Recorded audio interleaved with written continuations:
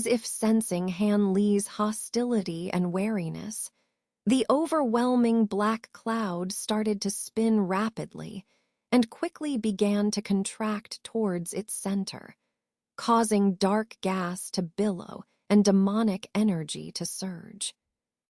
Han Li's heart tightened, and he was about to have his puppets launch a preemptive strike when he heard Xuan Gu's cold voice in his ear.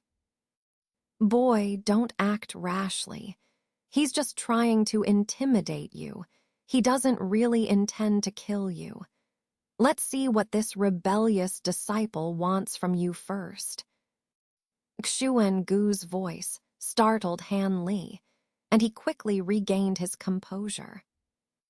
Suppressing his urge to act, he asked calmly and respectfully, "Senior Jian, to what do I owe the honor of your visit?"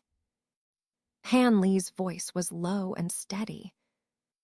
"To remain so calm under an attack from me, it seems you have quite some courage," came the voice of Patriarch Jian from the black cloud, though it was hard to tell if it was a compliment or a slight. "With your nascent soul's stage power, if you truly intended to kill me, what difference would it make whether I'm courageous or not?" Han Li responded calmly, though he couldn't help but furrow his brows momentarily. Knowing that Xuan Gu was still nearby, hidden but ready, reassured him somewhat.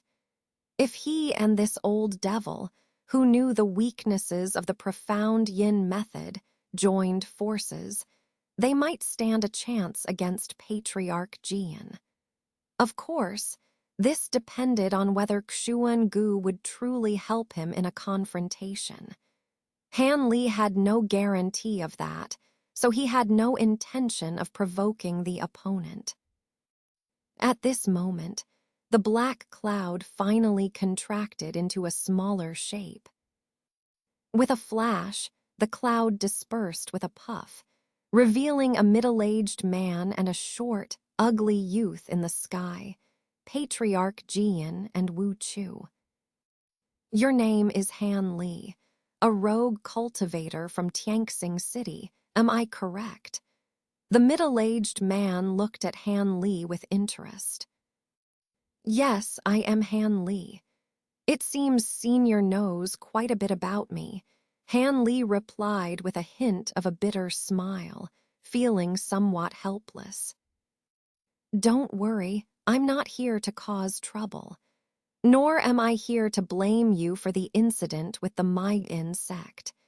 The attack just now was merely to remove that obstructive formation," Patriarch Jian said with a faint smile. "Obstructive. You just wanted to show your overwhelming power," Han Li thought to himself, but kept a respectful tone as he asked, "Then what brings Senior here?" Knowing that the other was waiting for this question, Han Li had no choice but to ask, despite his reluctance. Upon hearing Han Li's question, Patriarch Jian chuckled and scrutinized Han Li from head to toe, making Han Li's skin crawl. "Do you recognize this?" Patriarch Jian suddenly flipped his hand, revealing a small white object in his palm. His face turned serious as he spoke. Before Han Li could get a clear look at it, the object was gently tossed towards him. Han Li, with a puzzled look, caught the item with a flick of his sleeve and carefully brought it to his eye level. The object was small and incomplete, but Han Li recognized it at a glance. It was a small piece of white silk, spun by his blood jade spider. Han Li was momentarily stunned, wondering how the other party had obtained it. But a quick thought reminded him that he had used the blood jade spider against some demonic corpses while breaking through the Yinsha sect's encirclement. The other party must have collected it then. What was the purpose of asking about this item? Han Li's expression changed slightly as various speculations flooded his mind. However, the other party didn't give him much time to think. After a brief consideration, Han Li responded honestly, "Of course, I recognize this. It's a web spun by my spirit beast. Is this why you sought me out, Senior?" Han Li's face was filled with suspicion, as if he found it hard to believe. But upon hearing Han Li's answer, Patriarch Jian's face lit up with a smile. "Good, very good. I came to see your spirit beast. Bring it out and let me have a look." Patriarch Jian's voice was exceedingly gentle, but Han Li's vigilance grew. Despite the smile, Han Li had caught a fleeting glimpse of greed in the patriarch's eyes. For a nascent soul stage cultivator to show such interest in his blood jade spider was not a good sign. Though feeling deeply uneasy, Han Li could only comply under Patriarch Jian's gaze. With some hesitation, he forced himself to say, "All right." He could only hope to delay as long as possible. With a wave of his hand, he lightly tapped a spirit beast pouch at his waist. A beam of white light shot out from the pouch and landed in front of Han Li. When the light faded, a plate-sized white spider appeared, glaring menacingly at its surroundings. Upon seeing the blood jade spider, Patriarch Jian's eyes gleamed with joy, as if he were gazing at a precious treasure. His face lit up with increasing delight. "Wonderful, it is indeed a blood jade spider. Ha ha ha." After a moment, Patriarch Jian withdrew his gaze and burst into laughter, shaking the nearby air with a buzzing noise that made Han Li's expression change. The power of a nascent soul stage cultivator was indeed unfathomable. However, Han Li quickly adopted a cautious expression, knowing that the patriarch would soon reveal his true intentions.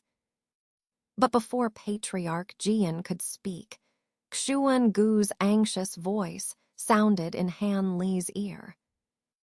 "How do you have a blood jade spider?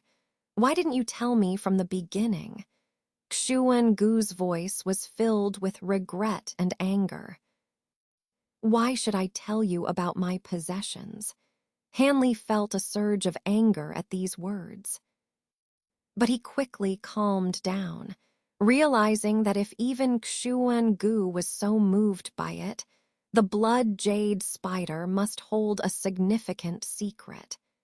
The appearance of this spider might bring both opportunities and dangers. As Han Li pondered, Xuan Gu's urgent voice came again. "Jian will certainly invite you to the inner hall. Go with him. I'll follow in the shadows to support you." Perhaps realizing the tone was too harsh, Xuan Gu's voice softened but remained earnest. Han Li felt even more uneasy. He had a nagging feeling that the blood jade spider was dragging him into a vortex, and one misstep could lead to his doom. While Han Li was still uncertain, Patriarch Jian finally spoke, echoing Xuan Gu's prediction. "Han Li, would you like to visit the inner hall? I can take you in and out safely." Patriarch Jian's tone was friendly and filled with temptation. Visit the inner hall. Han Li was startled. That place was extremely dangerous for a core formation stage cultivator. although the treasures inside were far more precious than those in other parts of the void sky hall. Han Li had wisely decided to avoid it after learning about it. Having just obtained the 9-curve spirit ginseng, which was highly beneficial for forming his nascent soul, he was even less inclined to take unnecessary risks. He didn't believe for a second that the patriarch could guarantee his safety, or that Xuan Gu's urging meant he should go along with it. His life was too valuable to gamble. After a brief contemplation, Han Li forced a smile and declined. "The inner hall is too much for me to handle. I'd rather stay in the safer areas.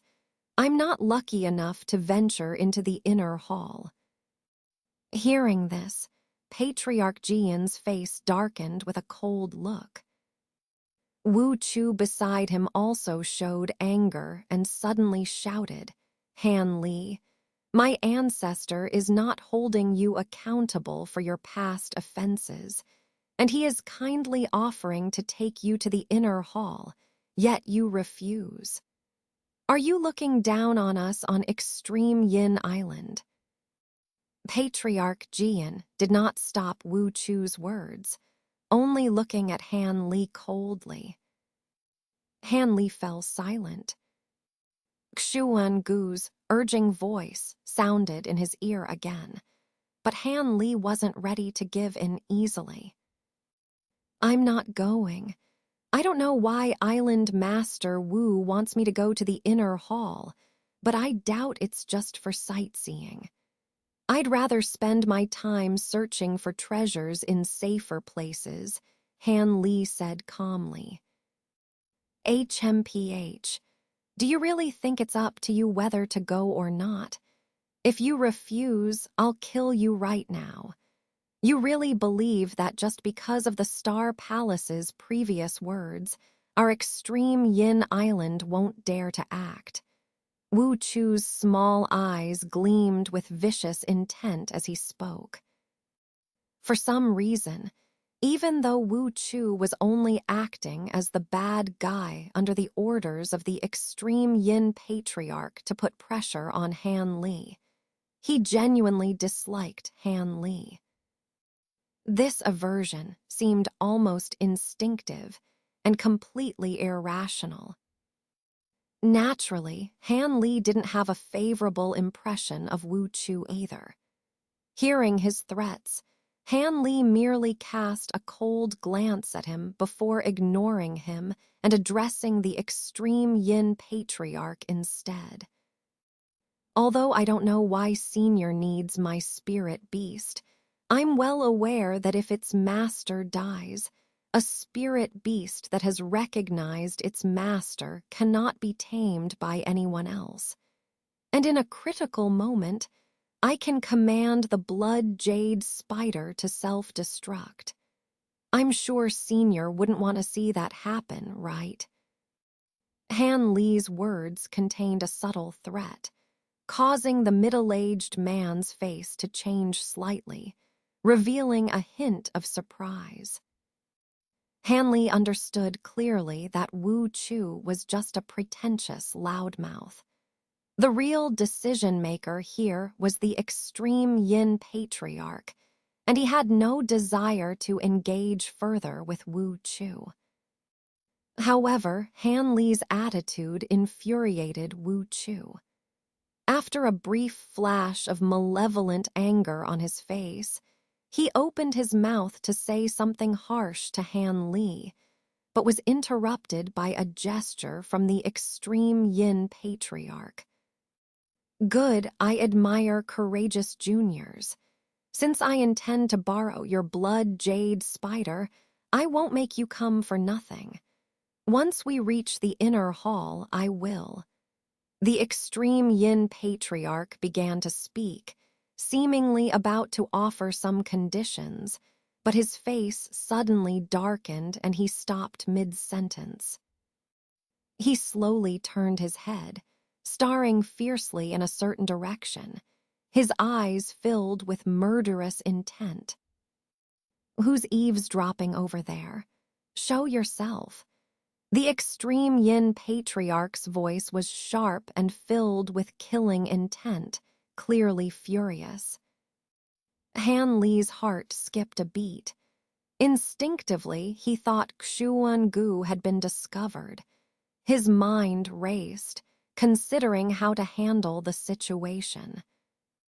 But when an elderly voice responded, Han Li was surprised. "Why so angry, Brother Wu? I just happened to pass by accidentally. You wouldn't really want to fight, would you?" In a flash of green light, an old man in a scholar's robe appeared in the air several dozen feet away, smiling at the extreme yin patriarch. It was none other than the scholar Qing Yi, who seemed to be somewhat familiar with the extreme yin patriarch. "Taoist Qing, are you following me?" The extreme yin patriarch's murderous aura paused, and he asked with a particularly displeased expression. "This is no tracking. I was just wandering around and saw you talking to this young man from afar, so I came over to greet you. I didn't expect to upset you so much. If I had known, I wouldn't have been so rash." The scholar-robed elder chuckled dryly, explaining nonchalantly. Then, without waiting for the extreme yin patriarch's reaction, he looked down at the blood jade spider, clicking his tongue in admiration. "So this is the blood jade spider. What a rare spirit beast. According to the analysis of past cultivators, this beast seems to be one of the best for using the void sky cauldron, with a much higher success rate than your fire python or Wan Tianming's golden silkworm." Scholar Qing Yi shook his head and marveled. Wandering around? Then why hide? Hearing such a brazen excuse from the elder, the extreme yin patriarch was extremely angry. And as he saw the elder reveal the secret he had been trying to keep hidden, his expression grew even darker. "This must be the junior brother Wu has been thinking about. I also enjoy mentoring courageous youngsters. How about it? Interested in becoming my disciple? I've never taken on a student before." The elder's eyes sparkled as he shifted his gaze from the blood jade spider to Han Li, saying something that left the extreme yin patriarch fuming and Han Li dumbfounded. "Take me as your disciple." Han Li blinked, unsure whether to be pleased or distressed. "Taoist Qing, what is the meaning of this?" The extreme yin patriarch's face was icy, and black mist began to seep from his body as he stared at the elder and asked, enunciating each word. He, just a joke. Why so serious, Brother Wu? If I were to take this young man as my disciple, you'd probably fight me to the death. But if old man Manhusey knew there was a blood jade spider here, would he think the same? The elder laughed lightly, his eyes glinting as he spoke casually. Scholar Qing Yi's words made the extreme yin patriarch's expression ease slightly. But upon hearing Manhusey mentioned, he felt a headache coming on. Originally, the extreme yin patriarch had planned to keep the blood jade spider a secret, coaxing others to drive out the righteous cultivators, or letting both sides suffer. He would then use the fire python to pretend to fail in retrieving the treasure, secretly bringing Han Li with the blood jade spider to take the treasure. This way, he would have the void sky cauldron all to himself. But he hadn't expected his meticulously laid plans to be disrupted by the old fox in front of him. Killing him to silence him was not feasible. Even if he had the confidence, he wouldn't act rashly, given the need to deal with Wan Tianming and other righteous cultivators. Moreover, the mention of Manhusi made the extreme Yin patriarch's face twitch. He had experienced the formidable to heaven demon art of Manhusi firsthand back in the day. Even with his current heavenly corpse fire nearing completion, he wasn't confident in facing Manhusi. Unless the extreme Yin patriarch, ever practical, quickly shifted his thoughts when he realized he couldn't keep the blood jade spider a secret. He started thinking about how not to suffer too much loss during the treasure retrieval. With a thoughtful expression, he glanced at the elder, seemingly guessing his intention. The scholar-robed elder smiled faintly at the extreme Yin patriarch's reaction, then sent a quick, whispered message to him. The extreme Yin patriarch's expression grew indecisive. How about this suggestion? The elder's voice was brief, quickly returning to normal speech. Fine, I agree. The extreme Yin patriarch, after a moment's thought, agreed with a gloomy face. Good, that's settled then. Now, who do you think should take this person as a disciple? The elder looked at Han Li, then slowly spoke. Let him choose for himself. That would be fairer. The extreme Yin patriarch pondered for a moment and then said. The elder was momentarily surprised, showing a strange expression, but after some thought, he nodded in agreement. Seeing this, the extreme Yin patriarch smiled slightly. Then he turned to Han Li, saying calmly, You've probably heard our conversation. Your blood jade spider is crucial for our treasure retrieval. We won't let it slip away. If you think I won't dare kill you because you're the beast's master, you're gravely mistaken. I have a method to conveniently turn your beast into a spirit corpse, although its abilities would be greatly reduced. This is a last resort, but don't think I won't do it. If you fear repercussions, both of us can take you as a disciple. You'll be family, and you'll get a share of the treasure. You seem smart. You should know what to choose. The extreme Yin patriarch's mixture of threats and temptations caused Han Li, who had been uneasy since the elder's appearance, to show a hint of interest, as if swayed. But inside, Han Li was in deep despair. Since the elder's arrival, he had known things had turned for the worse. He had hoped the two old monsters would clash, giving him a chance to escape. But their cunning negotiation dashed that hope. Even with Xuangu's help, it seemed there was no chance. And the threat of having the blood jade spider self-destruct seemed useless. If it came to that, the enemy would likely subdue the spider before he could act. And as long as he had a sliver of a chance to survive, he wouldn't provoke a nascent soul stage cultivator to such an extreme. It seemed there was no choice but to agree. As Han Li pondered, the voice of immortal master Qing Yi suddenly echoed in his ear. Han Li, I've never taken a disciple in my life, and my time is running out. If you're willing to become my disciple, you'll inherit all my teachings, magical treasures, and everything else. Such an opportunity doesn't come by often. Qing Yi's voice was enticing. Although Han Li knew there was likely some exaggeration. He couldn't help but feel tempted.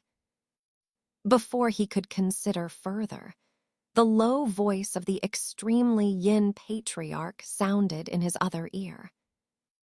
"Boy, I don't care about the promises that old ghost Ching made you. But let me remind you, he's just a lone cultivator with nothing but an isolated island. Even if he promises you everything, you won't gain much. But the extremely yin island is different. We have numerous cultivators and a powerful force. As my personal disciple, your authority on the island will be unimaginable. Whether it's beautiful female cultivators as servants or rare materials for alchemy and weapon crafting, you can have your pick. And I see you're close to that girl Xiling from the Miao Yin sect. Do you have any designs on her? That's easy too. If you become my disciple, I can capture her and bring her to the island to be your dual cultivation partner." Satisfied now, the extremely yin patriarch offered numerous conditions, making Han Li swallow back his words. But it didn't end there. Xuan Gu's voice chimed in as well. "Han boy, you should become a disciple of my rebellious student. Only then can we find the right opportunity to eliminate him. Don't forget, only I know the formula for refining the 9-twist spirit ginseng into a pill. You'd better follow my advice. Otherwise..." Xuan Gu's words were laden with threat. Han Li couldn't help but roll his eyes. Each of the three had their own agenda, but he was the one caught in the middle, at risk of falling into a trap with any misstep. According to his own wishes, if he had to choose a master, it would naturally be the scholarly elder. Though this elder didn't have much to offer, at least there wouldn't be any messy entanglements, allowing him to stay clear of trouble. As for the promises of pills, beauties, and techniques from the extremely yin patriarch, Han Li didn't really care. And offering Xiling to him left him utterly speechless. But now with Xuan Gu's message, Han Li had to seriously consider it. Forming a nascent soul was his next major goal on his path to immortality. Although it seemed far off, he definitely needed to obtain that pill formula. Thinking this, Han Li closed his mouth and lowered his head in contemplation, carefully weighing the pros and cons. After a few moments, during which Han Li's expression changed several times, he finally raised his head and gave a reply that disappointed the scholarly elder, but delighted the extremely yin patriarch. "I've long admired the renown of the extremely yin island. I humbly ask Senior Wu for guidance in the future." "Good, Han Li. I will first accept you as a nominal disciple. When we return to the extremely yin island, we will hold a formal initiation ceremony. This Xuan Yin ring is one of a set of ancient treasures I acquired in my early years. Every direct disciple of mine holds one. It serves as both a token and a defensive treasure. Keep it safe." The extremely yin patriarch, seizing the opportunity, handed Han Li a black-gray ring. Han Li, somewhat surprised, received it and examined it closely. The ring was similar in size to an ordinary ring, but it was engraved with mysterious runes and emitted a faint blue light, clearly not ordinary. Han Li felt delighted, but Xuan Gu's mocking voice rang in his ear. "Xuan Yin ring. This rebellious disciple really knows how to erase my existence completely. Clearly, it's the yin-yang ring I bestowed upon him originally, yet he changed the name. HMPH, don't be too happy too soon. Although this yin ring indeed has the ability to protect and counter enemies, it is countered by the yang ring he wears. When the time comes to use it against him, it'll only lead to your own demise. Han Li, without showing any surprise, thanked the extremely yin patriarch respectfully. But inwardly, he couldn't help but sigh. Staying by the side of the extremely yin patriarch with his deep scheming required him to be on high alert. Otherwise, one misstep and he would be in trouble. Now, he could only hope Xuan Gu could truly deal with the extremely yin patriarch. Otherwise, would he really become a disciple of the extremely yin patriarch and obediently follow his lead? Moreover, even if he truly wanted to be a genuine disciple, the extremely yin patriarch might not sincerely accept him. Whether he would turn hostile afterward was another matter altogether. Han Li dared not cling to this lifeline. For now, he could only take it step by step. After all, his strength was inferior to theirs. Although he knew the law of the jungle in the cultivation world, this feeling of powerlessness was something he hadn't experienced since reaching foundation establishment. Previous dangerous situations were still manageable, but now, facing any nascent soul cultivator from the void temple head-on would only result in his death. This made him doubt if he was truly star-crossed. It was just out of curiosity that he wanted to explore the secrets of the incomplete map in Xuan Gu's hands. Yet somehow he ended up attracting the attention of nascent soul cultivators. Han Li thought bitterly about the words above, unable to vent his grievances and having to feign excitement and happiness. Seeing Han Li put away the Xuan Yin ring and respectfully approach him, the extremely yin patriarch was very pleased. After a brief discussion with the elder beside him, he asked Han Li to rest by his side. Han Li didn't want to get close to this old eccentric, but upon hearing this, he could only reluctantly approach under the patriarch's gaze and sit down on the other side. Just as Han Li sat down, he heard a sound of something breaking through the air in the distant sky. Wan Tianming and two other nascent soul cultivators descended from above. After glancing at Xuan Gu and Qing Yi, they sneered, found another place to gather, and whispered amongst themselves about some secretive matter. Seeing this, Patriarch Jai Yin couldn't help but snort disdainfully and closed his eyes to rest. Han Li, however, couldn't maintain the calm demeanor of Patriarch Jai Yin. Instead, he stared in a certain direction, seemingly observing something. However, if one paid close attention to Han Li's eyes, they would notice his gaze was unfocused, indicating he was distracted. After the time it took to eat a meal, 5 or 6 more cultivators flew over one after another. Among them, the 2 white-robed elders from the Star Palace also arrived nonchalantly.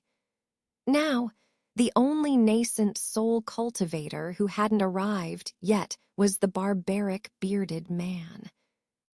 After waiting for another half an hour, there was still no sign of the bearded man. Now, Wan Tianming and the others cast strange glances at Patriarch Jai Yin's side, while Patriarch Jai Yin and the old scholar remained calm on the surface, but a faint trace of anxiety could be seen in their eyes. Apparently, with the absence of the bearded man, these two eccentric cultivators of the demonic path realized they were no match for the orthodox cultivators and began to worry. Time passed little by little. Patriarch Jai Yin and the others couldn't maintain their composure any longer. Their expressions turned grim, and they began to look up into the sky frequently. Although this space seemed to have no distinction between day and night, and always remained sunny, Han Li estimated that it should be close to a day by now. Could something unexpected have happened to the bearded man, the #1 expert in the Void Temple? Han Li began to feel suspicious. If such a thing really happened, he wondered whether it would be a blessing or a curse for him. Just when Han Li and others couldn't relax, and the gazes of the orthodox cultivators became increasingly hostile, a piercing scream that could penetrate gold and stone came from beyond the sky. This scream, like towering waves, grew higher and more ferocious with each wave, shocking all the cultivators sitting cross-legged. When Patriarch Jai Yin and the old scholar heard this sound, their faces simultaneously showed a relaxed expression, and they exchanged a smile with each other. After the old scholar chuckled, he whispered, "It seems that the barbaric beard is in a good mood. There must be some unexpected gains." Humph, what unexpected surprises can there be here? At most, the harvest of longevity fruits went smoothly. Patriarch Jai Yin shook his head indifferently and said. After hearing this, the old scholar smiled slightly and was about to say something when a golden ball of light flashed in the distant sky. This golden ball of light, like a meteor from beyond the sky, came whistling through the air and arrived above the cultivators in the blink of an eye. The old man immediately closed his mouth. Han Li's eyes flickered with surprise as he looked at the figure in the light, feeling a chill in his heart. In fact, not only him, but also other cultivators who saw the power of the demon technique of supporting heaven for the first time showed shocked expressions. Because the barbaric beard, surrounded by the golden light, looked extremely strange, like a demon god awe-inspiring.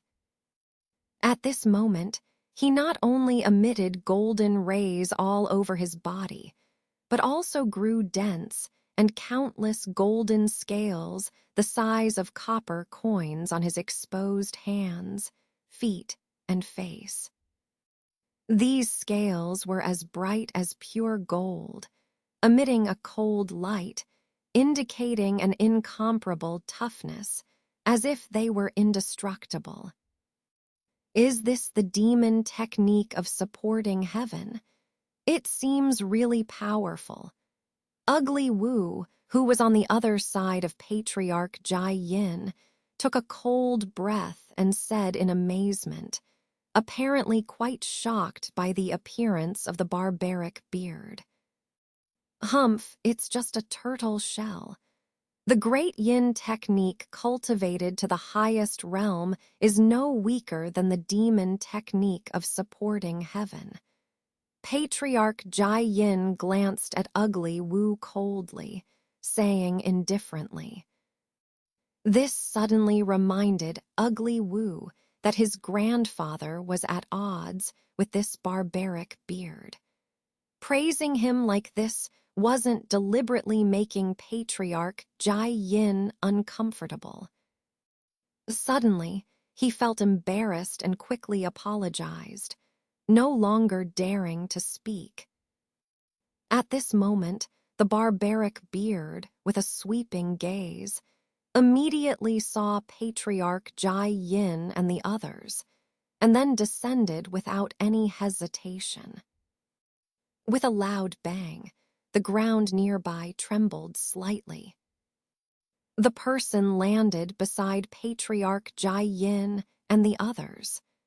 Then, the scales on his body quickly receded, and the golden light dimmed and gradually disappeared.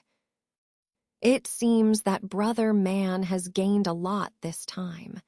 Otherwise, you wouldn't be in such high spirits. Before the barbaric beard could speak, the old scholar greeted him with a smile and clasped his fists. "Ha ha, there are some gains indeed. I killed an ice snow toad near the longevity fruit tree. The inner core of this demonic beast is very beneficial to my demon technique of supporting heaven." The barbaric beard seemed to have not yet returned to his normal state of excitement. Upon hearing the old man's inquiry, he spoke without hesitation. This greatly exceeded the expectations of Patriarch Jai Yin and others, and they looked at each other in surprise. "Congratulations to Brother Man. If the demon technique of supporting heaven can still make progress, Brother Man and the 2 saints and 6 paths will surely have the power to fight," Qingyi said with a smile after recovering from his astonishment. Then Patriarch Jai Yin also spoke a few words of congratulations with a calm expression. After hearing this, the barbaric beard chuckled and was about to say something else, but his eyes suddenly stared at Han Li. Then a strange look appeared in his eyes, followed by a burst of astonishing aura. Han Li, who was the first to bear the brunt, suddenly felt a tightness all over his body, and then his limbs became as heavy as if they were weighed down by thousands of pounds, unable to move at all. What was even more frightening was that under the gaze of the other party, he had a chilling feeling of being seen through both physically and mentally. Han Li's face turned pale, and without hesitation, he automatically activated the Great Yan technique, firmly protecting his mind. At this moment, a hint of blood color returned to his face, and he felt his body return to normal. The barbaric beard couldn't help but be surprised. But then a strange look appeared on his face, and he stared at Patriarch Jai Yin in front of Han Li. "Patriarch Jai Yin, what's the meaning of this? Why did you make a move against my junior?" After Patriarch Jai Yin nullified the barbaric beard's aura, he asked calmly. "Junior." The barbaric beard was first stunned, but then his face turned gloomy. "Jai Yin, are you deliberately mocking me? Besides that ugly brat, when did another disciple appear in the Void Temple?" he said disdainfully, glancing at Ugly Wu before speaking unceremoniously. When Bu Su entered the Su Tian Hall and saw so many nascent soul cultivators arrive one after another, it felt like a cold bucket of water was poured over him, chilling him to the core. The nascent soul cultivators were obviously here for the treasures in the inner hall, with the Su Tian cauldron being the most coveted. In the past, although there had been nascent soul cultivators visiting the Su Tian Hall, There were only 3 or 4 at most. But this time, 8 nascent soul cultivators were attracted, making his hopes seem faint. However, since he was already here, he was unwilling to leave dejectedly. Holding on to a slim hope, he successfully passed through the ghost mist and entered the lava path. To be honest, while the ghost mist and the subsequent mystic illusion realm made him somewhat apprehensive, he never doubted his ability to pass through the ice and fire path. This was because the technique he cultivated was the renowned Taeyang Ju in the chaotic star sea. This fire-based technique ranked among the top 10 in the star sea. Using the Taeyang True Fire, he had incinerated countless enemies, reducing them to ashes. Thus, he was full of confidence in his fire resistance, considering it a minor challenge. Of course, with many years of cultivation experience, he wasn't arrogant enough to attempt the lava path empty-handed. He had prepared 2 fire-resistant magical items. It wasn't that he didn't want to prepare more, but purchasing the fire dragon worm had nearly emptied his resources. With the Taeyang Ju at his disposal, he felt that with these 2 magical items as assistance, passing through the lava path shouldn't be an issue. But now, Busu regretted it immensely. Shortly after entering this place, he realized that although the Taeyang Ju was indeed effective for fire resistance, he had to continuously run the technique at full capacity to avoid being roasted alive by the intense heat. Contrary to his initial expectation that only a small amount of mana would suffice, the reality was harsh.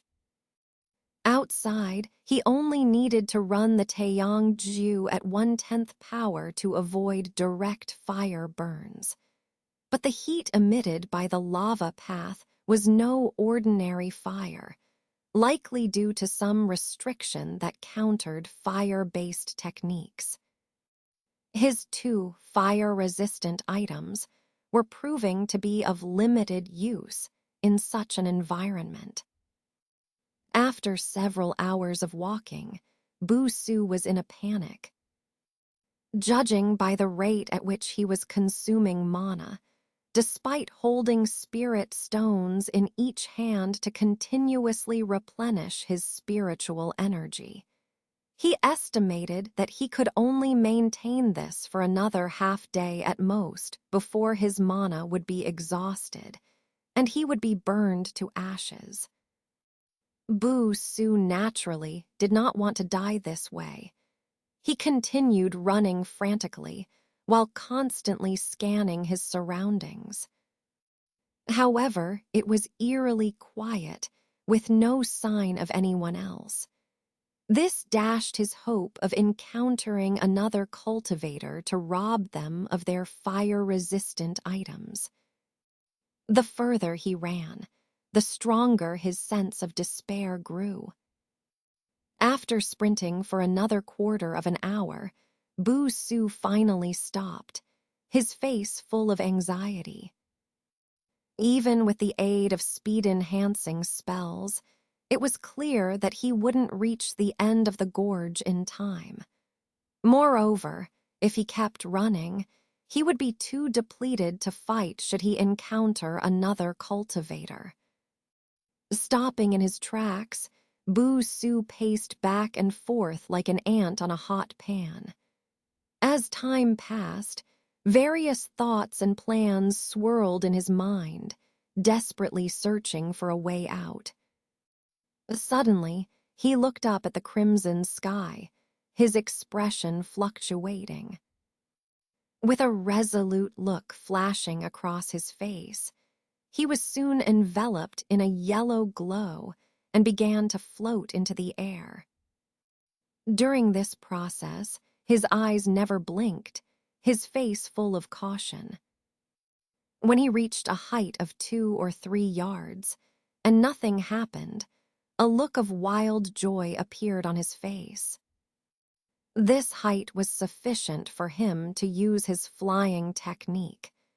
If he could fly, reaching the end of the gorge would only take a moment.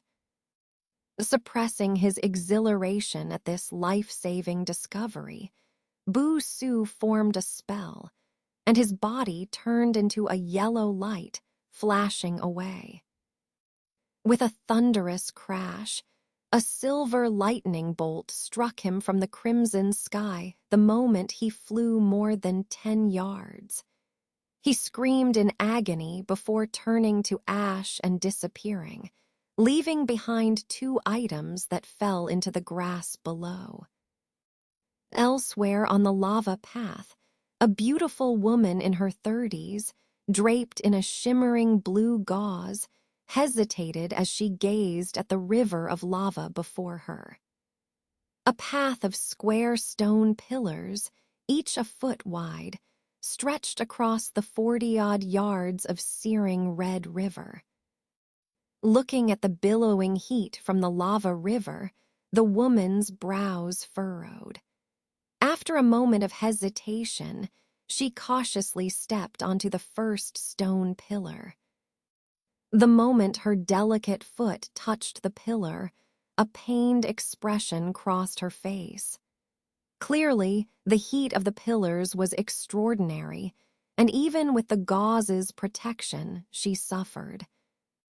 However, she was evidently determined, gritting her teeth as she slowly edged along the pillar path, her face full of caution. Initially, things went smoothly, and she managed to traverse half the path without incident. But as she neared the center of the stone bridge, a low, rumbling sound reached her ears. Startled, she looked upstream, and her face turned pale with fright. A ferocious gust of wind, transforming into a gray dragon, came roaring down the river towards her. In an instant, the dragon engulfed her, and her figure vanished without a trace amidst a desperate scream. Moments later, a blue-glowing item fell into the lava below, quickly sinking out of sight. In another part of the icy path, a middle-aged man and an old man were fighting back-to-back against over a dozen crystalline beasts. Red and white lights flashed everywhere, but the struggle soon ceased, and the beasts dispersed, leaving 2 mangled bodies behind. Elsewhere on the icy path, Patriarch Jai Yin leisurely strolled across an icy plain, his body glowing with a dark light, untouched by the cold. Occasionally, a crystalline beast would emerge to attack, only to be effortlessly cut in half by a swipe of his black light. Then he would continue on his way as if nothing had happened. 2 days later, on a small red hill along the lava path, Han Li stood, staring ahead with a hesitant expression. After quickly traversing the large grassland using his Luo Yan step, he had resumed a normal pace, knowing that the technique was taxing even for his post-core formation body. Later, he passed through a dangerously deceptive lava swamp, where solid-looking ground hid molten pitfalls. Only by using the ice pearl he had taken from Man Husey did he manage to avoid severe burns when he fell in.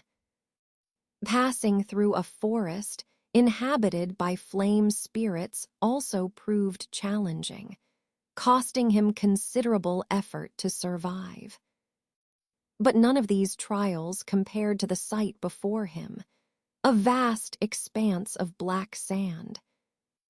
Indeed, Black sand dunes and black sand grains stretched endlessly before him.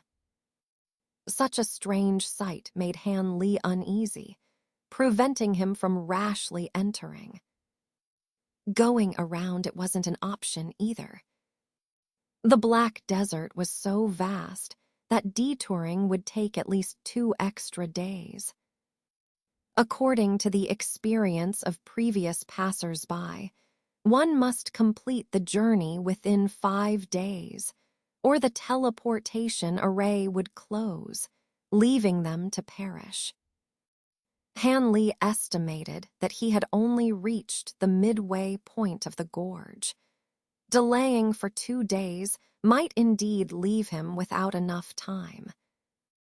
After all, who knew what other obstacles lay beyond the Black Desert? Frowning deeply at the scene, Han Li pondered what hidden dangers it might conceal. Just then, he sensed something and disappeared without a trace. In the distance, faint sounds began to approach. Shortly after, a male cultivator slowly walked up from the other side of the small hill. He appeared to be in his 40s, with a sallow complexion, and was the same man who had been utterly terrified of Patriarch Jai Yin in the main hall. He wore a peculiarly styled emerald green hat and held a white jade bowl in his hand, exuding a faint chill even in this scorching environment, indicating that these items were extraordinary.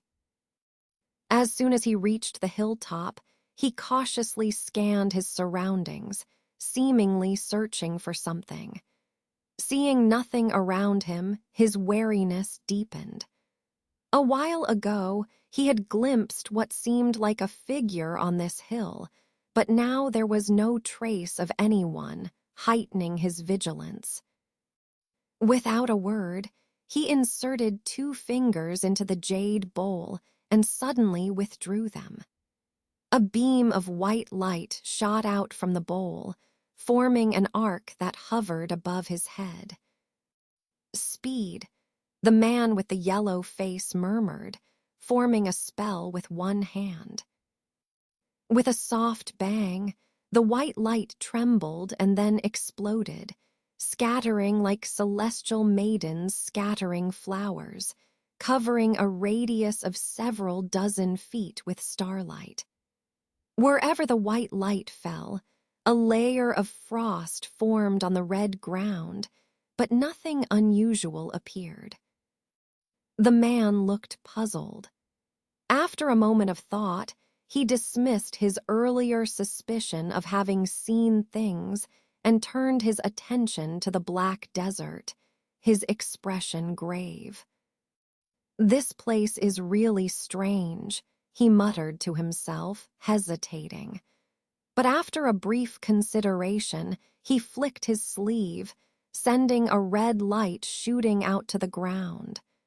When the light faded, a small red fox-like beast appeared.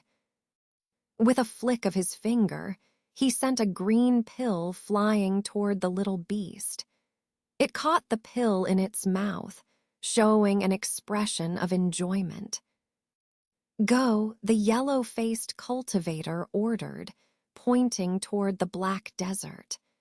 The little beast immediately sprang into action, transforming into a red blur as it raced down the hill at incredible speed.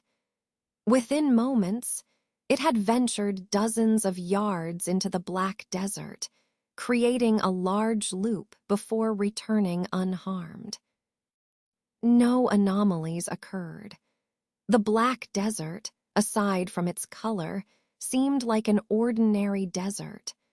The man was visibly astonished, having prepared for the possibility that the red fox beast might not survive. Being a common first-level spirit beast, it was quick and had a keen sense of smell but no other notable abilities, so he wouldn't have been too distressed if it perished. Watching the little beast run back and forth several more times without incident, He whistled it back, letting it leap back into his sleeve. Then, gazing uncertainly at the black desert, he stood silent for a moment. After a brief hesitation, he descended the hill and cautiously approached the black desert. Unbeknownst to him, as he descended the hill, Han Li reappeared at the summit amidst a ripple in the air.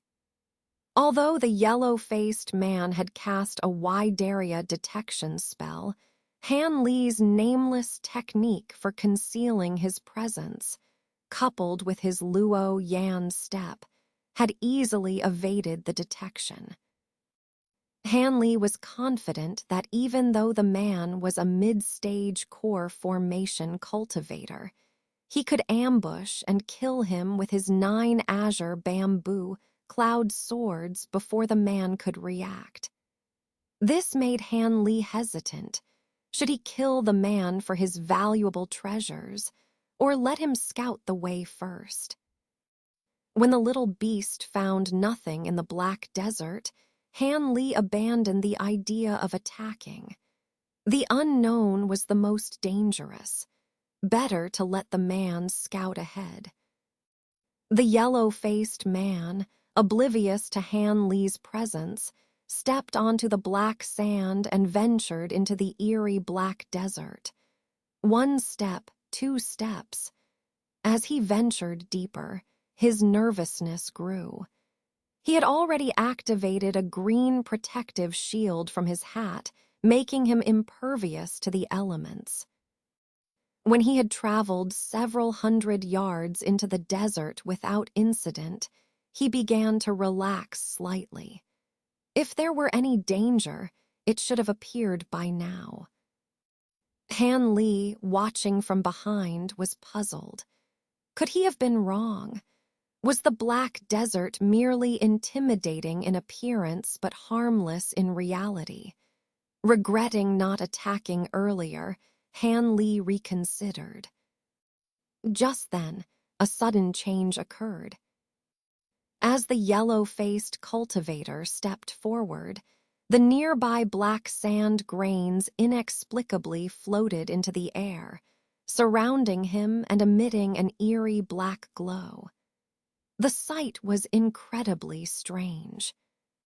Acting quickly, the man flung his jade bowl skyward, releasing a large amount of white light that added another layer of protection outside the green shield. The black sand grains transformed into countless winged black insects, swarming toward the horrified man. With a shout, he intensified the white light, summoning countless palm-sized ice shields around him that began spinning rapidly, forming a protective white whirlwind. He had identified the black insects as some sort of flying ants, though their vast numbers, tens of thousands, were shocking. As the black swarm collided with the ice shield, they were repelled several feet away. The man breathed a sigh of relief, his face showing a hint of joy. But soon, his smile froze as the repelled insects regrouped and attacked again, unharmed. Panicking, he quickly launched a gray flying dagger, which elongated into a streak of light, slashing at the insect swarm. Despite the dagger's rapid and fierce movements, the insects were unharmed, swarming over the blade and trapping it. The man paled, trying to retrieve his weapon, but it was too late. The gray light flickered a few times before being engulfed by the black swarm. With a spurt of blood, the man's face turned ashen, the loss of his bonded weapon severely injuring him. Desperate, he turned and fled back toward the edge of the desert, hopping to escape. But the black insects, after consuming the dagger's remnants, stopped and did something astonishing. They converged, forming a massive black spear that shot toward him with a sharp whistle. Terrified, the man channeled all his remaining spiritual power into the white whirlwind, strengthening it. But the black spear pierced through the whirlwind effortlessly, leaving bloodstains on its tip and shaft. The whirlwind abruptly stopped, revealing the yellow-faced man inside. He stood there in a daze, his ice shields and green protective barrier gone, with a fist-sized, transparent hole in his chest where his heart had been, surrounded by blackened, scorched flesh as if it had been burned. The man looked down at his chest, instinctively touching it with his hand, a look of disbelief on his face. At that moment, the black spear dissolved with a sizzle back into a swarm of dark flying ants, which mercilessly swarmed over the man, instantly covering him. He only managed a few screams before falling silent. Moments later, the ant swarm took to the air, returning to their original position and blending back into the black sand. The place where the man had fallen was now empty, as the ants had devoured him completely. Han Li, who had been watching the scene from the mountaintop, saw everything clearly. Shocked, he nevertheless wore a peculiar expression. Iron fire ants, no doubt about it. I never expected to see these spirit insects here, Han Li muttered to himself in a low voice. When the flying ants first appeared, Han Li couldn't immediately identify them. But when they withstood the yellow-faced man's flying knife attack and finally transformed into a spear, he recognized them as iron fire ants.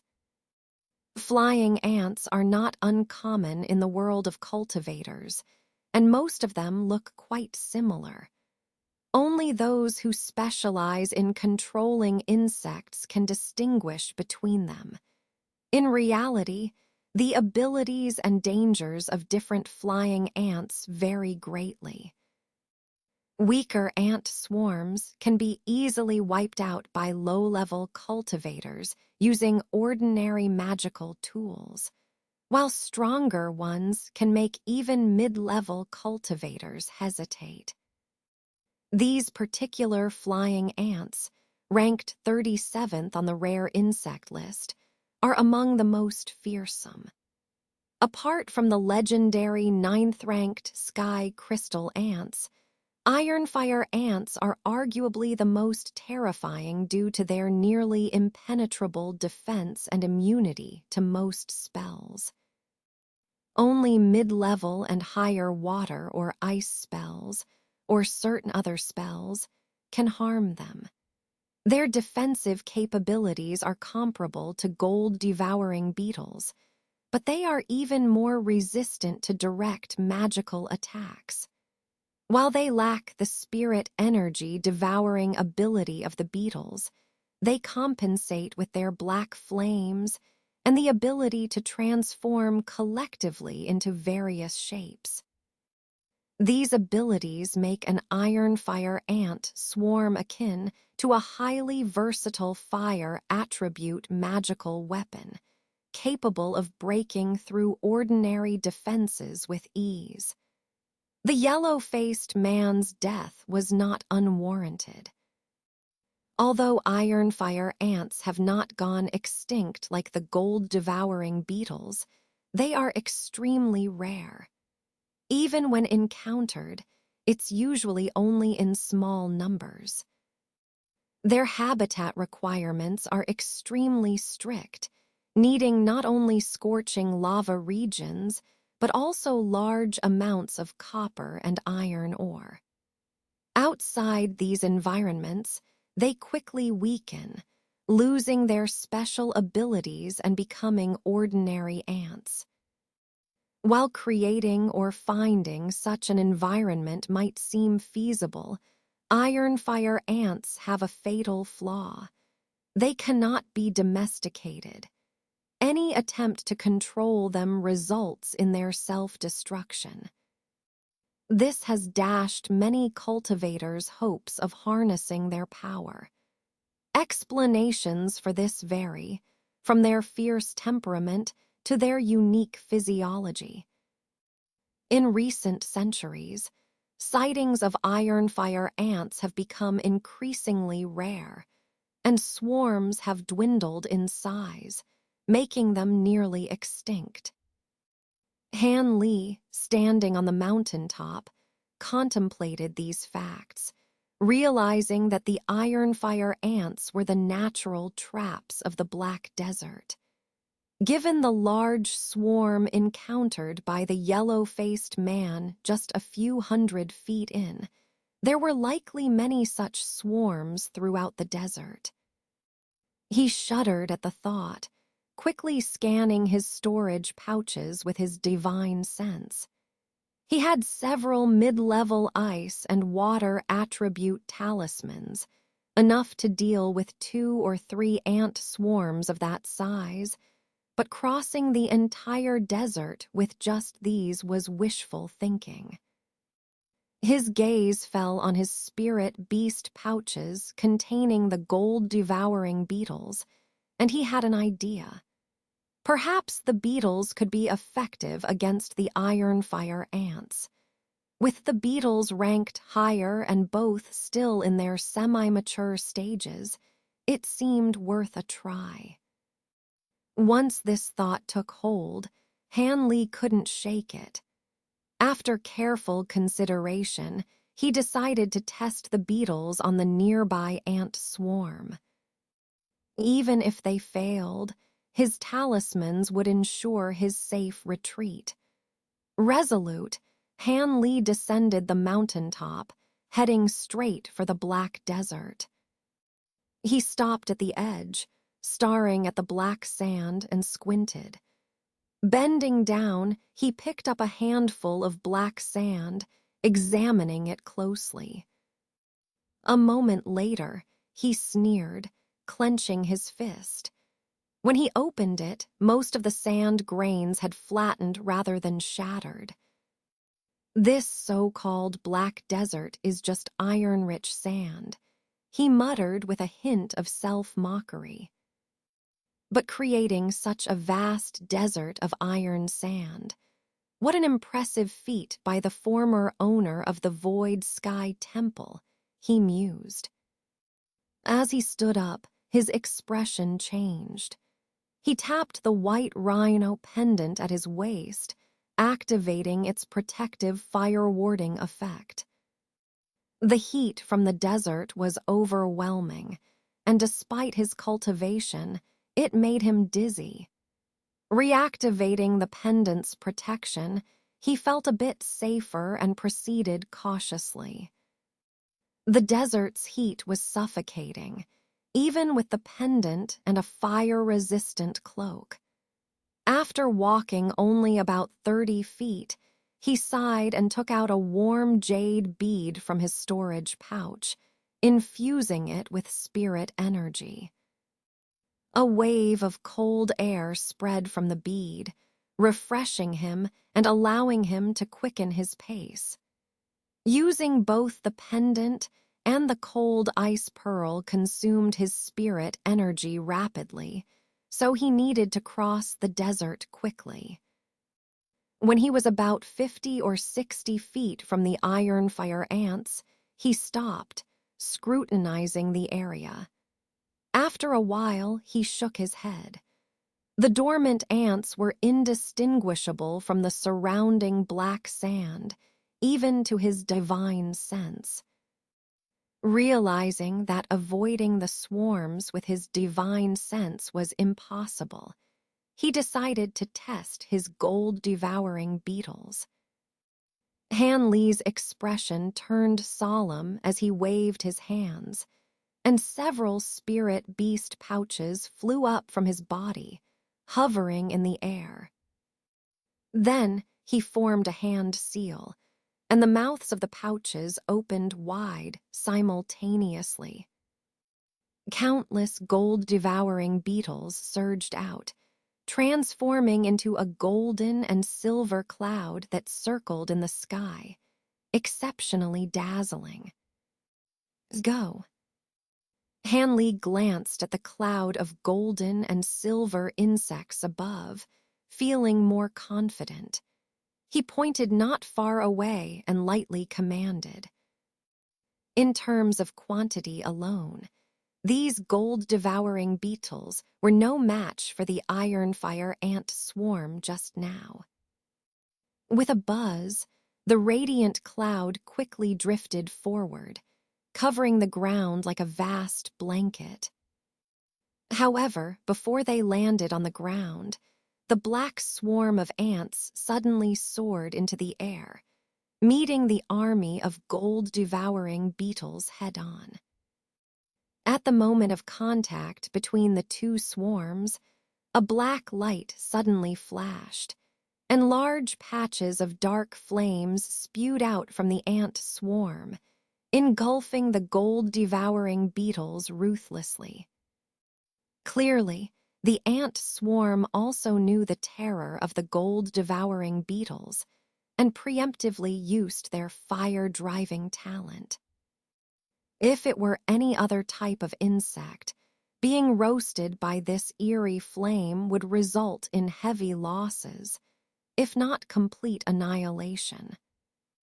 But the gold-devouring beetles remained unfazed in the black flames, instantly devouring them clean, then buzzing forward toward the ant swarm. The two streams of different colors fiercely collided, intertwining and tearing each other apart, emitting a piercing screech. A large number of insect corpses fell from the sky one after another, with the majority being black and the golden and silver ones extremely rare. At the moment of contact, the gold-devouring beetles clearly gained the upper hand. After a moment, they seemed to have the momentum to annihilate the enemy. The ironfire ants also sensed the danger, and after emitting a faint buzzing sound, suddenly gathered together, transforming into a black arrow. Then, flying like an arrow, they broke through the interception of the gold-devouring beetle swarm, intending to escape. But just then, a dazzling green sword light came from the sky, flashing and cutting down on the arrow shaft. The arrow trembled, and its speed greatly decreased. In this brief delay, the gold-devouring beetle swarm swarmed up and firmly trapped the arrow within. In the blink of an eye, the black was engulfed in the golden and silver ocean. By the time the swarm slowly dispersed, the arrow had long disappeared without a trace. At this moment, Hanley walked slowly forward. He calmly looked at the insect corpses on the ground, rubbed his chin, and fell into silent contemplation for a while. Not many gold-devouring beetles had died, only about a few hundred, and this loss didn't bother him much. It seemed that the gold-devouring beetles were indeed slightly superior to the ironfire ants, and the quantity of gold-devouring beetles also played a decisive role in the battle. After analyzing for a moment, Hanley showed a relaxed expression. It seemed that crossing the black desert with the gold-devouring beetles was not a problem. He glanced at the ground full of insect corpses, and with a flash of light in his eyes, let out a low whistle. The golden and silver cloud whooshed down from the sky like an autumn wind sweeping fallen leaves, devouring the insect corpses on the ground. then obediently flying back into the spirit beast pouches that Han Li had summoned again. Han Li collected the pouches and glanced into the depths of the black desert, then walked away without hesitation. A day later, Han Li stood in the depths of the desert, staring expressionlessly at the sky, motionless. In the sky, the largest insect swarm battle since Han Li entered the desert was unfolding. Tens of thousands of gold-devouring beetles and iron-fire ants were fiercely tearing each other apart not far away in the low sky. Insect corpses fell from high above like raindrops, covering the ground thinly, which was truly a shocking sight. A hint of fierceness flashed between Han Li's eyebrows. Although it had only been a short day, he had lost nearly 10,000 gold-devouring beetles, encountering a group of iron-fire ants almost every time he walked a distance. Their numbers ranged from 2,000 to 3,000 to over 10,000, varying. And this time, encountering such a large-scale iron-fire ant swarm, there were about 50,000 to 60,000 of them. After this battle, he estimated that his gold-devouring beetles would suffer casualties of at least 7,000 to 8,000. No wonder Han Li felt a bit distressed. It took a long time for the gold-devouring beetles to hatch again, and who knew when the swarm could be replenished. After a cup of tea's time, the black ant swarm finally retreated. Apart from the remaining few thousand that broke through and fled, the others became a meal for the gold-devouring beetles, completely devoured. Han Li didn't bother to chase after the fleeing iron-fire ants, but instead sprayed a breath of spiritual energy onto the cold ice pearl on his head, causing a surge of cold air and refreshing his spirit before continuing on his way. According to his estimation, he should have reached the central area of the desert by now, which was why he encountered such a large flying ant swarm. He needed to hurry now. Supporting 2 fire-blocking treasures consumed his spiritual power too quickly. However, just as Han Li walked about 50 or 60 miles, his expression suddenly changed, and he squinted as he looked to the right. After a moment, he showed a hint of confusion on his face, then suddenly changed direction and walked toward a certain sand dune he had been gazing at. When Han Li stood on top of the sand dune, he furrowed his brows unconsciously. Because within his line of sight, another group of iron-fire ants appeared. This group of flying ants was not large in number, but there were nearly 10,000 of them. They were attacking a faint blue light group, which was swaying and flickering, with figures flashing inside. It looked like they were barely holding on. Han Li looked coldly at everything, his face expressionless. Just then, the iron-fire ants transformed into a sharp, long sword, carrying black flames, and fiercely slashed toward the light group. In a situation where Han Li thought the person was doomed, an inconspicuous emerald green pellet shot out from the light group. As soon as this pellet hit the black sword, it popped and turned into a fist-sized deep green spark, burning fiercely. The part of the long sword wrapped in this fire quickly disintegrated, and nearly 100 iron-fire ants fell from it. Han Li was secretly surprised. What kind of treasure was this inconspicuous emerald green pellet? It was so powerful that even the iron fire ants, naturally born fire attribute spiritual insects, couldn't resist its green fire attack. It was truly unbelievable. It seemed that there were countless treasures in the cultivation world. He was too ignorant. The emergence of the green flames seemed to further enrage the swarm of flying ants. They dispersed again and madly attacked the light group, not retreating in the slightest. For the cultivator in the light group, it seemed that there were not many of those pellets left. After dispersing the transformed iron fire ants, they had yet to shoot out a second pellet, still struggling to hold on. However, it seemed that he also noticed Han Li's presence.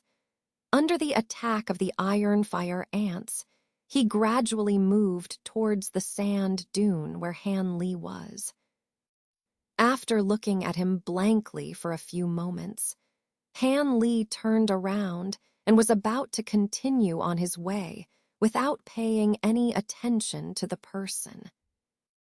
He had no intention of coveting the other party's treasures, nor any interest in wasting his gold-devouring beetles to save a stranger. In this strange desert, his gold-devouring beetles were much more valuable than ordinary treasures, and he didn't want to lose them unnecessarily. But just as he took 2 steps, a somewhat familiar female voice came from the light group. "Fellow Taoist, please wait. I am Yuan Yao. Please lend a helping hand, and I will surely repay you generously afterwards." Yuan Yao's voice was filled with anxiety and panic. Yuan Yao. Han Li's body paused for a moment upon hearing this. After hesitating for a moment, he slowly turned back. This world is truly small. On such a vast lava road, he unexpectedly encountered this somewhat familiar female cultivator, which left him speechless. Since the other party could be considered a half-acquaintance, Han Li wouldn't be so cold-hearted as to ignore someone in distress. Moreover, he had secretly intended to find this woman for something earlier. Now, it seemed like he could kill 2 birds with 1 stone. After glancing at the now dim light group, he hesitated for a moment and then reached for the spirit beast pouch at his waist. Countless gold-devouring beetles swarmed out, putting on a grand show of insect warfare right in front of Yuan Yao. The female cultivator in the light group looked dumbfounded. With just over 1,000 gold-devouring beetles sacrificed, this group of iron fire ants was easily wiped out. This left her speechless and shocked for quite some time. It wasn't until Han Li calmly retracted the gold-devouring beetles that she snapped out of it, quickly dispelling the protective blue light. Yuan Yao's face was somewhat pale due to excessive consumption of spiritual power, making her appear somewhat delicate, but even more charming. The original black robe had long been removed, replaced by thin, tight-fitting clothes, revealing her graceful figure. At this moment, she was covered in sweat, emitting bursts of fragrance, full of fatal temptation. Han Li couldn't help but be stunned at the sight, but then his expression returned to normal. It was just a small effort. Since fellow Taoist has already escaped danger, Han Li will take his leave. Han Li glanced at the woman and calmly spoke. Then he turned and walked away without any intention of stopping or delaying. This action caused Yuan Yao, who had just been frightened, to lose her composure. She couldn't help but ask without reserve, "What does Brother Han mean?"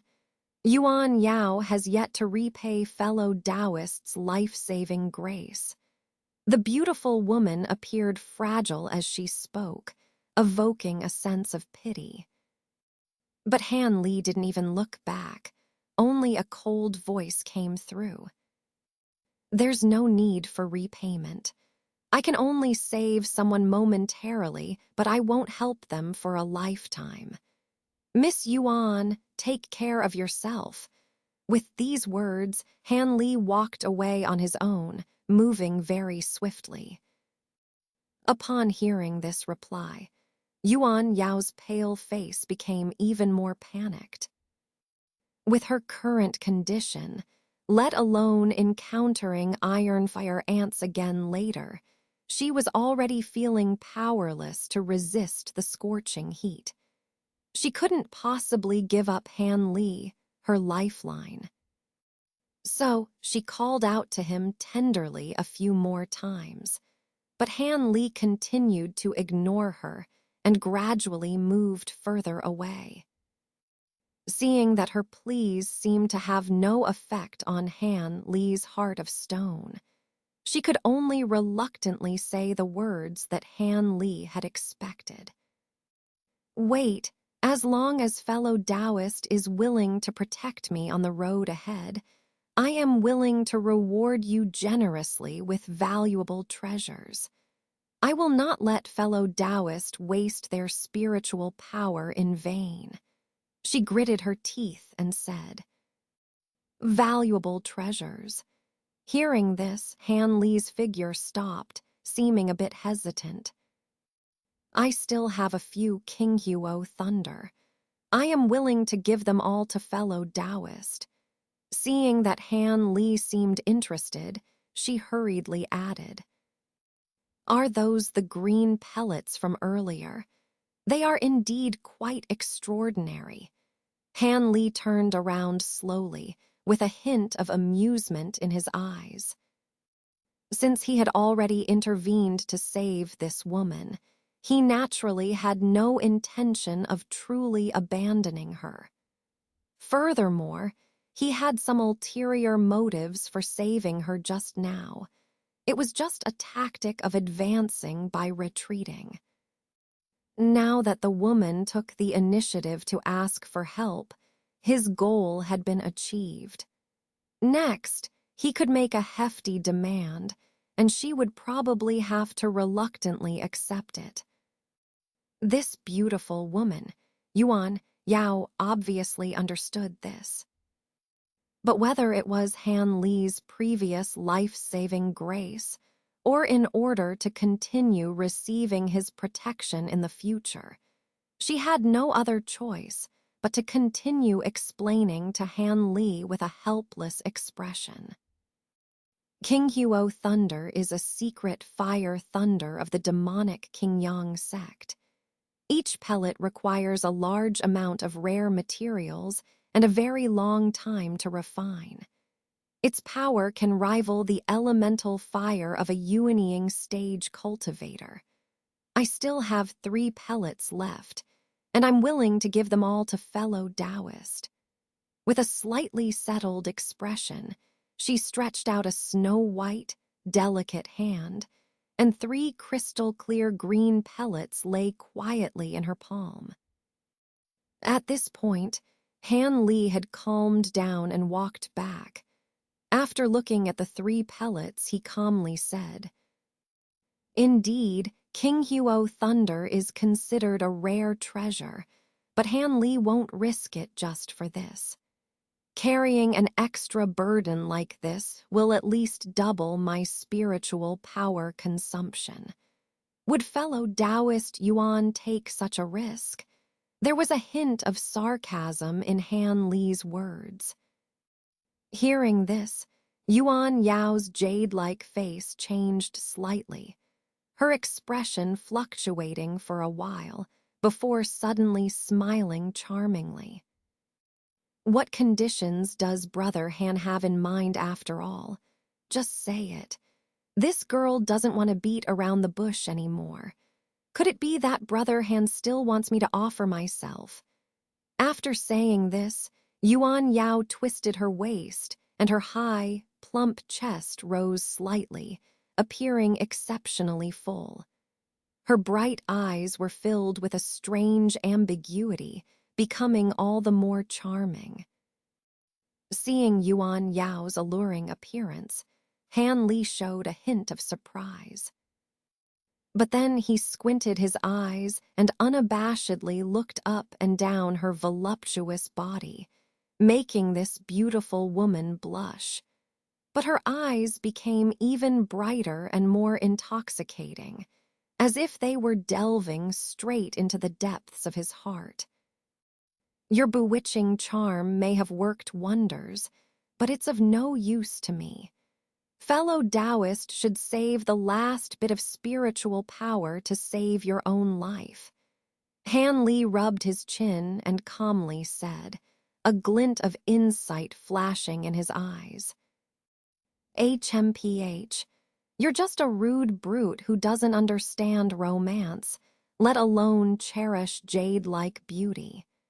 The disguised beauty's foxy charm disappeared from her face, replaced by a frustrated expression. Miss Yuan, you can't say that. If it weren't for the danger of the Void Sky Palace, if you were to seduce me, I would definitely not refuse. But now, Han Li said with a somewhat forced smile. You're dreaming. If it weren't for this place and time, you wouldn't even have a chance with me. Yuan Yao stared at Han Li angrily, her eyes wide open. It seems I've saved the wrong person. Since that's the case, I don't want you to offer yourself to me, nor do I want any gratitude for saving your life. I'll take my leave. Han Li seemed to intentionally provoke the woman, clasping his fists and indicating his intention to leave. Don't be angry, Brother Han. It's my fault. Whatever conditions you have, just say it. Yuan Yao will definitely comply. Can't you see the bond we share from over 100 years ago when we braved the ghost mist together? Can't you help me just for the sake of that, Brother Han? As for treasures, apart from these few King Huo thunder pellets, I don't have anything else worthwhile. Yuan Yao softened her tone as she saw Han Li's reaction, her expression turning pitiful. Although Han Li still wore a somewhat ambiguous expression, he couldn't help but feel a bit surprised. This Yuan Yao was really adaptable and versatile. Now, with her weak and helpless appearance, her mature and charming demeanor from earlier, and the cold and arrogant impression she initially gave him, she gave him several different feelings. It was quite strange. Thinking like this, Han Li showed a contemplative expression. Yuan Yao's eyes were a bit nervous as she stared at him, showing a hint of anticipation. After a while, he raised his eyes, and with some effort he said, since Miss Yuan mentioned our chance encounter over 100 years ago, it would indeed seem heartless of me not to offer my protection. But Han Li has always been principled. If Miss Yuan truly wants my help to get through this lava road, how about giving me the Tihun beast? I'm very curious about its ability to suck souls and turn them into ghosts. After circling around for so long, Han Li finally said what he most wanted from this woman, which was his initial intention. With this strange beast, he would have 2 more points of confidence when cooperating with that old ghost, Xuan Gu. Moreover, In the long run, the potential of this Tihun beast was also extraordinary. You want the Tihun beast? Yuan Yao's eyes widened in surprise when she heard Han Li's words, as if she couldn't believe what she had heard. What's wrong? Can I have it? Han Li's expression darkened, his tone slightly cold. I'll give you the Tihun beast, and you'll take me out of the lava road. Yuan Yao stared at Han Li and asked word by word, her expression somewhat strange. Yes, Han Li frowned, still affirmative. He vaguely felt that the other party's reaction seemed a bit wrong. All right, let's settle it this way. The Tihun beast belongs to you. Almost at the same time Han Li affirmed, she immediately took off a spiritual beast pouch from her waist without any hesitation and handed it to Han Li. There was no hesitation at all. This scene made Han Li blink his eyes and feel a bit uneasy. No matter how he looked at it, it seemed like the other party was eager to give him the Tihun beast. Could there be something else about this Tihun beast? Thinking like this, Han Li hesitated for a moment but still reached out and took the pouch. With a slight sweep of his spiritual sense, he saw the Tihun beast sleeping peacefully inside. Han Li nodded and put the spiritual beast pouch on his waist, about to say something more. But Yuan Yao in front of him opened her mouth, and a gray-black bead rolled out, landing in her palm. This is the Minghun pearl, also used to control the Tihun beast. As long as you refine it with the method of refining ordinary magic treasures, the Tihun beast will be yours forever. I haven't truly refined it yet since I got the beast. Now you just need to forcefully erase my spiritual imprint on it. Yuan Yao explained with a smile and handed it to Han Li. Han Li looked at the Minghun pearl, his eyes slightly narrowed, but he didn't reach out to take it. He naturally knew about this pearl. When they passed through the ghost mist, he had avoided this woman and asked Zai Ling about the Tihun beast. The Minghun pearl was mentioned in their conversation. Later, he realized that the woman couldn't control the Tihun beast as she wished, so he had the idea of capturing it. But now, the way she eagerly threw the pearl to him, with a hint of joy in her eyes, made Han Li suspicious. He didn't rush to take the pearl. Seeing this, Yuan Yao's eyes shimmered with a hint of amusement as she chuckled lightly, saying, "Why does Brother Han no longer want this item? Or perhaps you're afraid that the soul-chiming bead I gave you is fake." Her words carried a subtle hint of mockery.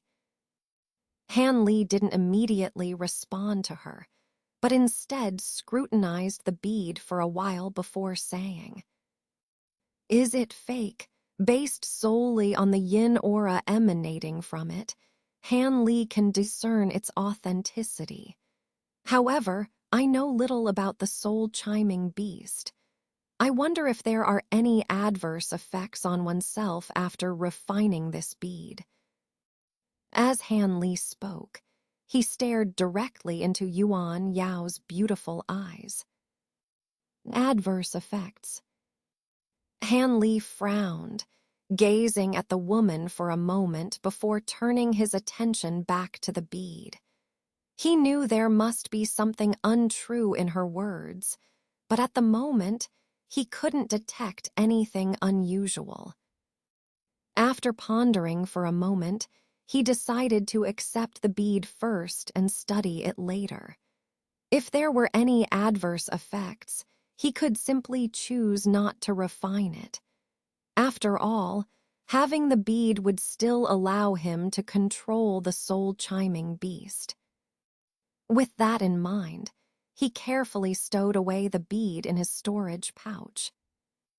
Let's go.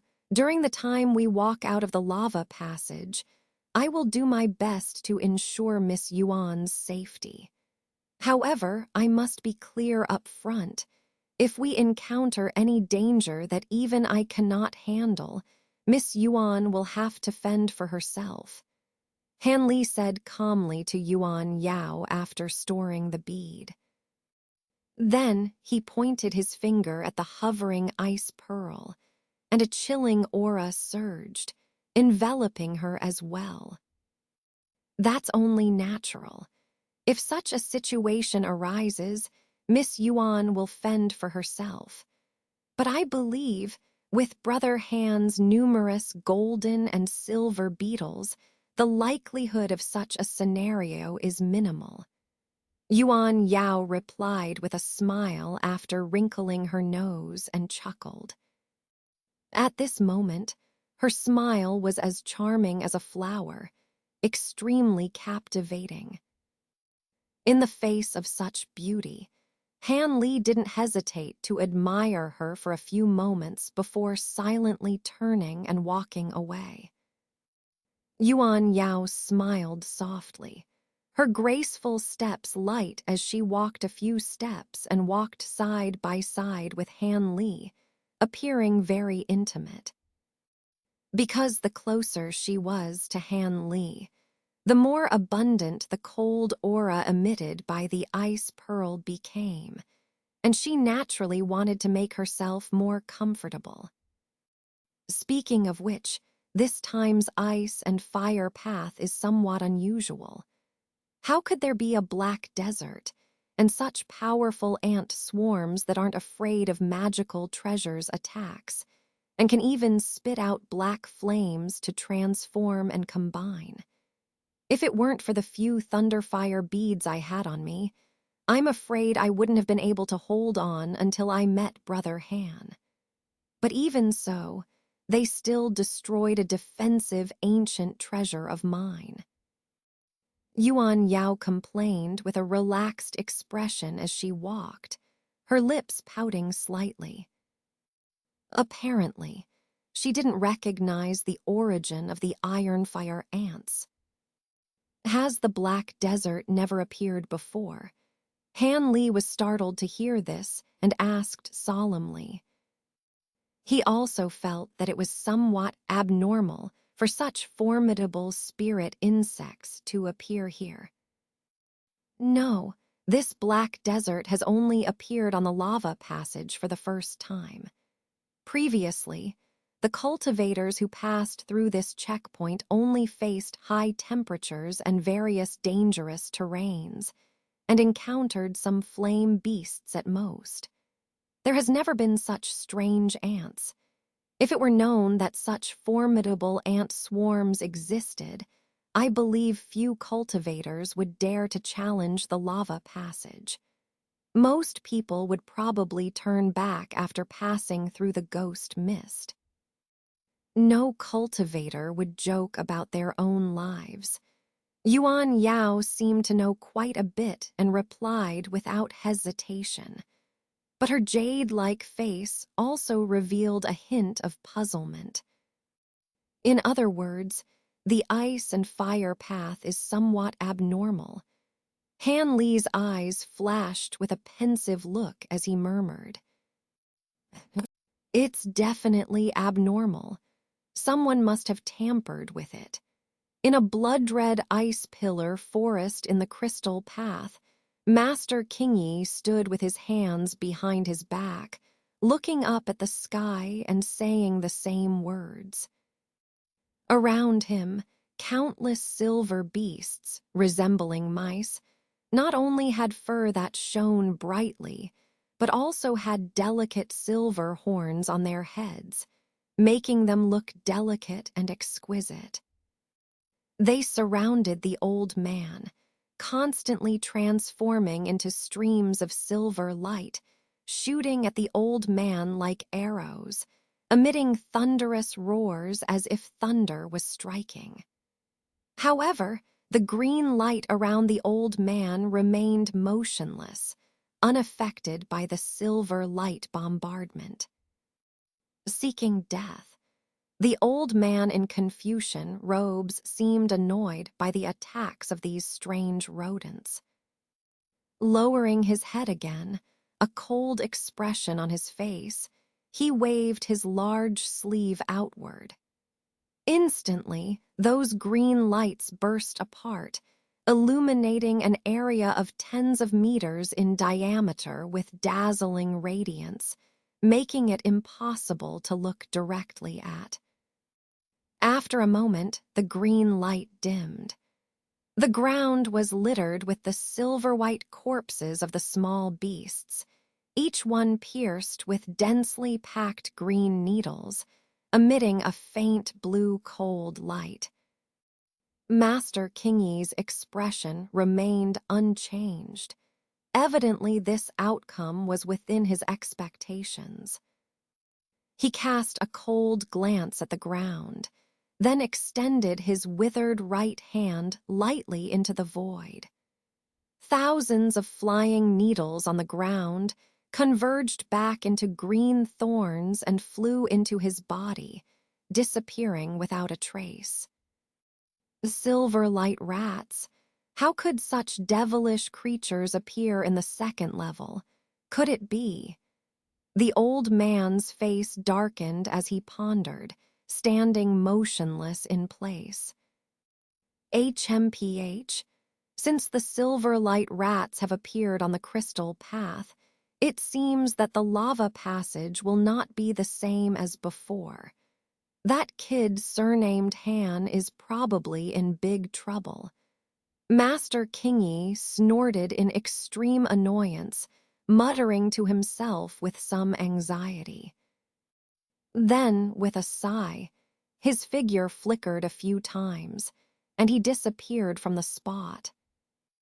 In the towering, blood-red ice pillar forest, only the silver-colored corpses of the small beasts littered the ground, giving off a somewhat eerie atmosphere. In a lightless area of the Great Canyon, two voices conversed calmly in the darkness. Using ironfire ants and silverlight rats this time, isn't it a bit reckless? Although we've made some moves during previous treasure hunts, they were still relatively discreet. But the appearance of the Black Desert and the Blood Ice Forest this time seems too blatant.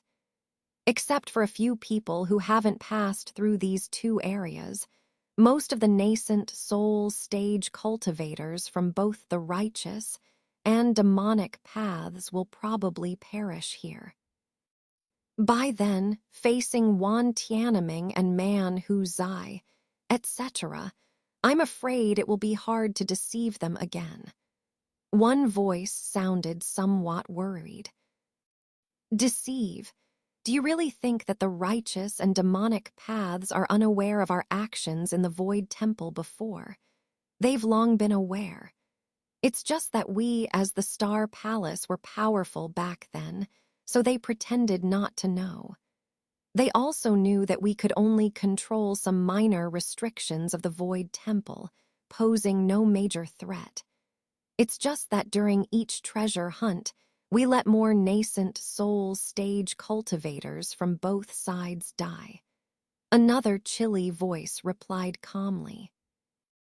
The Black Desert and the Blood Ice Forest are the most powerful restrictions I can control.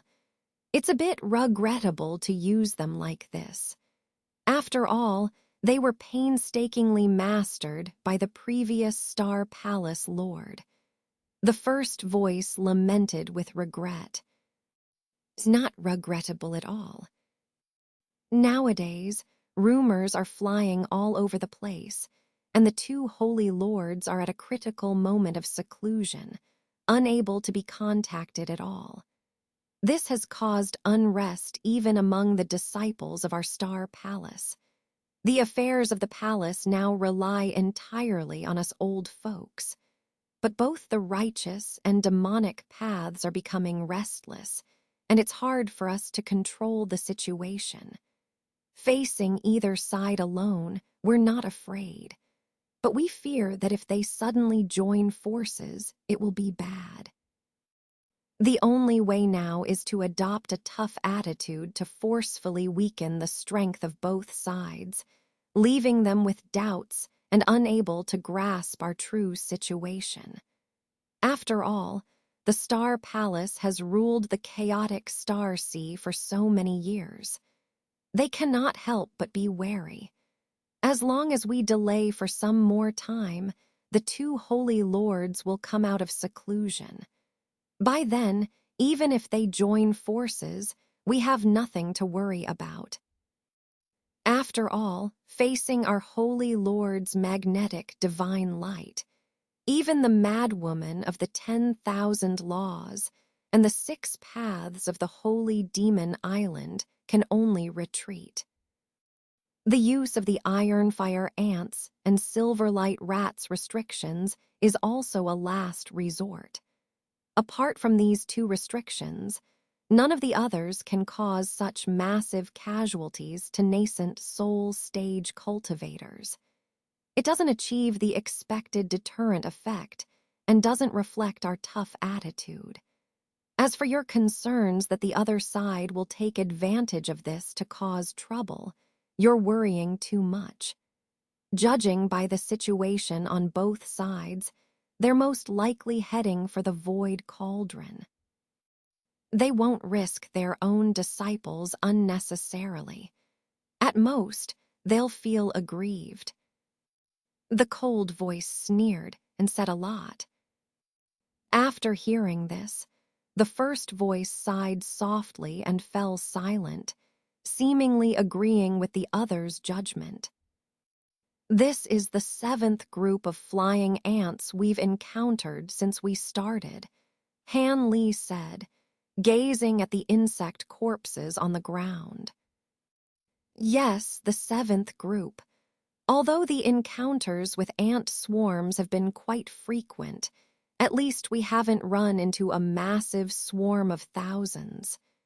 Yuan Yao, standing beside Han Li, replied obediently. It had been half a day since they had started traveling together. Hearing her words, Han Li frowned slightly, his expression somber as if troubled by something. After thinking for a moment, he gestured to the swarm of gold-devouring beetles that had swept the insect corpses off the ground. The flying insects transformed into a dazzling cloud and flew back into the spirit beast pouch floating in midair. Han Li calmly put away the spirit beast pouch. What's wrong? You seem a bit unhappy. We've already passed the most dangerous part of the desert. The rest of the journey should be much safer, Yuan Yao remarked, blinking her beautiful eyes in confusion. Safe? Do you really think so? Han Li glanced at Yuan Yao with a faint sneer. Is there still some danger ahead? Yuan Yao frowned, somewhat disbelieving. I don't know what dangers lie ahead, but one thing is certain. The ant swarms we've encountered so far did not include a queen ant. Either the entire desert has only one queen, or we've been lucky enough not to encounter a super swarm containing queens yet. It's best to stay cautious for the rest of the journey. If we don't encounter any trouble after another half-day, then we can consider ourselves truly safe, Han Li said calmly. Perhaps you're overthinking it. These flying ants are so formidable that maybe they don't even have a queen, Yuan Yao said, her face turning pale before forcing a smile. Let's hope so, Han Li replied, not bothering to argue further.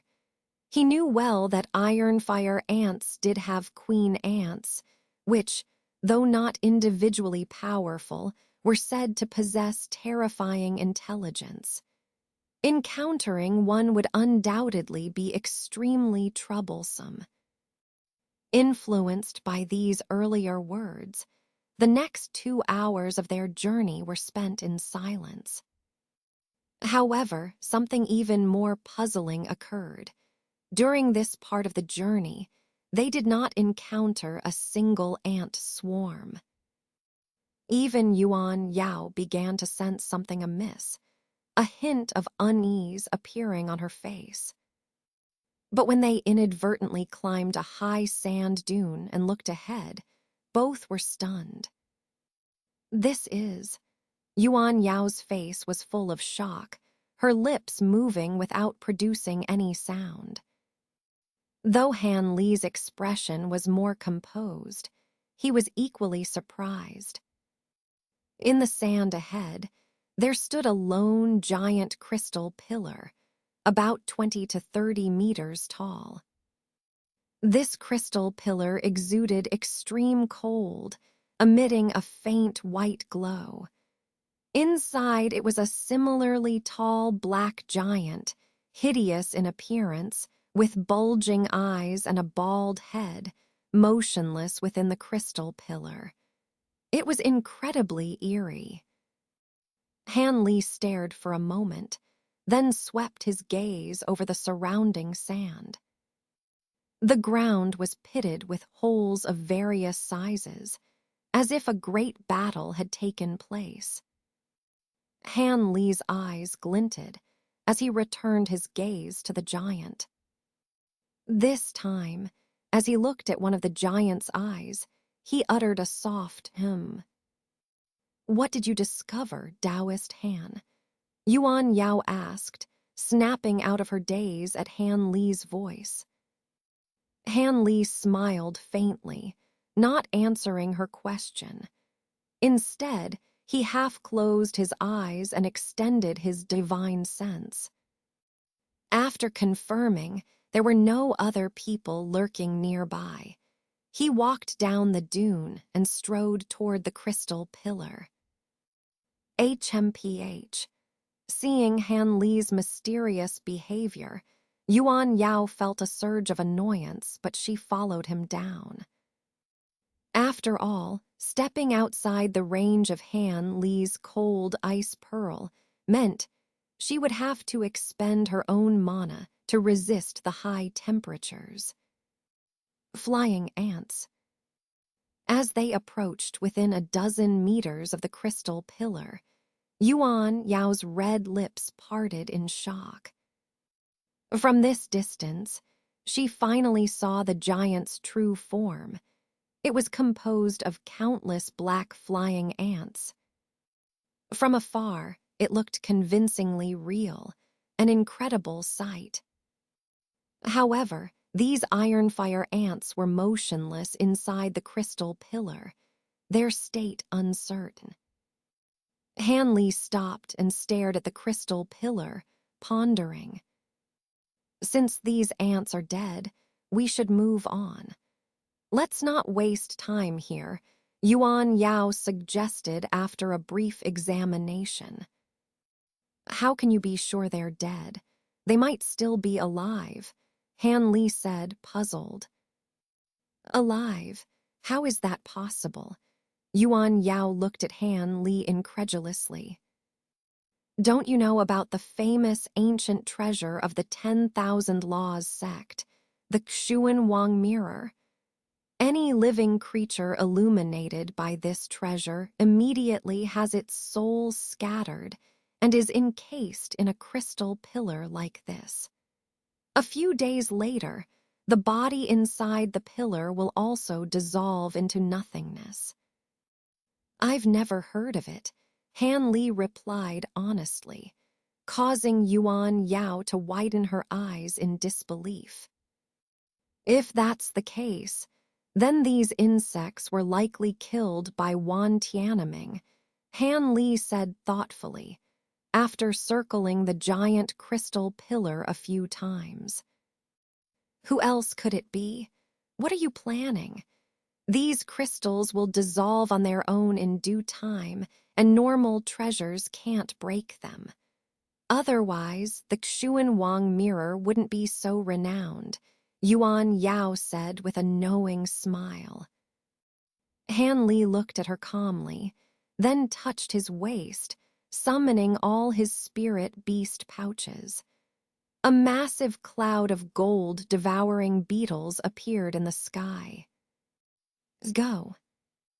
Han Li pointed at the crystal pillar, and the gold-silver insect cloud descended, covering the pillar densely, an impenetrable swarm. The ancestor of extreme yin silently watched the teleportation array, his face ashen, clearly burning with anger. Why haven't we seen anyone else appear yet? What went wrong with this treasure hunt? Asked an old man in a Confucian robe, frowning. His voice was particularly clear in the silent stone hall. Wan Tianming snorted, a trace of disdain flashing in his eyes. Someone must be working behind the scenes, deliberately setting up obstacles. Otherwise, we should have already gathered by now. Another cultivator nodded in agreement. That's right. This treasure hunt is clearly different from the previous ones. We must be cautious.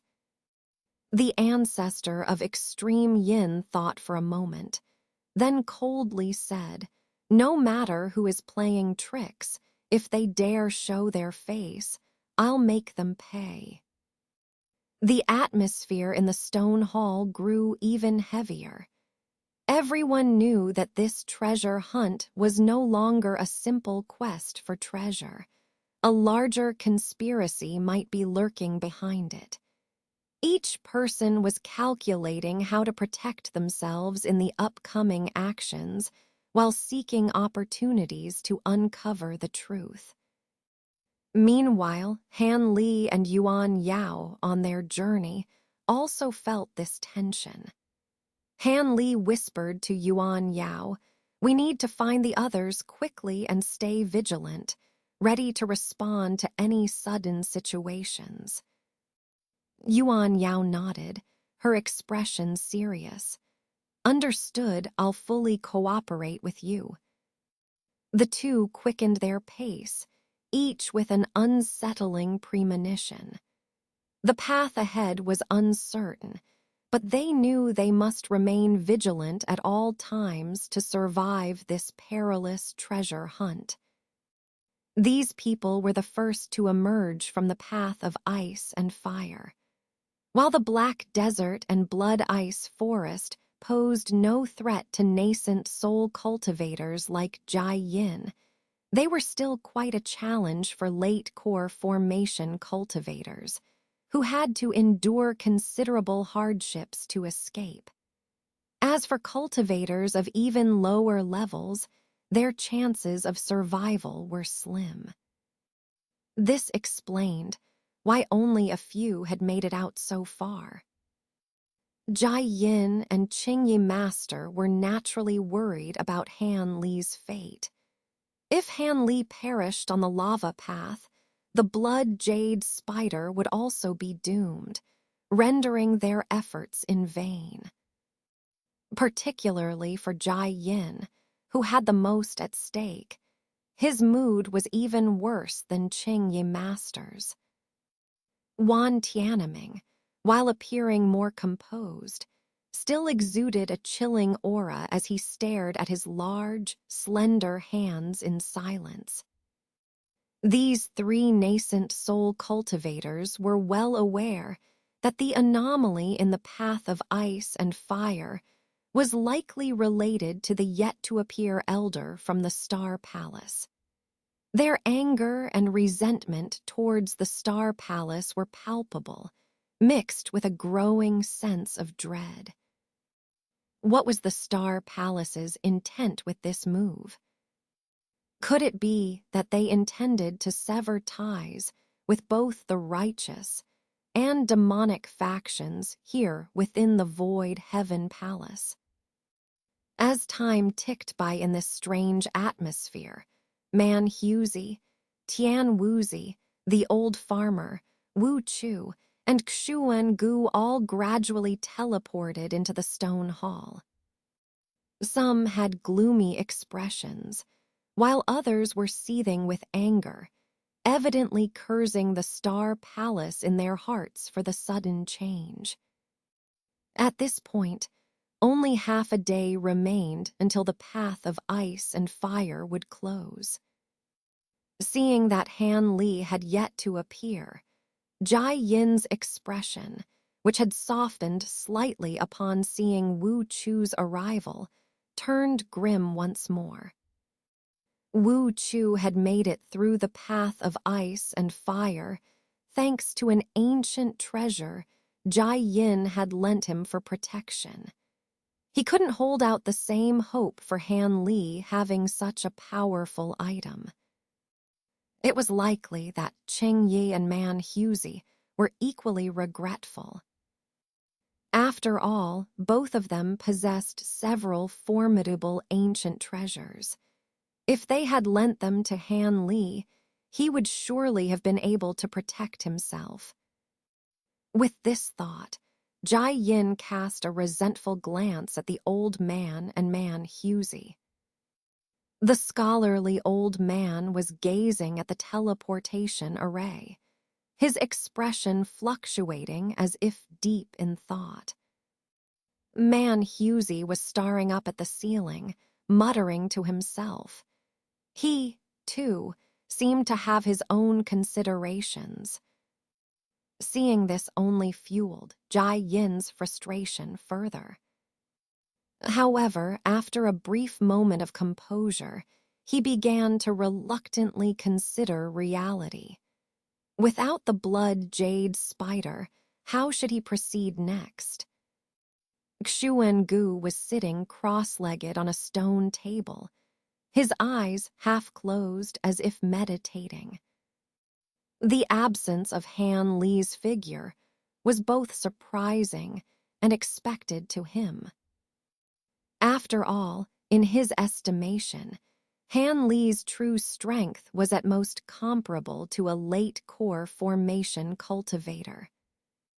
Passing through the transformed path of ice and fire was truly a 50-50 chance. Without Han Li's assistance, he would struggle to contend with Jai Yin alone. Xuan Gu himself was now uncertain about whether to act within the void heaven palace. Perhaps waiting for a more opportune moment, with better preparation, would yield a higher chance of success. Helplessly, Xuan Gu silently cursed the two elders from the Star Palace again. As for Wan Tianming and the other righteous cultivators, they too were feeling bitter. Their initial plans, which relied on the strength of core formation cultivators, now had to be revised. Just as the various cultivators in the stone hall were mired in their own thoughts, the two white-robed elders from the Star Palace suddenly appeared in the teleportation array. Instantly, a multitude of hostile gazes fixed upon the two of them. Cough, I wonder which reckless fellow activated a powerful restriction while passing through the ice and fire path, causing such a great change in the canyon. We tried to find a way to lift it, but unfortunately, we couldn't find any solution. This time, it seems that our cultivation world has lost quite a few comrades. We failed in our duties.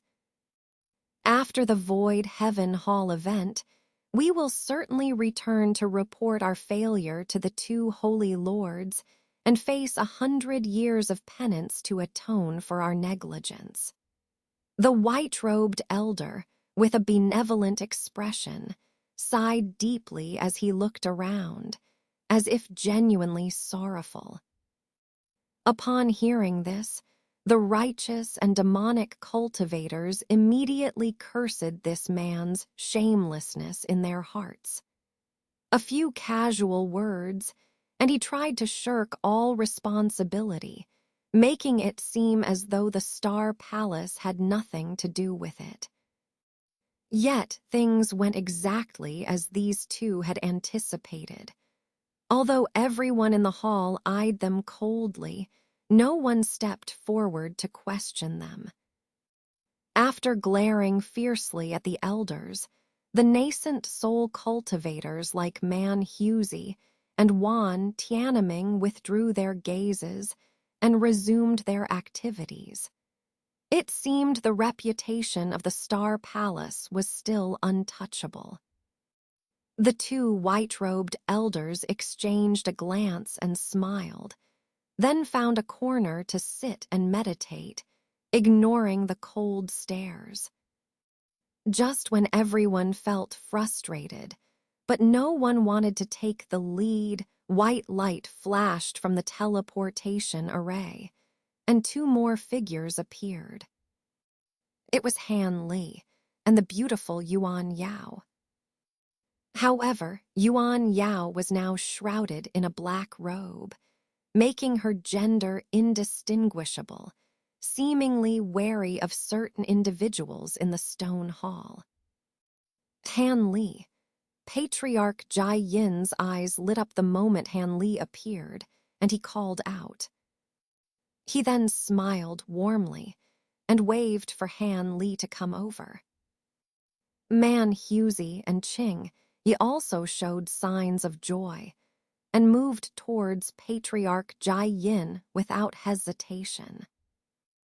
Han Li sighed inwardly, said a few words to Yuan Yao, then braced himself and walked towards Jai Yin. Knowing these demonic cultivators wouldn't harm him before obtaining the treasure, he remained calm. As he entered the hall, Han Li spotted Xu Wengu, which made him feel even more at ease. Patriarch Jai Yin warmly welcomed Han Li, showing a kind and concerned demeanor, and briefly asked about his experience on the lava path. Han Li, of course, gave vague answers and glossed over the details. He knew Jai Yin didn't truly care about the specifics. Indeed, Jai Yin didn't press further and instead praised him. The scholarly elder also smiled at Han Li, occasionally chiming in with words of concern. Man Husey, maintaining his status, watched coldly from the side without asking a question. But when Han Li offered to return the ice pearl, he generously waved it off, gifting it to Han Li. It seemed Han Li, having crossed the ice and fire path and moved closer to the inner hall, was gaining more favor from these old monsters. However, Wu Chu's hostility towards him grew, his occasional glances filled with cold malice.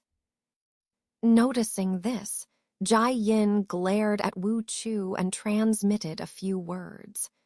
Wu Chu immediately lowered his head, and when he raised it again, his expression had returned to normal. While dealing with Jai Yin and the others, Han Li also pondered whether he should contact Xu Wengu to understand any specific plans he might have. Was it all improvisation? As Han Li's mind raced, the last bit of time passed. When the time was up, the teleportation array in the center of the stone hall vanished. Only a dozen or so cultivators remained. At the same time, the stone doors on the four walls rose with a rumbling sound, revealing deep, green stone passages leading to unknown destinations. 3 of these 4 passages each lead to a pavilion containing different treasures. Ancient treasures, elixirs, and techniques left by ancient cultivators. Each item is sealed by a restriction. Everyone has only one chance to take one item. Once obtained, they will be immediately transported to the next stage, the extraordinary illusion realm. The fourth passage leads directly to the next stage. Anyone who enters it will have no choice but to accept their bad luck, having come here in vain. The restrictions are peculiar. The destinations of the passages are not fixed. Once you enter one, you cannot return. Those who don't wish to challenge the extraordinary illusion realm can stay in the stone hall for a while and will be automatically transported out of the void heaven hall. I hope you all make wise decisions. The benevolent, white-robed elder explained slowly without standing up. However, this time, the others merely glanced at him coldly and ignored him. The Star Palace elder remained unfazed, smiling slightly as he closed his eyes again. Since no cultivator who had made it this far was willing to leave empty-handed after taking such risks, it didn't take long for someone to stride into one of the green stone passages without a word. Moments later, the person's figure disappeared silently into the passage. With someone taking the lead, others quickly followed suit.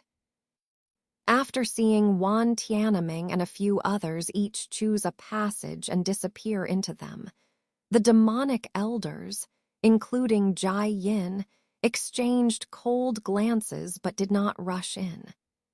Instead, Jai Yin glared at the two still-sitting, white-robed elders, hesitated for a moment, and then pulled out a crystalline, shiny bracelet.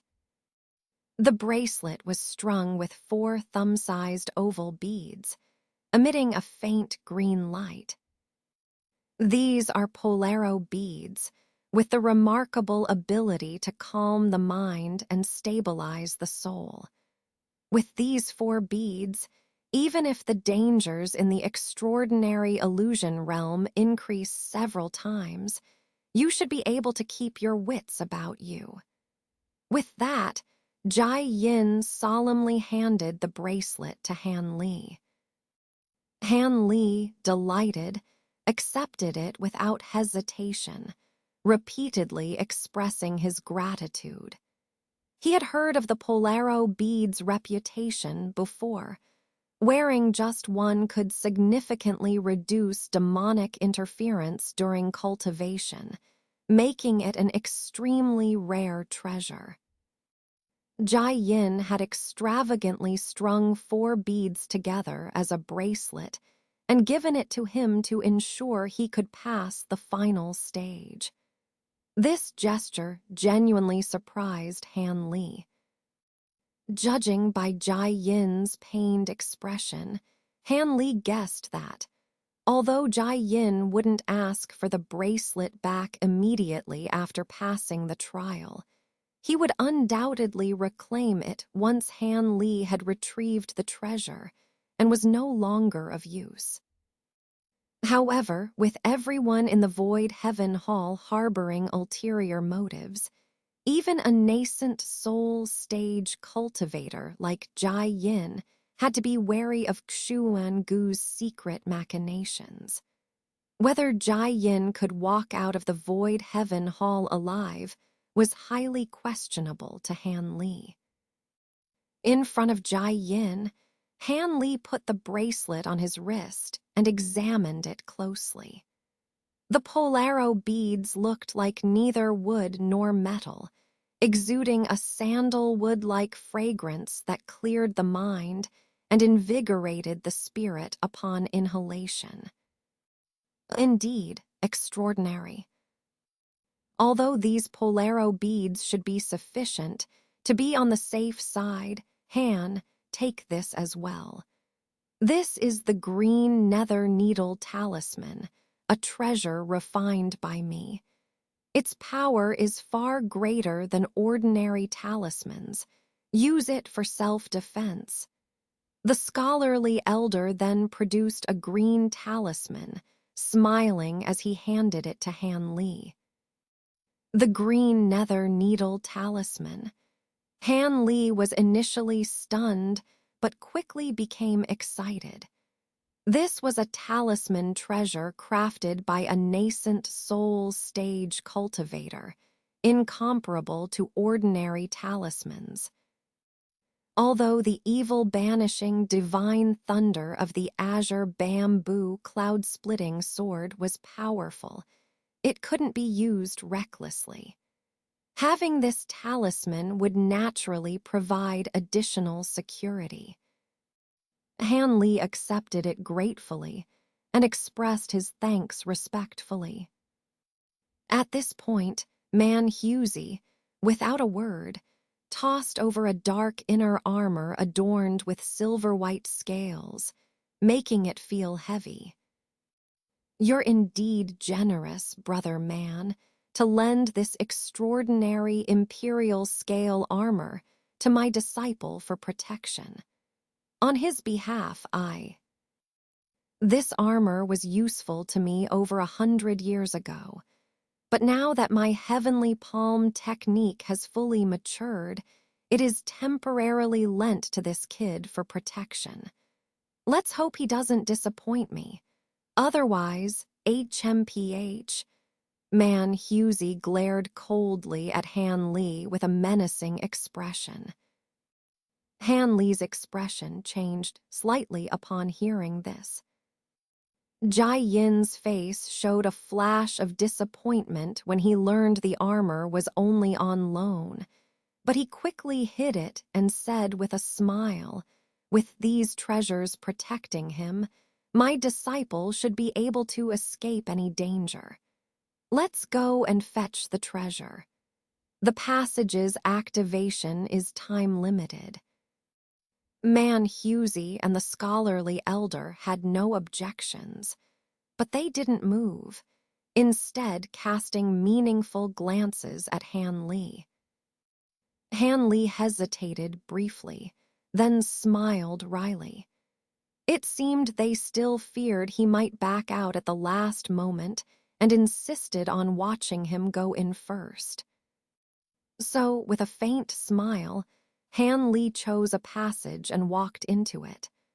Only then did Jai Yin and the others exchange smiles, each choosing a different passage and entering.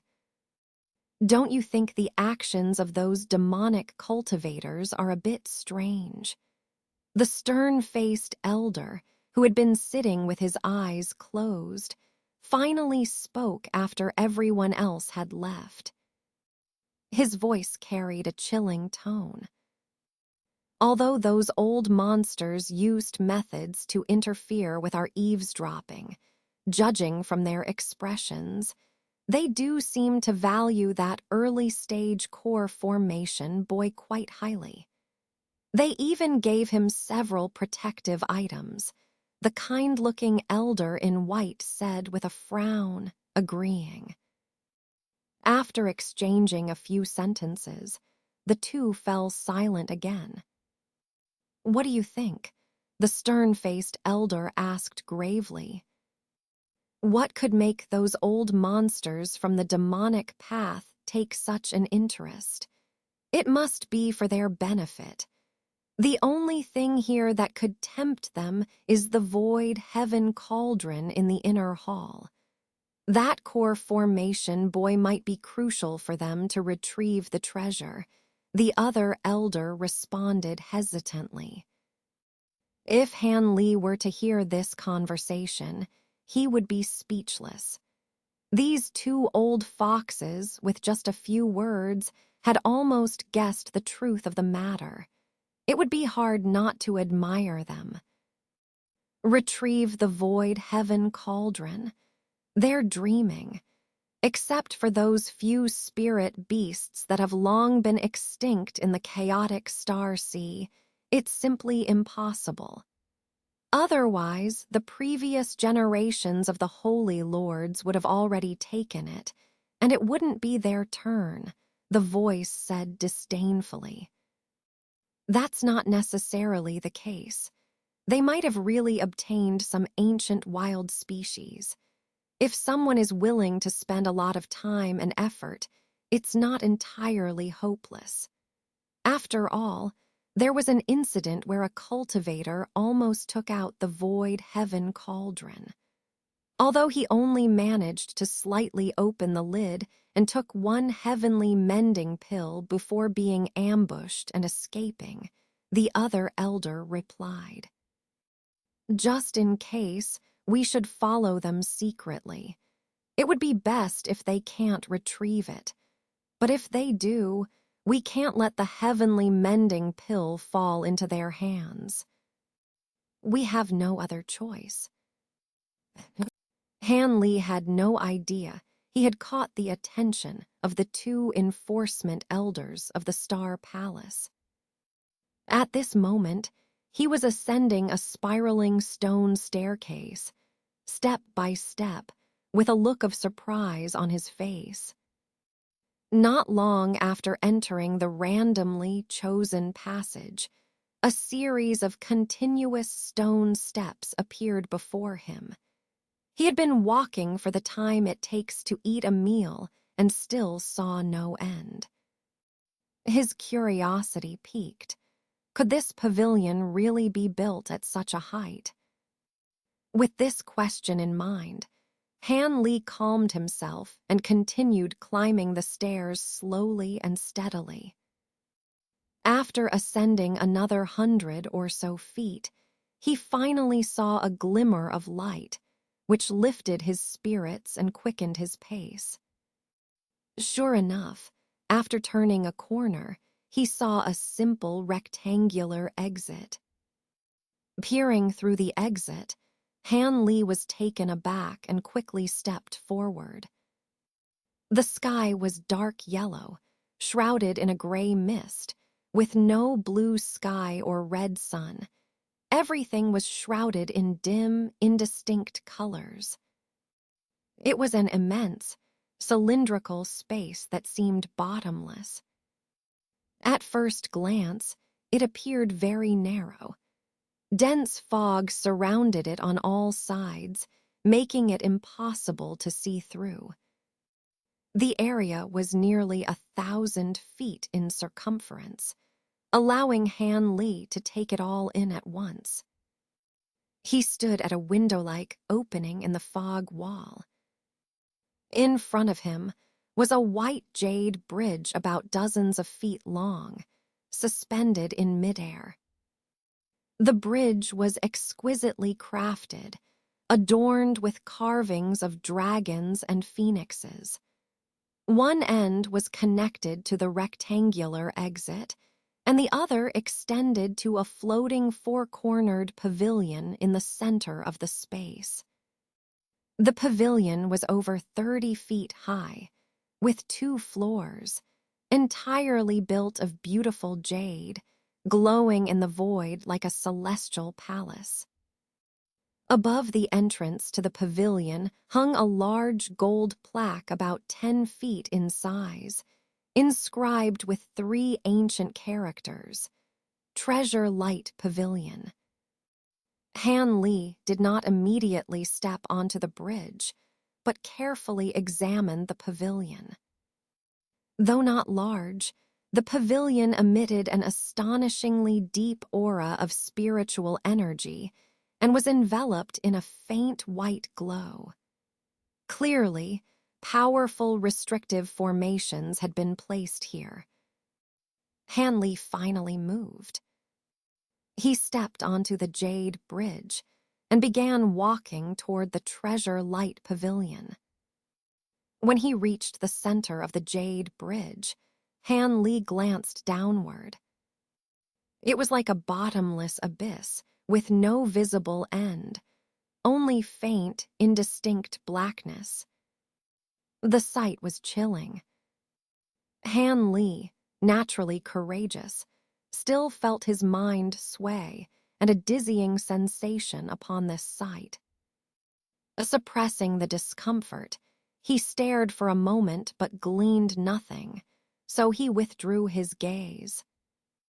Though his spiritual sense was formidable, such depths were beyond its reach. Without further hesitation, Han Li strode directly towards the pavilion. As he drew closer, its towering majesty became apparent, at least 3 or 4 times the size of an ordinary building. The entrance to the pavilion was a semicircular archway, 20 feet high, sealed by a layer of yellow light. When Han Li reached the door, he inspected the light barrier. After a moment of thought, he flicked his hand, conjuring a foot-long sword light. With a gentle touch of his finger, the cyan sword light effortlessly pierced through the barrier without any hindrance. This surprised Han Li somewhat, but he quickly withdrew the sword light and extended his arm into the barrier. It felt slightly cool, as if enveloped in a liquid. Without further hesitation, Han Li leaped forward, passing through the barrier and disappearing. But upon passing through the archway, Han Li was stunned by what he saw. In front of him were rows of circular jade platforms, several yards high, crafted from translucent white jade, densely distributed before him. Radiant halos flickered on the stone platforms, with variously colored semicircular light shields inverted over them, as if each contained something inside. Han Li's gaze narrowed slightly, revealing a hint of excitement. Seeing the words Treasure Light Pavilion, he had already guessed that he had stumbled upon a stroke of luck. This pavilion was likely filled with ancient treasures. However, the pavilion was empty, indicating that those who had walked this path before had either already chosen their treasures and been teleported out, or had ascended to the 2nd floor. With these thoughts in mind, Han Li scrutinized the jade platforms, quickly noticing that some of them lacked the semicircular light shields, appearing empty. As for the stairs leading to the 2nd floor, Han Li became puzzled. After scanning around, he found no sign of them. Curious, he searched several times before his gaze fell upon a particularly unusual jade platform. Located behind the 1st floor pavilion, it stood alone, extremely flat, adorned with intricate and obscure runes around its perimeter. After a brief examination, Han Li, relying on his knowledge of array formations, judged that it was a peculiarly shaped, simple teleportation array.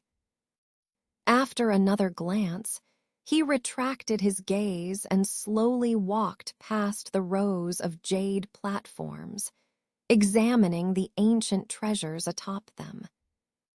However, after inspecting dozens of platforms, Han Li's brows furrowed. These ancient treasures seem a bit lacking, don't they? After only seeing a few dozen platforms, Han Li lost all interest, standing in place with crossed arms, murmuring to himself with a hint of confusion on his face.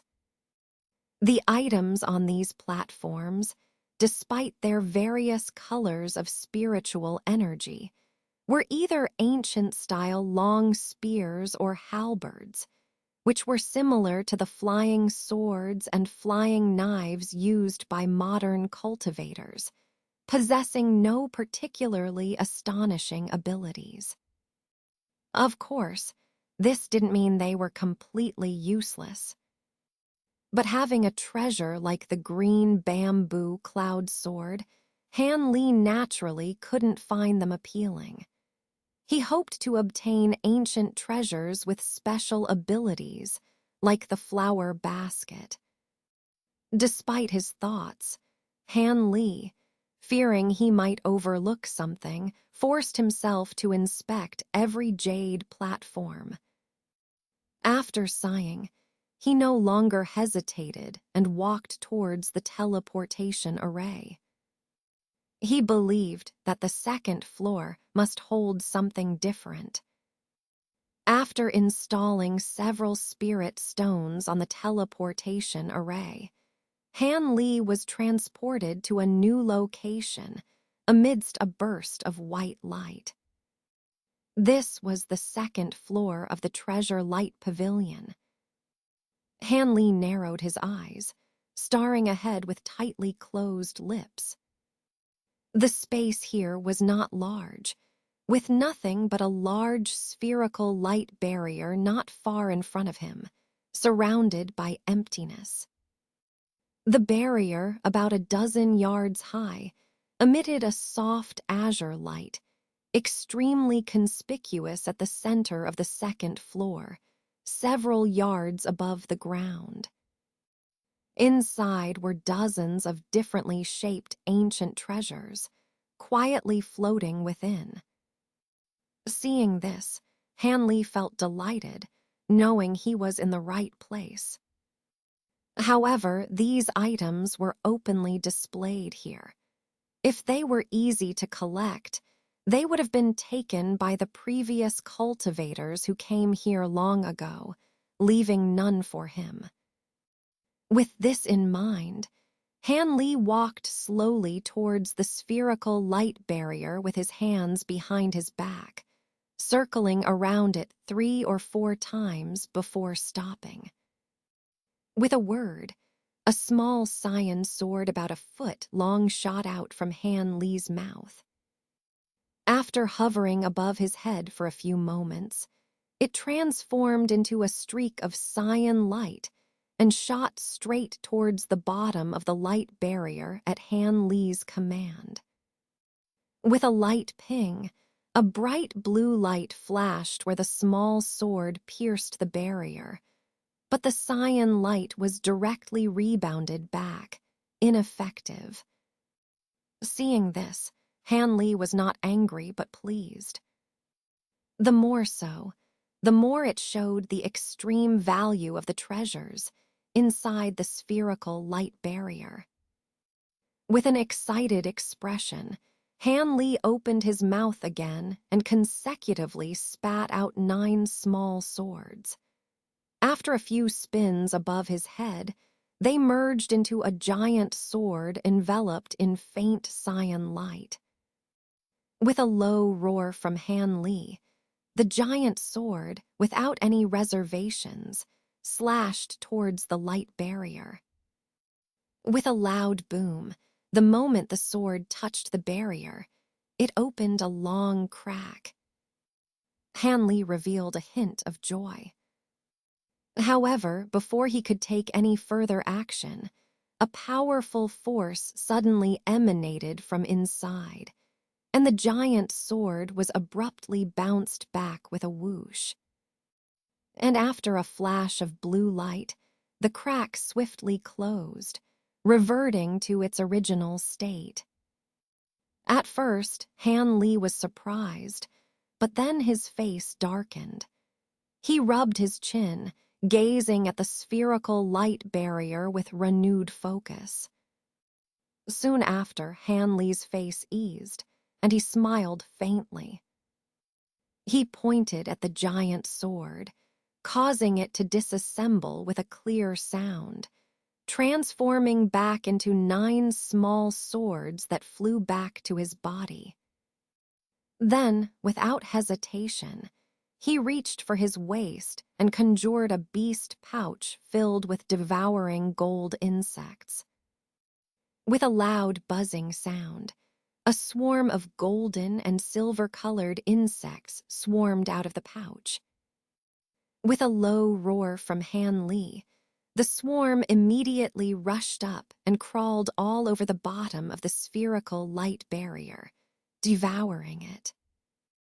After a moment, a 3 to 4 foot round hole was gnawed out of the barrier in front of Han Li. The blue light surged, and the hole rapidly shrank back to its original state amidst a distortion. Seeing this, Han Li dared not delay. He immediately transformed into a slender cyan light and flew into the still unsealed hole. At this moment, the barrier closed up again. After the cyan light receded, Han Li's figure appeared inside the barrier. Looking at the dozens of ancient treasures emitting ancient aura not far away, he floated gently, his face showing a hint of excitement. However, Han Li didn't dare to stay here for long. He hurriedly tried to release his spiritual sense to sense the spiritual energy of these ancient treasures. But immediately, a hint of bitterness appeared on his face. His spiritual sense couldn't leave his body at all in this space. In this way, he could only rely on intuition and experience to choose one. With no other choice, Han Li could only scrutinize each item with wide eyes. Strange sword. No, it seems to be an offensive treasure, which he doesn't fancy. Token. No, judging by the strange monster image attached to it, it should be used to control some spirit beast souls, similar to the scroll he obtained before. A small drum. What's this for? He couldn't see any use for it, so better to pass. As Han Li gazed and muttered to himself, he eliminated one ancient treasure after another. In the end, Han Li narrowed it down to 3 items. One was a golden oval-shaped mirror. Another was 5 interlinked multicolored bronze rings. And the last was a wide, dark red cloak. The reason why Han Li chose these 3 items was naturally because of his own thoughts. As for the golden mirror, it goes without saying that any mirror-type magical treasure in the cultivation world is almost always a powerful and extraordinary artifact. Han Li naturally didn't want to miss out on that. As for the 5 interlinked, multicolored bronze rings, they probably contain the attributes of the 5 elements at the same time. Although he didn't know what kind of magical abilities they possessed, their power would definitely not be small. As for the last cloak, Han Li's gaze lingered the longest on this cloak. Firstly, the cloak was extremely peculiar, composed of 2 layers.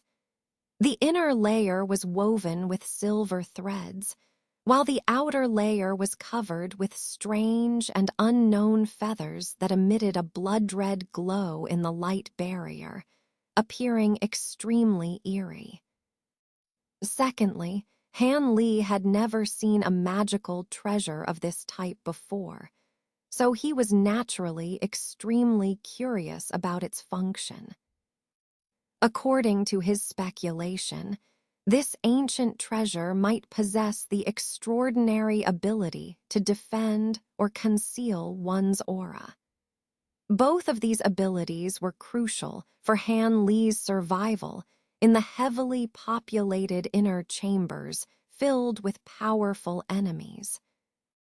As Han Li looked at these 3 ancient treasures, a hesitant expression appeared on his face.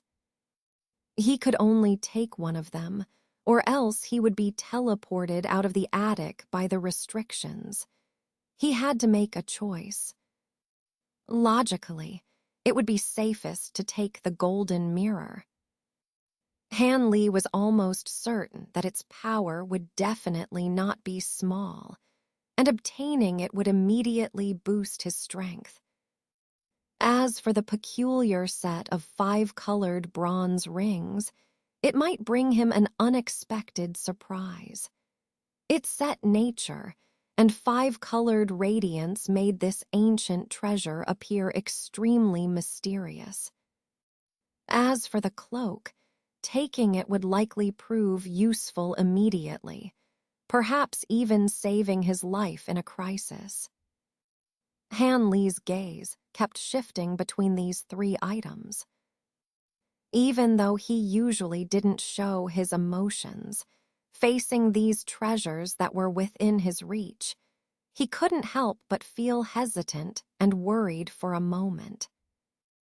After pondering for a long time, Han Li took a deep breath and calmed down.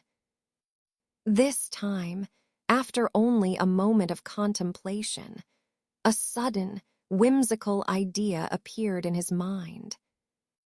This unexpected thought made Han Li's heart race.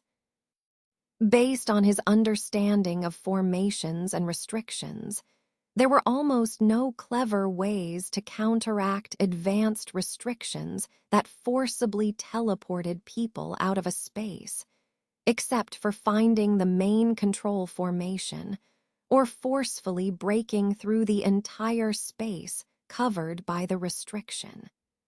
Once the set restriction was touched, a person would be involuntarily teleported out. Both of these methods were impossible for Han Li.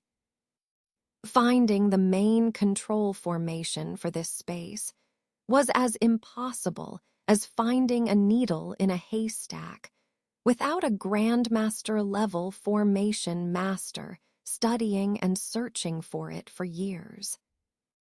Using brute force to break it was even more out of the question. Even if many nascent soul stage old monsters had failed, as a mere foundation establishment cultivator, Han Li was even more delusional. However, in the insights he had gained, Xin Ryan, a genius in the field of formations, had specifically proposed a theoretical idea in a book targeting spatial restrictions. It could temporarily render a spatial restriction ineffective against individuals. Although it was only for a brief moment, that amount of time was enough for Han Li to grab one more ancient treasure. But to achieve this, the cultivator must be able to completely sever the connection between their spiritual power and all the energy in the space, without the slightest trace of connection. After this assumption was written in the book, Xin Ryan himself self-deprecatingly added that even nascent soul stage cultivators probably didn't have such a miraculous ability. It was just a momentary whimsy. If there were cultivators with such extraordinary abilities, they could completely rely on their own strength to forcibly break the restriction, so why bother with such trouble? After all, the cultivators in this world, at most, had concealment techniques advanced enough to make it impossible for others to detect them. How could they truly sever their connection with the spiritual energy of heaven and earth? But when Han Li read this passage in his cave, he immediately associated it with the abnormal ability of the devouring gold insects to devour the energy of heaven and earth, and he spontaneously conducted a small experiment. The result was that he successfully obtained that brief moment. Han Li only regarded this as a momentary joke and didn't pay much attention to it afterwards. But now, as he recalled this incident, Han Li's heart couldn't help but burn with excitement.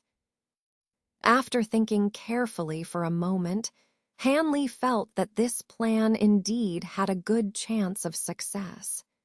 Even if it failed, he would only be able to take one more ancient treasure, which wouldn't be much of a loss. After making up his mind, Hanley no longer hesitated. Immediately, he waved his hands, and all the beast pouches on his body were summoned out. Tens of thousands of devouring gold insects flew out with a buzzing sound, forming a huge cloud of insects that hovered around Hanley. Hanley ignored these devouring gold insects and carefully assessed the distance and position between the three ancient treasures. After weighing it in his mind, he lightly flew towards the dark red cloak. The cloud of insects followed closely behind. When Hanley was about 10 feet away from the cloak, he felt a slight change in the surrounding spiritual energy and hurriedly stopped his movement, his face showing a solemn expression. Suddenly, Hanley formed a hand seal with both hands, and a clear sound rang out from his mouth. The devouring gold insects that were originally surrounding Hanley immediately became restless, but they soon rushed towards Hanley like arrows and covered his entire body in an instant, forming layer upon layer, until he was completely dyed in gold and silver. However, amidst the swarm of insects, Hanley's mouth did not stop emitting the clear sound. Instead, it became sharper. Before long, the flying insects on his body also emitted the same low sound, gradually harmonizing with Hanley. These light spots flickered, sometimes expanding and sometimes shrinking, gradually growing larger. As several light spots touched each other, they automatically merged into a larger black spot, and when some larger spots touched each other, they transformed into even larger black orbs. The black orbs on Hanley's body, like blooming ink chrysanthemums, spread over every inch of his body in no time and slowly began to blossom.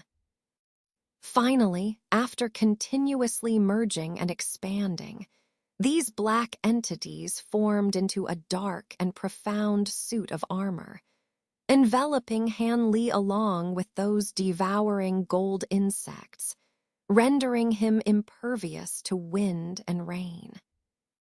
The sound of insect chirping disappeared instantly as the armor appeared.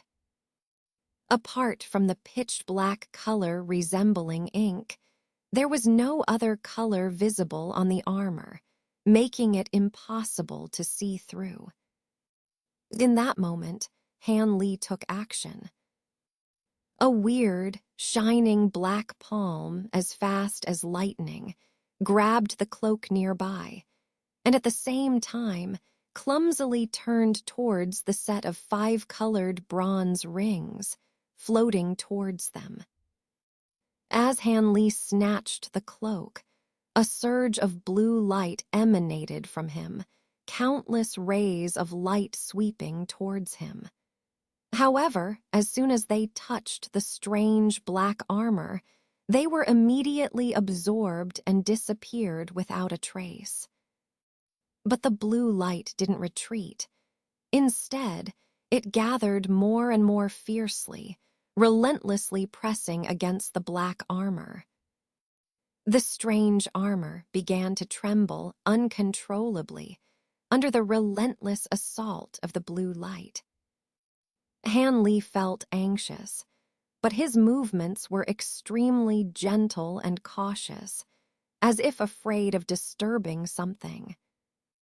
Despite the short distance of 5 or 6 zhang, Hanley felt as if he had spent an hour making his way there, finally slowly reaching the front of the bronze rings. Suppressing his overwhelming excitement, Han Li's palm, shining with a black luster, fiercely grasped the rings, his 5 fingers firmly gripping the object. Almost as soon as he grabbed the rings, the black armor surrounding Han Li seemed unable to withstand the intense pressure of the blue light. With a piercing, shattering sound, the armor first cracked into pieces, then turned into specks, dissipating completely. Before Han Li could react, the blue light unceremoniously swept him inside. After a moment of dizziness, Han Li disappeared from within the spherical light barrier. Following a dazzling blue light, Han Li appeared in a small stone room. After swaying slightly for a few moments, he barely steadied himself, standing upright, immediately looking around vigilantly. Then he breathed a sigh of relief. Fortunately, there was no one around. Otherwise, his appearance, covered in crawling insects, would have been too bizarre. With this in mind, Han Li let out a whistle. All the devouring gold insects flew up from his body, transforming into a golden and silver light haze above his head. Han Li didn't pay attention to them, but instead hurriedly looked at the 2 items in his hands. Although he had already examined them several times before, Han Li couldn't help but feel excited as he held them in his hands. He then used his fingers to touch each of the 2 ancient treasures. The cloak felt light and slightly warm, while the 5 bronze rings were extremely cold, as if akin to ice. After admiring and examining them for a while, Han Li turned his attention to the stone room. The place was empty, except for the teleportation array that had brought him here, and a square passage directly ahead, with no other abnormalities, appearing extremely desolate. No doubt, through this square passage lay the exceedingly wondrous illusion. With the great Yan art and the Bureau pearl bracelet, borrowed temporarily from Jai Yin, crossing this threshold would be effortless for him. With this thought, Han Li shifted his attention from the passage to the 2 ancient treasures in his hands. Without first understanding their effects, he would not be able to use them effectively when the time came. First, with a flash of blood-red light, the cloak disappeared from his hand, leaving only the 5 linked bronze rings. These 5 rings were about as thick as an average person's arm, inscribed with mysterious runes, exuding an extraordinary aura. Han Li grasped one of the rings with one hand, giving his wrist a slight shake. The rings shimmered with interchanging radiance, accompanied by a faint phoenix cry. His eyes sparkled with a keen light as he bowed his head in contemplation, slowly infusing his spiritual power into the rings through his fingers. At that moment, his eyes didn't blink, his face filled with concentration. With a flash of light, the 5 bronze rings in his hand vanished without a trace. Startled, Han Li quickly looked up, as if realizing something. He saw the 5 rings floating not far above his head, flickering mysteriously like ghosts. Han Li frowned slightly, then raised his hand, sending out a cyan spell. The rings spun rapidly before suddenly shooting towards the stone wall. With several muffled thuds, the wall, protected by a flash of white light, remained unscathed, while the 5 rings were rebounded far away. It seemed these rings were not meant for direct attack. Han Li's expression didn't change as he beckoned, causing the rings to fly back over his head. Without hesitation, he blew a puff of vital energy towards them. The rings instantly expanded, turning into 5 massive hoops, glowing with light and swirling runes, almost blinding to look at. Having some experience with ring-type treasures, Han Li knew that if they weren't for direct attack, they were likely for trapping or defense. Glancing at the now imposing giant rings, Han Li tilted his head slightly and softly uttered, "Quick." With a whoosh, the giant rings fell, overlapping around him. Then the rings began to spin in midair, their speed increasing rapidly. Soon, a 5-colored light screen formed, completely enveloping Han Li. A slight smile appeared on Han Li's face. It seemed these rings indeed had defensive powers, but the actual effectiveness would have to be tested in real combat.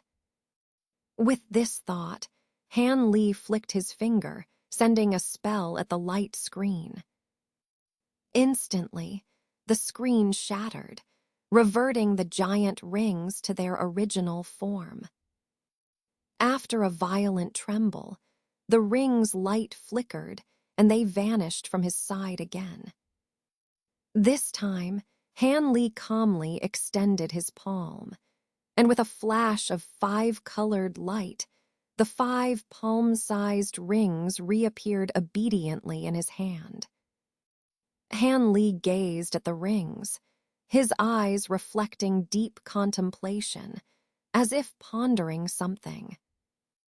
Before long, a series of obscure incantations flowed from his mouth, and the rings vanished from his hand only to reappear on his limbs and neck, suddenly tightening with a bright glow. Han Li, unable to keep his balance, toppled over like a wooden plank.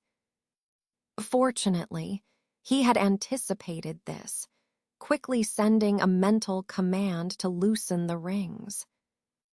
After steadying himself, Han Li rubbed his neck, which still felt uncomfortable from the tightness, his eyes brimming with uncontainable excitement. These ancient treasures were perfect for sneak attacks, catching enemies off guard. Even with his strong spiritual sense, he had only just noticed something was amiss when the rings trapped him, leaving no time to react. Han Li believed that even late core formation or nascent soul stage cultivators could be caught off guard if unprepared. Of course, how long the rings could hold an opponent was uncertain. Nevertheless, the abilities of this item far exceeded his expectations, filling him with joy. Satisfied, Han Li stored the rings in his storage pouch and took out the dark red cloak. Testing this treasure was much simpler. Han Li put it on directly and infused it with a bit of his spiritual power. A surge of blood-red light erupted, a hot sensation enveloping Han Li, and his spiritual power uncontrollably flowed into the cloak. Startled, Han Li hurriedly cut off his spiritual power, causing the cloak's radiance to dim back to normal. Puzzled, Han Li took off the cloak, examining it closely, his brows furrowed in thought. After a moment, he put the cloak back on, carefully injecting spiritual power into it again. The same uncontrollable surge occurred, but prepared this time, Han Li observed the changes in the cloak with narrowed eyes. The outer layer of the cloak's feathers transformed into long, blood-colored plumes, shrouding the entire cloak in a dense, blood-red glow. After a brief moment, Han Li waved his hands and gently floated into the air. Glancing around, he suddenly vanished without a trace. The next moment, a muffled boom echoed. A burst of blood light exploded from the right stone wall, and Han Li's figure flew out, staggering a few steps before almost falling. His face was filled with shock. Just now, he hadn't used his full strength, only employing the simplest levitation technique. Yet, he had instantly slammed into the wall as if he had teleported. This left Han Li utterly shocked. In disbelief, Han Li tried several different escape techniques. The result was the same every time. After a flash, he would collide with the wall, leaving him dizzy and unable to control his forward movement. It seemed that once he donned this treasure, he could only move at this astonishing speed, unable to slow down even a fraction. Han Li stood there silently, his face full of surprise. This cloak was truly bizarre. In terms of speed alone, it was definitely a top-tier, life-saving ancient treasure. Han Li believed that with such speed, even if a nascent soul stage cultivator were to chase him, he could use this treasure to escape for a while, making it difficult for the pursuer to catch up. However, the cloak had significant drawbacks as well. Not to mention the huge spiritual power consumption, which was astonishing. The uncontrollable nature of its speed, like a runaway horse, was quite disappointing. Obviously, this cloak was a defective, top-tier ancient treasure. Otherwise, it wouldn't have appeared in the outer hall. But in any case, this item seemed quite useful for desperate escapes. Feeling conflicted, Han Li stored the cloak away. After a few bitter laughs, he sat down cross-legged, closing his eyes to cultivate and restore his spiritual power. In that brief moment, the treasure had consumed a considerable amount of his power. He wasn't about to leave the stone chamber in such a state. Han Li ended up resting for more than half a day.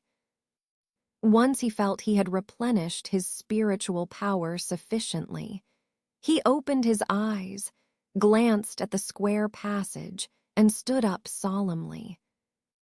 He touched the Bureau pearl bracelet on his wrist, activated the great Yan art within him, and then slowly walked into the passage.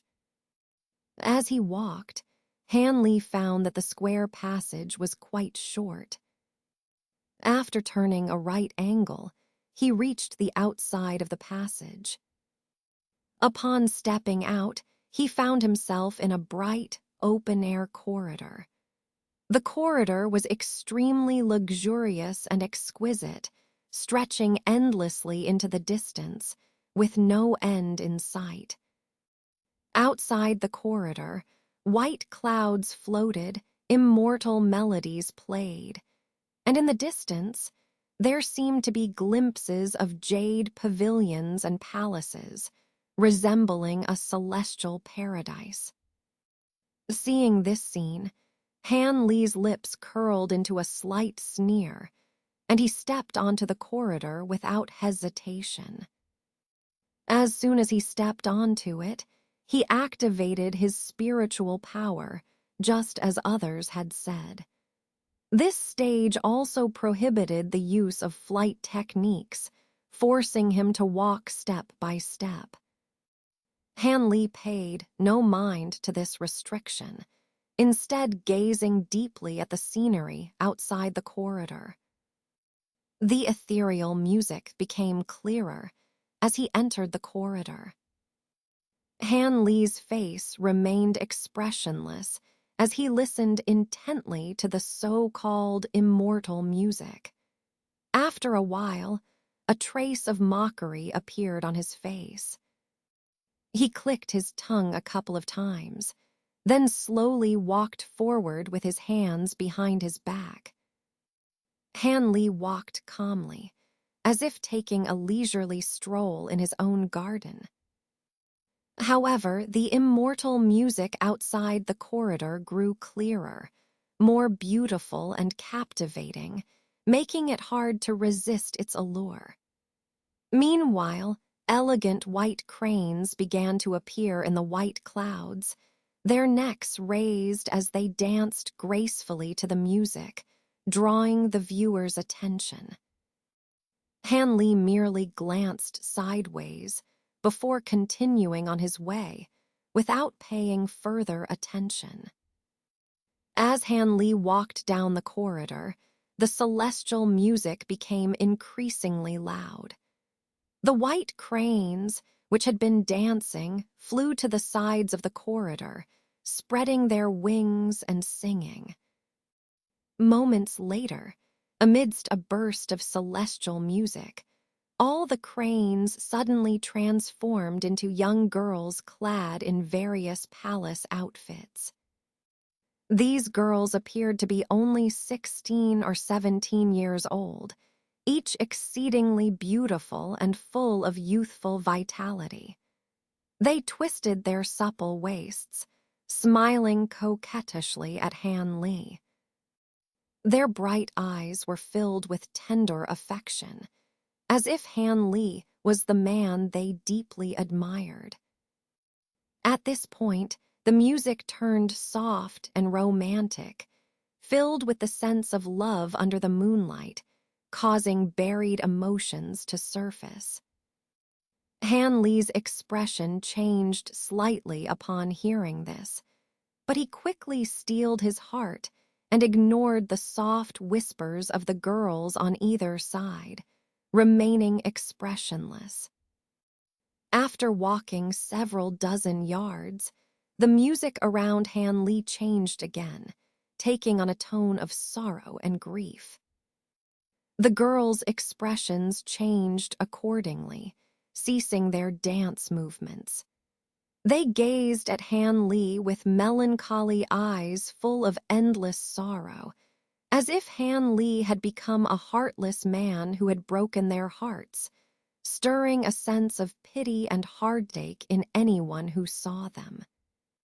Interesting, Han Li chuckled, showing genuine interest as he walked and observed the sorrowful expressions of the girls, as if watching an entertaining show.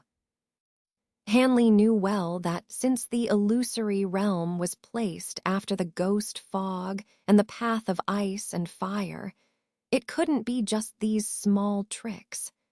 There were certainly other means in store. Sure enough, when Han Li didn't stop for a moment despite this, the celestial music began to carry some seductive and erotic tones. The girls outside the corridor also flashed with a glow, instantly maturing by 7 or 8 years, transforming into beautiful, voluptuous women. These stunning beauties all blushed, their eyes burning with desire. They made provocative gestures, slowly removing their light gauze palace outfits, revealing their naked, white bodies. Each woman had a voluptuous figure, full of allure that could drive men crazy. The soft moans from their red lips were more irresistible than the celestial music, stirring up the hidden desires in a man's heart. Han Li was stunned for a moment, but with the great evolution technique flowing through his mind, he quickly regained his composure. Even if a real person skilled in seduction techniques came at him, he wouldn't be affected. This crude illusion naturally held no sway over him. The seductive women on either side of the corridor began even more brazen actions. Some pressed their hands to their ample chests, throwing flirtatious glances at Han Li, while others twisted their waists, caressing their bodies. Some even embraced each other, pretending to engage in intimate acts. Han Li watched the dizzying display with some amusement, but protected by the great evolution technique. He merely enjoyed the rare spectacle without being affected.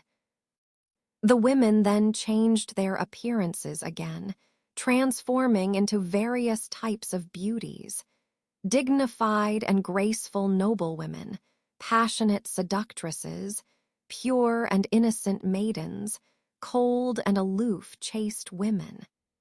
Each displayed different charms and temperaments, as if all the world's most stunning women were being showcased before him.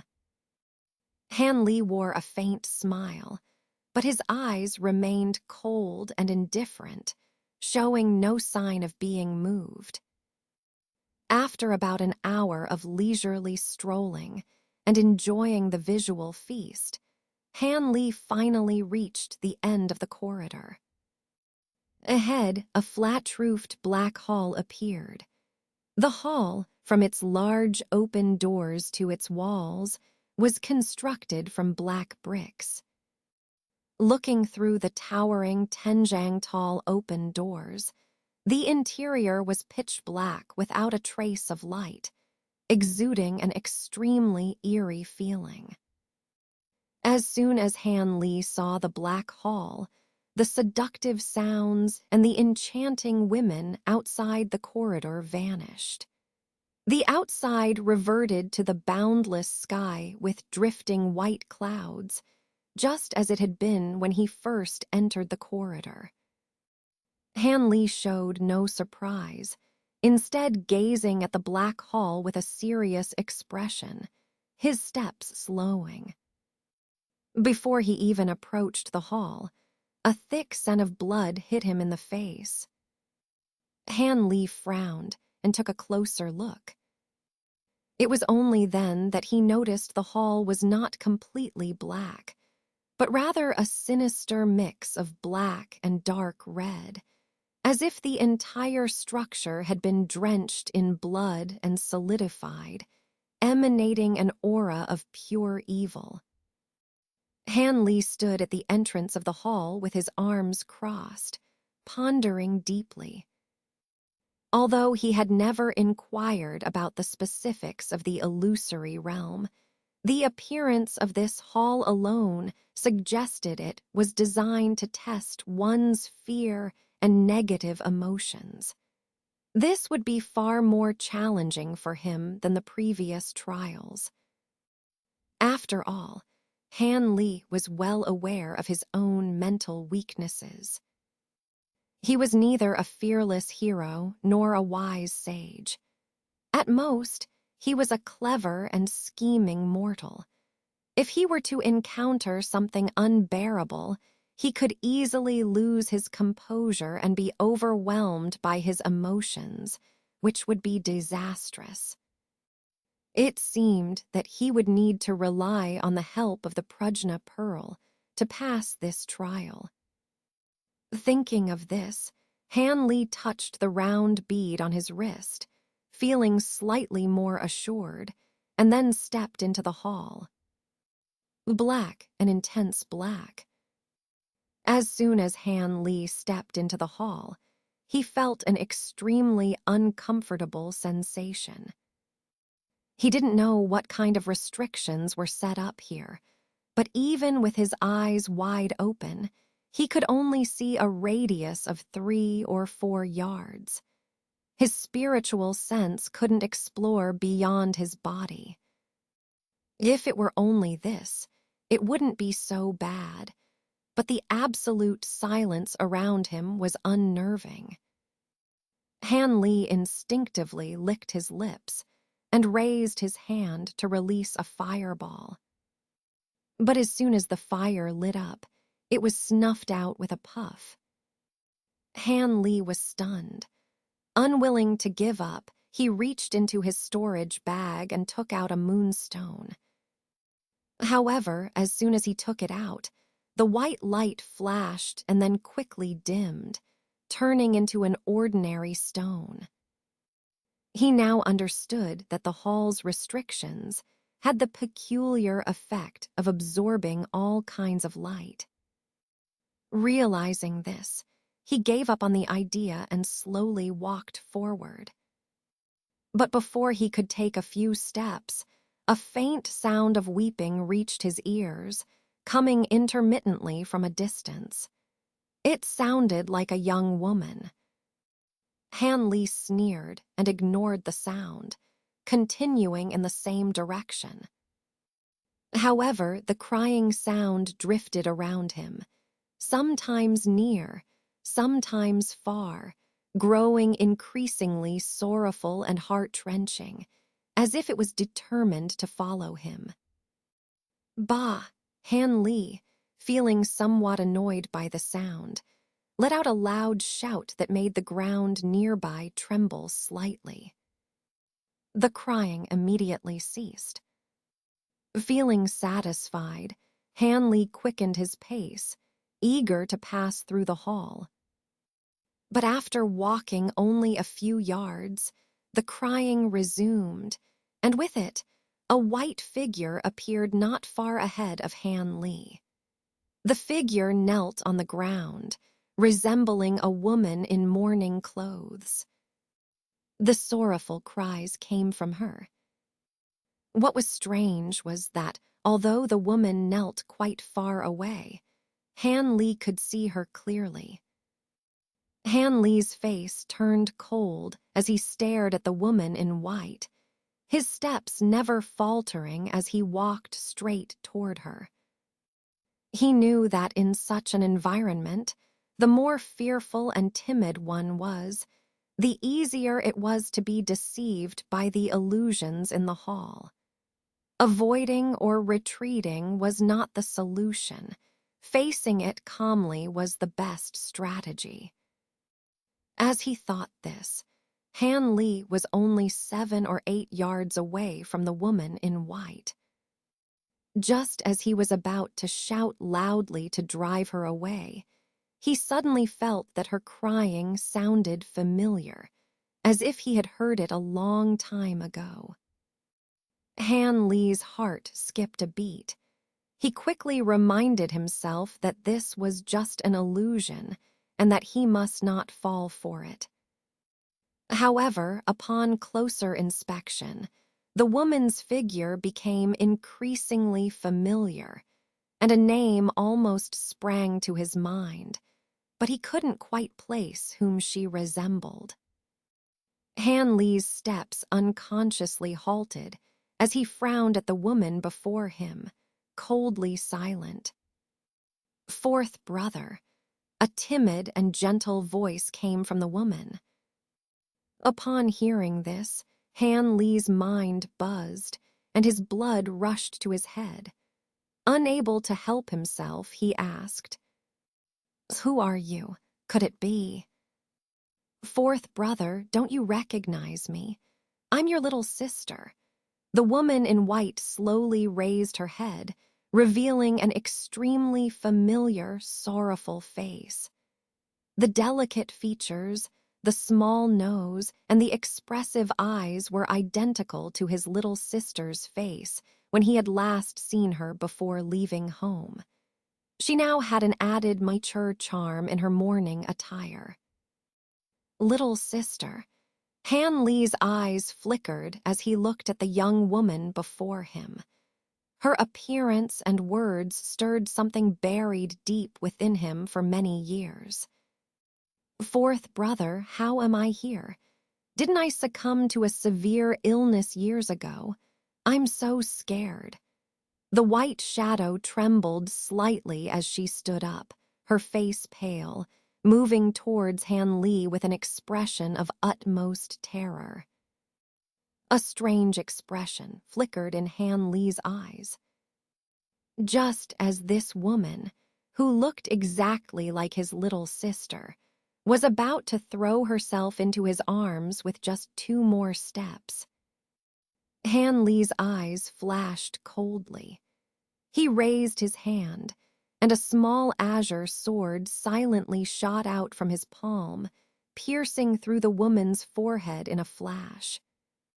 The white shadow let out a miserable scream, then turned into a puff of black smoke and vanished without a trace. Even if you resemble my little sister perfectly, she and I were separated from a young age. Not only would she not recognize my current appearance, but she would likely have forgotten what I looked like back then, too. How could she recognize me as her 4th brother at a glance? Han Li murmured to himself with a trace of melancholy as he looked in the direction where the black smoke disappeared.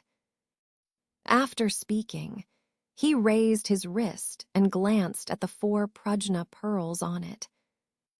Although he spoke confidently, if the prajna pearl hadn't suddenly heated up when the white shadow approached, dispelling his last bit of hesitation, he might not have acted so decisively. Even in the moment his flying sword pierced the figure, Han Li's heart couldn't help but tremble slightly. After all, even knowing that the figure was just an illusion or some ghostly transformation, he still wanted to take another look at his little sister's face. With a sense of inexplicable sadness, Han Li continued to move forward alone in the darkness. A day later, in front of a towering, giant structure, over a dozen people were sitting cross-legged, motionless. The tower reached into the clouds, massive and awe-inspiring, built entirely of huge blue stones. From a distance, it appeared to have 5 layers, each slightly narrower as it rose, with each layer separated by at least 100 yards. The enormous blue stone gate at the bottom was 60 yards tall, exuding an overwhelming presence. The entire tower was enveloped in a faint white light screen. The people sitting in front of the tower, like ants in comparison, were quietly meditating in the light screen's shadow, surrounding a silent white teleportation array. Among these people were Yuan-Wying stage cultivators from both righteous and demonic sects, including Jai Yin and Wan Tianming.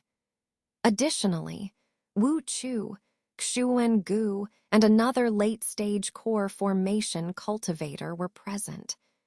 The only ones still missing were Han Li, Yuan Yao, the 2 elders from Xingong, and another late-stage core formation cultivator. Jai Yin appeared calm, seemingly unperturbed, but inside he was growing anxious. According to the typical speed at which cultivators passed through the trials, Han Li should have arrived here by now, like Wu Chu. His heart couldn't help but feel uneasy. At that moment, a white light lit up in the teleportation array, and a figure appeared. The bearded Jai Yin and the others opened their eyes to look, but a flash of disappointment crossed their faces when they saw it was the black-robed Yuan Yao. Being stared at by so many Yuan-Wying stage elders made Yuan Yao's heart skip a beat, but she quickly composed herself and walked out of the array silently. Coincidentally, just as she stepped out, the teleportation array activated again, and Han Li appeared. Jai Yin's eyebrows twitched, and an unintentional smile crossed his face. The bearded man and the scholarly elder exchanged a glance, seeing relief in each other's eyes. Han Li, upon seeing Yuan Yao, was momentarily stunned. But after giving her a light smile, he walked over to Jai Yin, saluted briefly, and stood behind him. Jai Yin seemed extremely pleased by Han Li's respectful behavior, nodding to him without saying anything further. He didn't bring up the matter of returning the Prajna pearl bracelet. Similarly, the bearded man didn't ask for the treasured armor back either. It seemed that, at this moment, both chose to forget about the borrowed items. Although Han Li had arrived, the cultivators remained seated, as if waiting for something else. Han Li then noticed the towering structure ahead and was deeply astonished. This is the inner hall. It's not what I imagined, Han Li muttered to himself. Taking advantage of the moment, he glanced at Xuan Gu. Xuan Gu sat obediently in a rear position, eyes closed in meditation, seemingly unaware of Han Li's gaze. Kid, stop looking. Be careful not to alert my rebellious disciple. Don't worry. I've planned well on how to deal with Jai Yin. It's a sure thing. However, this must happen after you retrieve the treasure with the blood jade spider. Until then, handle things as they come. Remember, don't transmit to me randomly to avoid exposing any flaws. Xuan Gu's voice suddenly sounded in Han Li's ear without warning. Han Li listened calmly, his expression unchanged, and then moved his gaze away. Only after obtaining the treasure will there be an opportunity. What does this mean? Could it be that the old demon also covets the treasures inside the void heaven cauldron? Hanley felt a wave of doubt and unease. With the inner hall about to open, he was genuinely worried about what would happen after obtaining the treasure. Whether or not he successfully retrieves the void heaven cauldron, it seemed his situation wouldn't be favorable. While Han Li was anxiously pondering this, a cold voice came from the opposite side. The time for the inner hall to open is almost here, yet those two guys from the Star Palace haven't shown up. It looks like they won't be stirring up trouble this time. Brother man, what do you think? Wan Tianming, sitting between two other righteous path cultivators, opened his bright eyes that emitted a faint glow and stared at the bearded man lazily, exuding an impressive aura.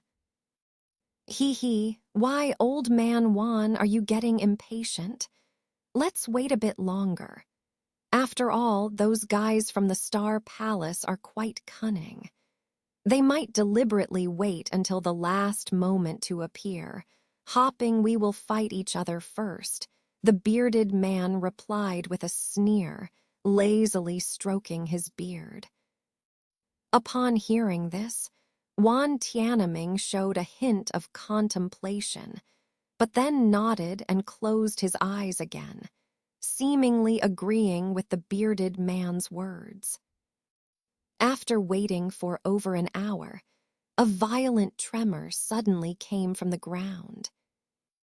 The massive stone door of the inner hall began to rise slowly, revealing the blue stone passage inside. Looking from a distance, the passage seemed incredibly high and wide. As the stone door of the inner hall opened, the teleportation array in the center, emitting a faint white light, dimmed and lost its luster. Haha, good. It seems the guys from the Star Palace really won't be causing any trouble this time. In that case, Wan Tianming, let's have a good fight. The loser will not be allowed to enter the inner hall. What do you think? Before the other party could speak again, the bearded man suddenly jumped up, baring his white teeth and speaking with a look of fierce excitement. No, I have changed my mind, and do not want to fight with Brother Man. To everyone's surprise, Wan Tianming decisively refused with a resolute expression. Changed your mind? Do you righteous path cultivators intend to surrender without a fight? The bearded man was first taken aback, but then sneered with a mocking expression. Surrender? Of course not. However, it's rather laughable for us to fight before obtaining the treasure. Why don't we agree that our two sides will take turns to retrieve the treasure? Before that, we can both restrain ourselves.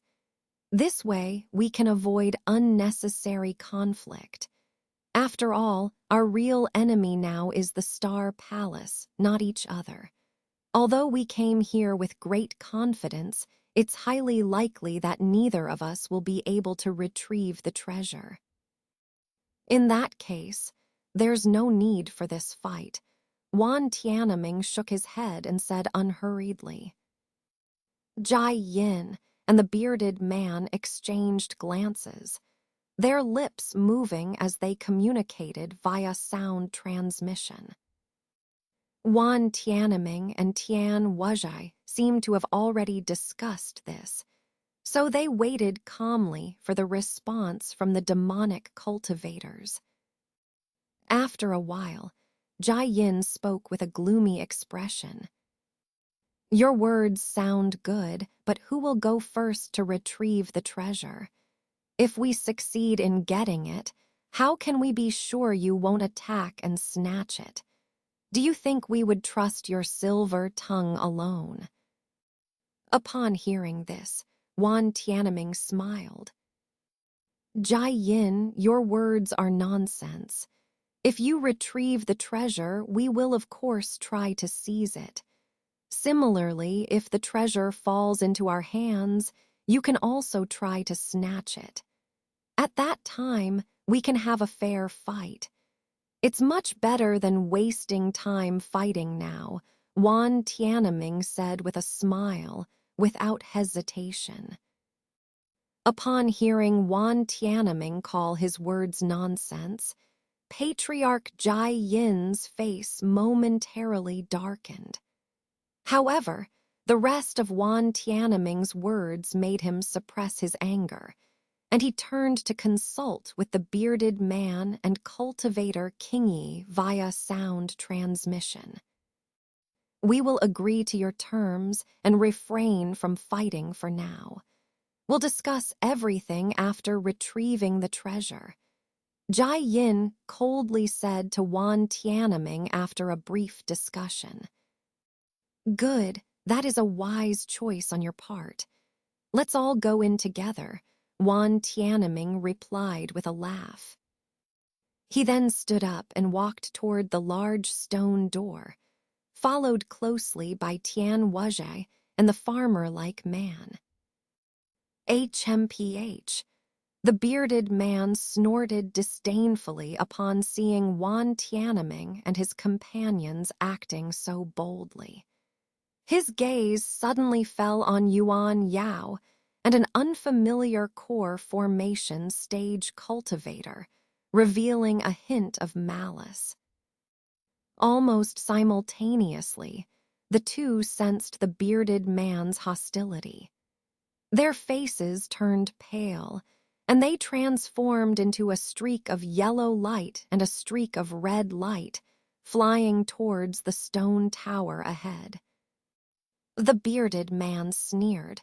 Where do you think you're going? With a clap of his hands and a wave, two flashes of golden light shot out, swiftly striking the two streaks of light.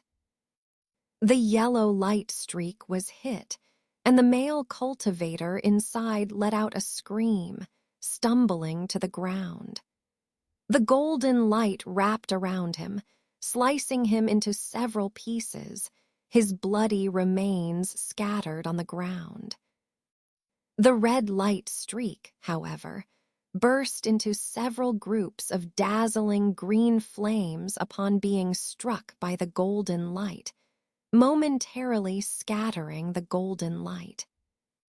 The red light then transformed into a crimson bird, accelerating several times its previous speed, and escaped the golden light's encirclement, disappearing into the stone tower's passage. Strange, the scholar-robed elder and Jai Yin initially paid no attention to the bearded man's actions. However, seeing the red light escape, they couldn't help but express surprise. The elder, with a slight frown, murmured, curious indeed. "Bearded man, what is the meaning of this? Why kill someone without reason?" Tian Wuzhai, displeased, turned around to question. "I was in a bad mood. Do you have a problem with me killing a few outsiders? Or do you want to try my sky-splitting demon art?" The bearded man replied coldly, giving Tian Wuzhai a sideways glance. "You." "Forget it, Tian Wuzhai. Those two were not from our righteous path. Dead is dead. Let's focus on the important matters," Wan Tianming interrupted without turning his head. Tian Wuzhai glared at the bearded man, but eventually turned away. Soon, the righteous cultivators crossed the stone door and entered the inner hall. "Brother man, you did well. I also don't like having a few mice running around before we handle big matters." Those two-core formation cultivators wanted to sneak into the inner hall. They deserved to die.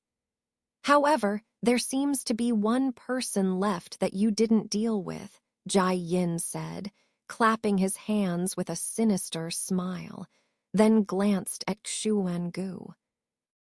Xuangu remained unfazed, as if Jai Yin wasn't even looking at him. "This person has some connection to me. He is a descendant of a benefactor of mine, so I will not harm him. You two are not to touch him either," the bearded man said flatly, surprising the others. "Since he's related to you, we won't lay a hand on him. It's just surprising that even you, brother man, owe someone a favor," Jai Yin said, eyes narrowing as he scrutinized Xuangu. "Heth, Jai Yin, are you questioning me?" the bearded man coldly said, staring at Jai Yin. "Of course not. I'm just curious. If brother man doesn't want to talk about it, then forget it. But be cautious of that black-robed woman who escaped. She might have a significant background," Jai Yin said with a laugh, but ended with a meaningful warning. "My eyes aren't blind. I saw she used the cyan fire thunder of old demon Sanyang. Only the closest disciples of the Cyan Yang sect would possess it. Otherwise, do you think she could have escaped my attack?" the bearded man said after a pause, his expression darkening. "That's not an issue," Jai Yin quickly said, seeing the bearded man's displeasure. "Even if she is related to old demon Sanyang, you wouldn't fear her. But given the current situation, with the righteous path and Star Palace vying for control of the chaotic Star Sea, we should avoid making unnecessary enemies. Let's just let her go." The scholar-robed elder's mediation was evidently effective, as the bearded man nodded, still wary of old demon Sanyang. This series of events left Han Li, standing behind Jai Yin with a flurry of thoughts. Various notions crossed his mind. A core formation stage cultivator was killed as easily as squashing an ant, while Yuan Yao managed to escape. Xuan was somehow connected to the bearded man, the top demonic cultivator in the Void Heaven Temple, which explained his calm demeanor. Yuan Yao seemed to have ties to old demon Sanyang, whom even the domineering bearded man feared. Han Li's thoughts swirled, but he couldn't make sense of it all. He kept listening to the bearded man's conversations, hopping to gather more information for a safer strategy. Unfortunately, their conversation ended with the scholar-robed elder's words. "Let's hurry into the inner hall. We can't let those righteous cultivators get too far ahead," Cultivator Kingy said, looking at the large passage beyond the stone door with a frown. At this, the bearded man also glanced towards the stone door, then silently began to walk. Jai Yin and the elder exchanged glances and followed calmly. Han Li, along with Wu Chu and Xuan Gu, naturally trailed behind. Gradually, Han Li and the others' figures faded into the passage, eventually disappearing from sight. 2 or 3 hours later, the previously dim teleportation array shone brightly again, and 2 figures appeared. They were the 2 white-robed elders from the Star Palace. With cautious expressions, they scanned the surroundings and relaxed only after confirming no one else was around. "It seems they've all gone in. No matter how cunning these old monsters are, they would never guess that our Star Palace broke the teleportation restriction here 1,000 years ago. We can enter whenever we want," one of them chuckled softly. "Let's be careful. Unless they truly retrieve the Void Heaven cauldron, we shouldn't reveal our presence," the other replied coldly. Of course, the first one agreed. With that, they transformed into 2 streaks of white light and flew into the stone door. Han Li walked just behind Jai Yin, and next to him, much to his discomfort, was Wu Chu. For some reason, Wu Chu, who had previously shown animosity, was now overly friendly, constantly engaging Han Li in small talk, as if afraid to offend him. This abrupt change only made Han Li more uneasy. Could it be that Jai Yin hinted to Wu Chu to kill me after retrieving the treasure? Is that why Wu Chu's attitude has changed so drastically? Han Li thought with a bitter smile. Despite his worries, Han Li kept up a polite facade, engaging in the conversation. The fake cordiality between them was evident to anyone within a few feet. Yet Jai Yin, the bearded man, and the others seemed oblivious, marching silently. They had become much more serious since entering the inner hall, losing their earlier ease. What puzzled Han Li was that since entering the tower, nothing had happened. No traps, no dangers. Could it be that only after passing through those stone doors would they encounter any restrictions? Han Li glanced around once more, contemplating this possibility. Han Li and his companions were navigating a place resembling a maze. Crisscrossing green stone corridors, tall and thick walls, and peculiar stone doors adorned with strange runes at every crossroad characterize the area. These stone doors were all of similar size, each around 10 feet square, and some faced south, some north, while others opened to the east or west, seemingly without any discernible pattern. All of them emitted a faint white light, indicating the presence of some sort of restriction. Though crossroads were encountered after long stretches, Hanley estimated that he had seen at least 7 or 8 stone doors on his way so far. This didn't include the doors on parallel paths they hadn't taken. Thus, the number of stone doors was quite significant. Upon reaching another intersection, Hanley noticed another door facing them. This door differed from the previous ones. Although it had similar runes and carvings, it emitted no light, suggesting that its restriction had been broken. Intrigued, Hanley scrutinized it more closely. Junior brother Han, this stone room has already been looted. What's there to see? If it weren't for the rule that each person can only use their sky map fragment to open one stone door, and once inside, regardless of whether they retrieve the treasure, they can never exit the same way, I would also want to try my luck. After all, we Foundation establishment cultivators can only retrieve treasures from the first level. As for the other levels, entering them would be akin to committing suicide. Wu Chu, who stood nearby, said enthusiastically. Hearing Wu Chu address him as junior brother Han, Hanley still felt uncomfortable despite having heard it several times before. However, with his composure, he managed to smile and reply, "Then why doesn't brother Wu choose a door and retrieve a treasure?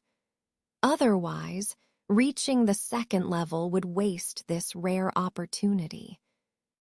"I have thought of that, but my ancestor has instructed me to stay by his side during this treasure hunt, in case my assistance is needed," Wu Chu said, showing a reluctant and greedy expression as he stared at the stone door. Hanley smiled slightly and gave the door a fleeting glance, but remembered the rule about being transported out after retrieving the treasure. Who knows? He might use this method to escape in the future. At this moment, the group was about to cross the intersection into the green stone path ahead. Suddenly, a heavy thud echoed from the opposite direction, followed by more sounds, suggesting something enormous was approaching. Grandmaster Jai Yin and Scholar Ching Yi's expressions changed, and they stopped, staring intently at the opposite corridor, their eyes filled with gravity. Man Husey, hearing this sound, grinned excitedly and activated his heavenly demon art, causing a layer of shining golden scales to appear all over his body. Seeing Man Husey's peculiar appearance from the heavenly demon art up close for the first time, Hanley couldn't help but glance curiously at him.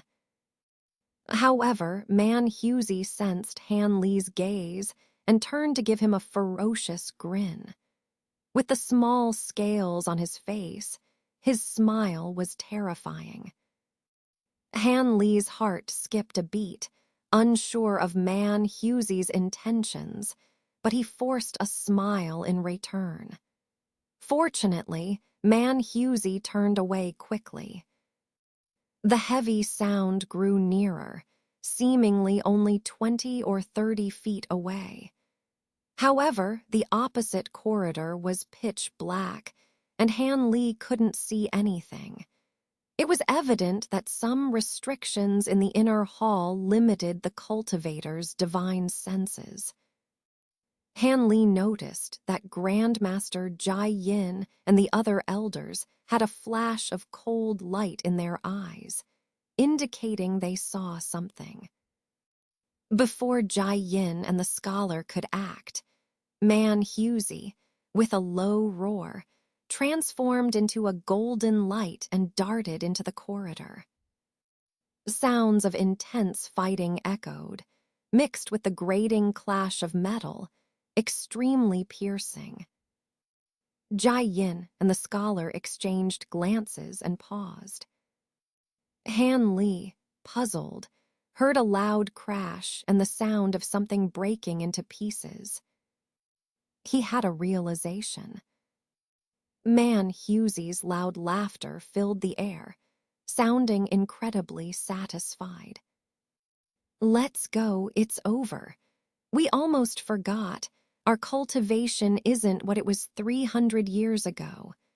The guards on the first level don't pose a threat to us anymore, Jai Yin said, laughing at the thought. Indeed, I almost forgot too. When I last came here, I had just reached the nascent soul stage. These things left a deep impression on me. But Brother Man's heavenly demon art is perfect for dealing with them. Otherwise, we'd have had a harder time, the scholar added, laughing. The two then led the way forward, with Han Li and Wu Chu following closely out of curiosity. Meanwhile, Xuan Gu's face showed a hint of disdain as he leisurely walked at the back. After a short distance, Han Li saw Man Husey standing with his hands behind his back.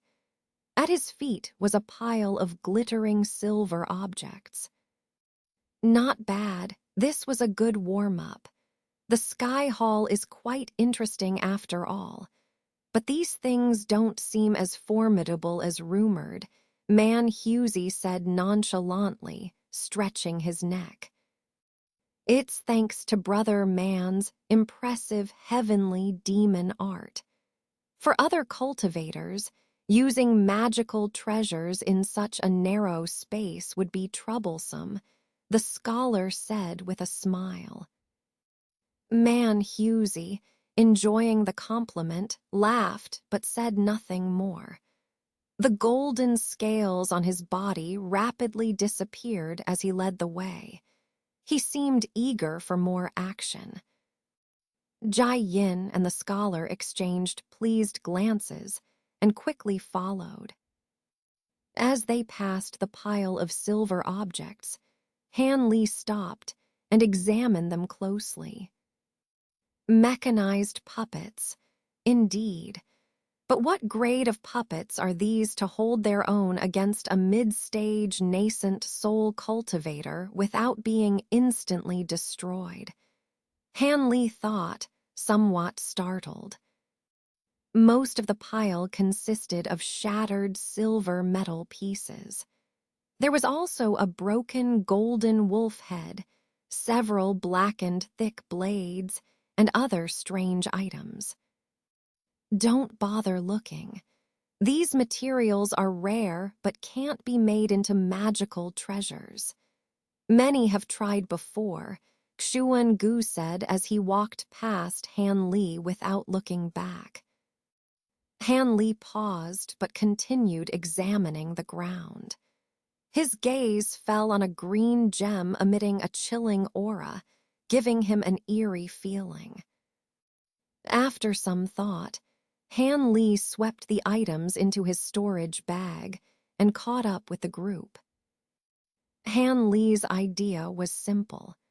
Even if these items were useless, studying the design and crafting methods of these puppets could provide insight into ancient puppet techniques. After all, the highest level of puppet techniques in his puppet scripture only corresponded to the late Foundation establishment stage. Even the giant tiger puppet beast, which could consume a mid-grade spirit stone with one full-powered strike, couldn't compare to these golden wolf-head puppets. These puppets had strength above the early core formation stage.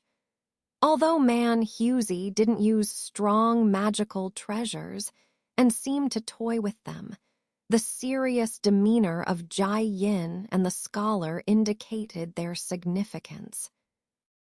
Han Li naturally wanted to learn as much as he could from such valuable items. Furthermore, it seemed he had no chance to enter these stone rooms for treasures. His every move was being monitored by the three nascent soul elders, making it impossible to sneak away or suddenly enter a stone door.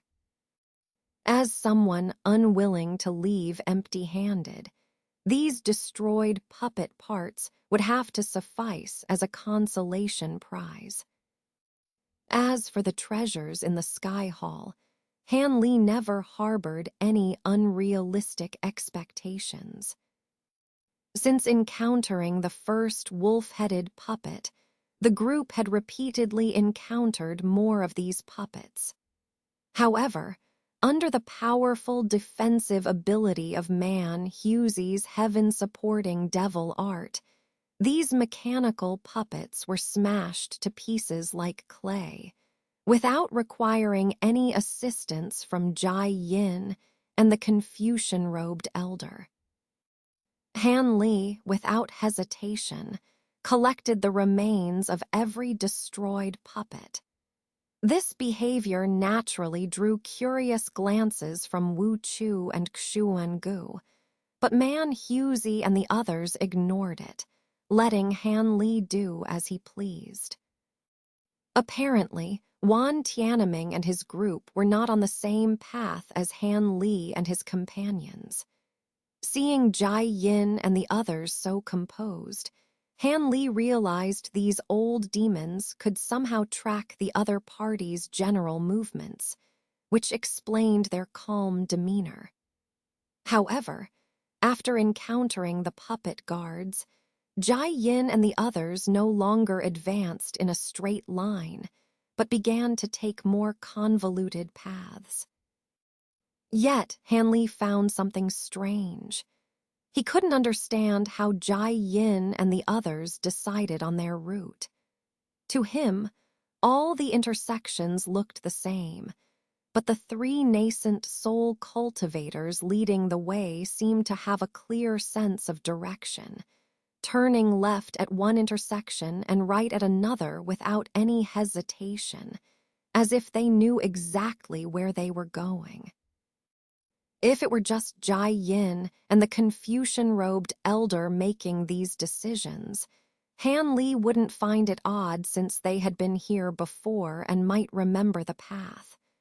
But even man Husey, who was here for the first time, led the way confidently, with Jai Yin and the elder following without any objections. This puzzled Han Li greatly. Thus, Han Li made up his mind to look for any distinguishing marks or secret signs at the intersections. However, after passing several intersections, he found nothing, which left him feeling helpless. Along the way, man Husey smashed 7 or 8 wolf-headed puppets with his bare hands until they reached a small teleportation array. The teleportation array was located at the center of a crossroad, emitting a faint glow. From here, we ascend to the second level. I wonder what method Wan Tianming's group used to get ahead of us. The Confucian-robed elder complained upon seeing the teleportation array, but he still wore a slight smile. HMPH, let's go. Even if they are ahead, so what? The Void Heaven Cauldron is not that easy to retrieve, man Husey scoffed, seemingly unconcerned. With that, he swaggered into the teleportation array. The Confucian-robed elder smiled slightly. After Man Husey was teleported away, he and Jai Yin did not immediately follow. Instead, they exchanged a meaningful glance and then looked at Han Li. Han Li felt a chill run down his spine. Under their gaze, he had no choice but to step into the teleportation array, and in a flash of white light, he was transported away. When Han Li steadied himself and looked around, he was stunned. It was the same crossroad, the same bluestone passage. If not for Man Husey standing there with his hands behind his back, Han Li might have thought the teleportation had failed. While Han Li was still puzzled, there was a series of flashes behind him, and Jai Yin and the others were teleported over one after another. How did these righteous path people manage to get ahead of us? We can't locate them anymore. Jai Yin muttered with an unhappy expression after scanning the surroundings. Forget it.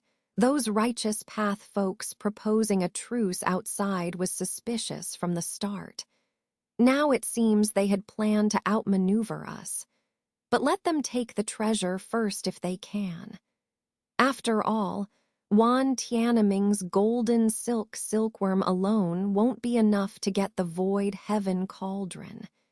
If they do manage to get it, we can just ambush them and take it, the Confucian-robed elder said coldly, his eyes flashing.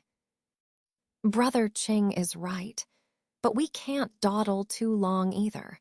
We need to speed up, Jai Yin nodded, his mood improving as he agreed. Brother Man, be careful. The snake guard puppets on this level are tricky. Wu and I will help you to conserve energy and save time. We can't let those righteous path folks get the better of us on the higher levels, the elder warned Man Husey seriously. Snake guard puppets. Sounds interesting. Do as you wish, Man Husey replied indifferently. The demonic group continued without delay. Soon, Han Li noticed the differences between the second and first levels. The crossroads were noticeably less frequent, with longer intervals between them. Moreover, there were more dangerous traps and restrictions along the way. Though these were not enough to endanger Man Husey, Jai Yin, and the others, some of them could be deadly for a core formation stage cultivator, making Han Li break out in a cold sweat. It was clear that if he had ventured into the second level alone, he would likely have lost his life to these traps and restrictions. After passing the fifth crossroad on the second level, Han Li finally saw the snake guard puppet mentioned by the elder. This puppet had a grotesque appearance, with two long green and red snake heads, 4 arms positioned at the front and back, and its body covered in black scales. In its front hands, it held 2 short green daggers, while the back hands wielded black, shiny whips adorned with sharp barbs, emitting a grayish aura. Upon seeing the group, the snake guard puppet charged silently, transforming into a black blur as it moved with incredible speed. Man Husey laughed wildly and activated his heaven-supporting devil art to meet the puppet head-on. To Han Li's surprise, the snake guard puppet was incredibly agile, and its short daggers and whips were both tough and flexible. Although it was under Man Husey's fierce onslaught, it managed to protect its vital points, preventing Man Husey, who had not used any powerful magic tools, from gaining the upper hand. The green daggers seemed to be made of some unknown material, as they only deformed slightly after withstanding man Hughesy's golden fists without breaking. This brought a look of surprise to man Hughesy's face. At this moment, Jai Yin and the Confucian-robed elder finally made their move. Jai Yin used the heavenly capital corpse fire that Han Li feared. A small black fireball formed in his hand and shot out as a thin black line, hitting the puppet's arm holding the dagger, engulfing it in black flames and reducing it to ashes. Meanwhile, the Confucian-robed elder spat out a mass of green light threads, which flew toward the puppet and circled around it. The green light threads exploded with a series of tiny pops, causing the puppet to stumble and lose its balance. Taking advantage of this opportunity, man Hughesy's face twisted into a grim smile. With a roar, he pushed his heaven-supporting devil art to the limit, and in a burst of golden light, he punched through the puppet's chest, pulling out a green gem. The snake guard puppet immediately lost all activity, collapsing to the ground in a heap. Man Hughes looked at the lifeless puppet and then at the green gem in his hand. A fierce expression flashed across his face, and he tried to crush the gem with his hand. However, despite his efforts, the gem remained intact, still emitting a green glow. Even man Hughesy, despite his usual arrogance, showed a hint of surprise on his face. His golden hands, infused with the heaven-supporting devil art, could crush almost anything, including magic tools of lesser quality, but this gem remained unscathed. As man Hughesy stood there in shock, the Confucian-robed elder walked over with a smile and said, "Brother man, there's no need to be surprised. These strange stones have been studied before. Although they are incredibly hard and cannot be destroyed, they also cannot be melted down or used in crafting magic tools. Even sects that specialize in making puppets do not know their purpose. These ancient cultivators certainly had some strange things.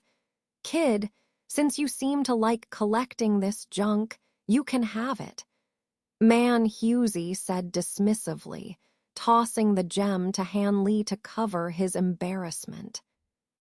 Han Li instinctively caught the gem and, realizing what had happened, silently put it into his storage pouch without a word.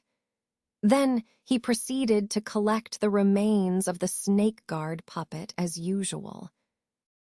However, when Han Li put away the two slightly deformed bronze short spears, he faintly noticed that Jai Yin took a few extra glances at them before quickly withdrawing his gaze with practiced concealment. Though this action was very discreet, Han Li still felt a chill in his heart. He realized that these two short spears were likely valuable items. Jai Yin naturally wouldn't make a move for them now, as he still wanted to acquire the treasure and wouldn't sacrifice the greater for the lesser. But this also meant that Jai Yin would have one more reason to attack him later. Thinking of this, Han Li revealed a slight bitter smile on his lowered face. When he raised his head again, his expression was as calm as usual. In this manner, despite the formidable puppets and restrictions on this level, the group, under the combined efforts of the three nascent soul stage cultivators, passed through unscathed. They then teleported to the 3rd level. Half a day later, in a certain area on the 5th level of the giant tower, 3 people were discussing something in low voices. These were none other than Yuan Tianming and his group of righteous cultivators. Not far in front of them stood a colossal structure, an extraordinarily grand and tall stone platform. This high platform was over 100 meters in length and width, and about 30 meters tall. At the front, a staircase of several hundred steps led straight to the top. The entire platform was constructed from a seemingly ordinary gray rock, and it was enveloped in a white light shield that included the stairs. Strangely, the blue light within the shield grew brighter towards the center of the platform, making it difficult to see clearly and causing one's eyes to hurt if looking directly at it. The edges of the platform were covered in thick frost, reflecting the light and making the platform appear extraordinarily beautiful. How are your magical powers recovering? If you're ready, we should start moving. Although we used the celestial creation instrument from the Tianji sect to avoid those puppet guards in advance, our time is limited. Man Husey's heaven-supporting devil art is formidable against those puppets, so they might spend a bit more time on the 4th level, but not too much, Yuan Tianming said in a deep voice at the front of the platform. You're right, Yuan. Let's retrieve the treasure, the Taoist Tianxuzi said, showing a hint of excitement in his eyes. The old farmer-like, thin black elder remained silent, but nodded in agreement. Yuan Tianming didn't mind. He knew that although the black elder was taciturn, his Yudan art possessed great power, making his true strength even greater than Tianxuzi's. Despite being from the righteous path, this elder practiced in seclusion, rarely interacting with others, thus appearing indifferent. Yuan Tianming smiled faintly and led the two towards the light shield. A thick purple aura flashed, and with a crisp sound, Yuan Tianming sliced a 1-meter-high opening in the white shield with a wave of his sleeve, allowing the group to enter. Soon, Yuan Tianming and the others disappeared into the blue light atop the platform. The place where the light shield was breached returned to its original state, and the staircase became quiet again. After some time, Man Husey and Jai Yin appeared below the platform, followed by Han Li and Xuan Gu. Finally, at this wretched place, that golden-furred puppet on the 4th level was incredibly tough. If the 3 of us hadn't used our best techniques, it would have taken even longer to deal with, the Confucian-robed elder said, eyes gleaming as he looked at the platform. Humph, the puppet was nothing. The real trouble was that restriction on the 3rd level. It took us so much time to break it. Otherwise, we'd have arrived even sooner, Jai Yin said, his expression gloomy. Enough with the useless talk. Let's see if Yuan Tianming's group has started retrieving the treasure, Man Husey said impatiently, his face full of annoyance. Hearing this, Jai Yin showed a trace of displeasure but said nothing more. The Confucian-robed elder, however, smiled lightly and said, "Don't worry, brother man. According to the secret techniques that Brother Wu and I used, Yuan Tianming's group entered several hours ago and hasn't come out yet. We'll wait here because the staircase is the only way in and out of the Hanley platform. The only way? Are you sure? What if the righteous path folks sneak out from another place while we're waiting here like fools? Man Husey said skeptically. Rest assured, brother man. This white shield isn't just any protective barrier. It's the famed, heavenly astral shield from ancient times. Aside from the specially created exit at the staircase, there's no other way through it. We'll rest here for a while and then go in to check, the elder said confidently, stroking his beard. All right, that's good. Man Husey nodded and sat cross-legged on the nearby steps. Jai Yin and the Confucian-robed elder huddled together, whispering in conversation. Han Li watched all this, a cold smile flashing in his heart, though his face remained expressionless. These demonic cultivators might be confident in their plan, but Wan Tianming seemed to be a cunning person. Their delay might be playing right into the righteous cultivators' hands. Thinking this, Han Li looked around. He noticed Xuan Gu standing alone by the platform, staring at the white shield in deep thought. Han Li thought this might be a good opportunity to renegotiate with him. However, on second thought, he realized that Xuan Gu, now allied with Man Husey, might value him less and be plotting against him, just like Jai Yin. Seeking him out now would only show weakness, making his situation worse. Han Li decided that any plan to escape would have to come from his own efforts. With that in mind, Han Li's gaze towards Xuan Gu grew cold. The old demon seemed to sense it and turned to look at Han Li. Han Li cursed inwardly, immediately adopting a calm expression and walking away as if nothing had happened. Xuan Gu watched Han Li's retreating figure, a puzzled look on his face. Han Li strolled leisurely around the massive platform, circling the light shield. Jai Yin and the others were confident that a low-level core formation cultivator like him couldn't escape alone, so they allowed him to move freely. Before long, Han Li found himself at the back of the platform, facing a tall green stone wall. The wall was decorated with carvings of ancient mythical beasts and symbols, showing no signs of anything unusual. Walls like this were common in the inner hall, protected by profound restrictions. Even nascent soul cultivators like Jai Yin couldn't breach these walls.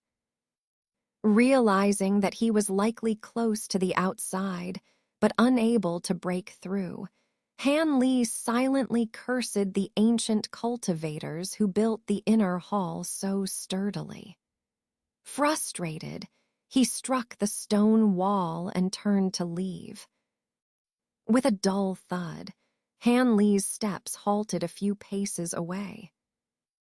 Slowly turning around, he stared in disbelief. The sound he had just heard suggested that the stone wasn't solid. Han Li found it hard to believe. In a place filled with profound ancient restrictions, finding a hollow section seemed improbable. Of course, Han Li wouldn't leave without verifying. He quickly returned to the wall, tapping the nearby stones. When he tapped the third stone, he noticed something peculiar. The stone was hollow and seemed to contain something. His eyes fell on a carving of a blood-red, winged beast with a ferocious expression. vividly capturing its violent and bloodthirsty nature. Han Li examined the carving briefly before tapping the stone again. He was thrilled to confirm that the stone was indeed hollow and contained something within. Han Li did not act immediately, but cautiously released his divine sense to scan the surroundings. After confirming that Jai Yin and the other old monsters were not monitoring him, he hesitated no longer and extended a finger. A few inches of sword light flickered and extended from his fingertip. Calmly, Han Li used the sword light to cut a fist-sized circle on the green stone. With a wave of his hand, the sword light disappeared. With his other hand, he quickly tapped the circle. Immediately, a hole appeared on the green stone. Knowing that he didn't have much time, Han Li reached inside without thinking. The space inside was small, and after randomly grabbing for a moment, he pulled out an object. Han Li's expression changed slightly. The object was long and cylindrical, soft like a stick. However, when he withdrew his arm from the green stone, he saw clearly that it was an old, yellowed scroll. Surprised, Han Li was about to unfold it when his expression suddenly changed. Quickly, he tucked the scroll into his robe, leaned against the stone wall to cover the hole, and pretended to be resting. Just as Han Li finished this, Jai Yin's gloomy voice sounded in his ear. Han Li, come back quickly. We are about to go in. Hearing this, a look of surprise flashed in Han Li's eyes. Weren't we supposed to take a break? Why the sudden change of plan? Did the three old devils sense something was wrong? Thinking this, Han Li waited until Jai Yin's divine sense left the vicinity before turning around to seal the hole back to its original state. Then, he walked towards the platform as if nothing had happened. When he arrived, the old monsters were standing in front of the steps with serious expressions, looking towards the platform. Wu Chu and Xuan Gu were doing the same behind them. Han Li glanced up, and his expression changed slightly. The blue light on the platform was flickering dazzlingly, with occasional flashes of gold. In the short time since, the area around the stone platform had accumulated several inches of material. Only because it was isolated by the white light barrier did Han Li not sense any abnormalities. Seeing Han Li arrive, Jai Yin nodded at him and then turned to the bearded man beside him. Brother man, my disciple is here. Let's go up. Unexpectedly, Wan Tianming's golden silkworms can actually shake the void sky cauldron. Although we don't know why, it's best to go and see. The bearded man didn't reply, but leapt upwards in response. Jai Yin and the others followed him up the steps. With a loud boom, the bearded man reached the light barrier at the steps and without a word wrapped his fist in magic energy and smashed it down. The barrier instantly cracked, creating a large gap. The bearded man strode through it. Jai Yin and the scholar-clad old man quickly flanked Han Li, sandwiching him between them as they followed through the barrier. Xuan Gu and Wu Chu entered last. Cold, although Han Li had prepared himself mentally outside the barrier, he was still shivering from the cold once inside. He hurriedly released his protective light to reduce the chill.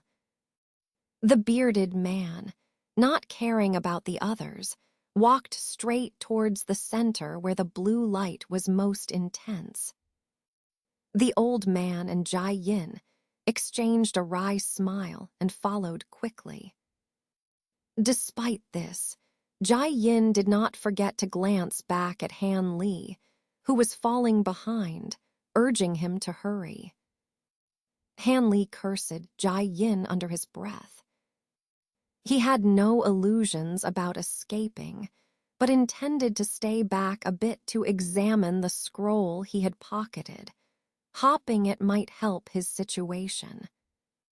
However, with Jai Yin's urging, Wu Chu seemed to be reminded of something and started watching Han Li vigilantly.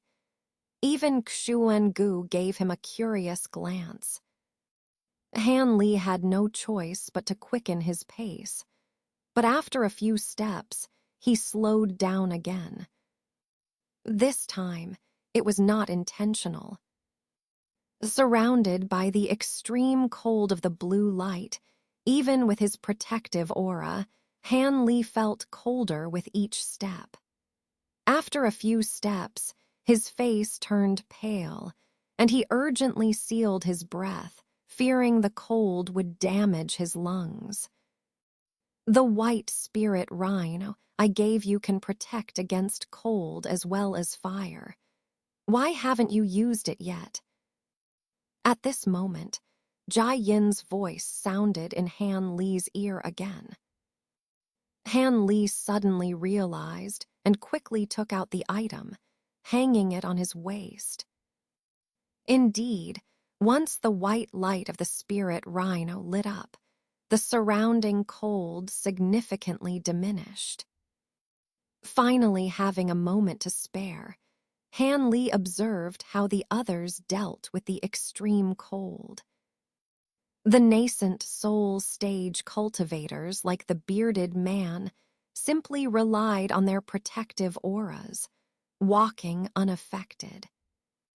Xuan Gu wore a string of glowing red beads around his neck, shielding him from the cold.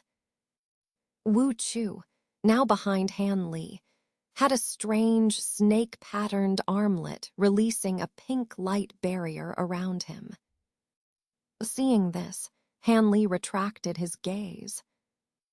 They had reached the center of the platform, where a small raised altar stood. On it, 7 or 8 clusters of golden light were jumping around. In the middle of the golden light was a hole emitting blinding blue light. Han Li's spirits lifted as he focused his gaze. Inside the golden light clusters were several green giant silkworms, each a few feet long, spitting thick golden threads into the hole, their bodies swaying as they tried to pull back. Each pull caused the blue light in the hole to flicker wildly. Beside the altar stood 3 figures, Wan Tianming and his companions. The righteous cultivators were aware of the arrival of the bearded man and his group, but ignored them, staring intently at the golden light with tense expressions. Seeing this, the bearded man's eyes flashed coldly. Without a word, he raised his hand, and 2 golden streaks shot towards the trio. Cold Flood Dragon. Separation Tortoise. Wan Tianming and Tian Wuzi shouted coldly as the golden streaks left the bearded man's hand. Immediately, a blue light and a green light flew down to intercept the golden streaks, engaging in a fierce battle. Return. The bearded man, slightly startled, gestured, and the 2 golden streaks flew back, transforming into 2 small golden knives that fell into his hands. The blue and green lights did not pursue but circled back, revealing their true forms, a white flood dragon and a semi-transparent giant tortoise, both several meters in size. Seeing them, the bearded man's expression changed abruptly. The mad woman's cold flood dragon and Tian Yuanzi's separation tortoise, exclaimed the scholar-clad old man who had just arrived, his face showing shock. No wonder Wan Tianming and the others are so confident. They borrowed these two old monsters' spirit beasts. But as far as I know, those two old monsters are very protective of their beasts and never lend them out. How did they get them? Jai Yin also looked surprised and annoyed. HMPH, it depends on who asks. Wan Tianming is the mad woman's nephew, and Tian Wuzi is Tian Yuanzi's junior brother. Why wouldn't they lend them? The bearded man said coldly. This could be tricky. These two beasts are quite powerful. If they fight to the death, we might not be able to deal with them quickly, said Qing Yijushi, looking worriedly at the white flood dragon and the giant tortoise. Qing Yi Jai Yin, what are your Qing Jai bird and Tian Du corpse doing?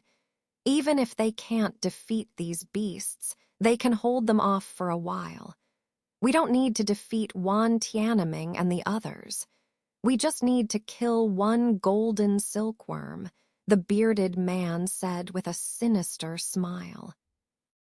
Hearing this, the scholar-clad old man and Jai Yin exchanged hesitant looks. Relax, I'll have my spirit beast join the fight too. Collaborating with you two is troublesome. The bearded man sneered at them disdainfully. Only after hearing this did the scholar-clad old man and Jai Yin relax and agree. Before the elder and Jiyin could release their spirit beasts and corpses, a sudden change occurred on the altar. A green giant silkworm in one of the light clusters began to tremble, and then the golden light around it quickly dimmed. Almost simultaneously, the golden thread in its mouth snapped with a bang. Not good.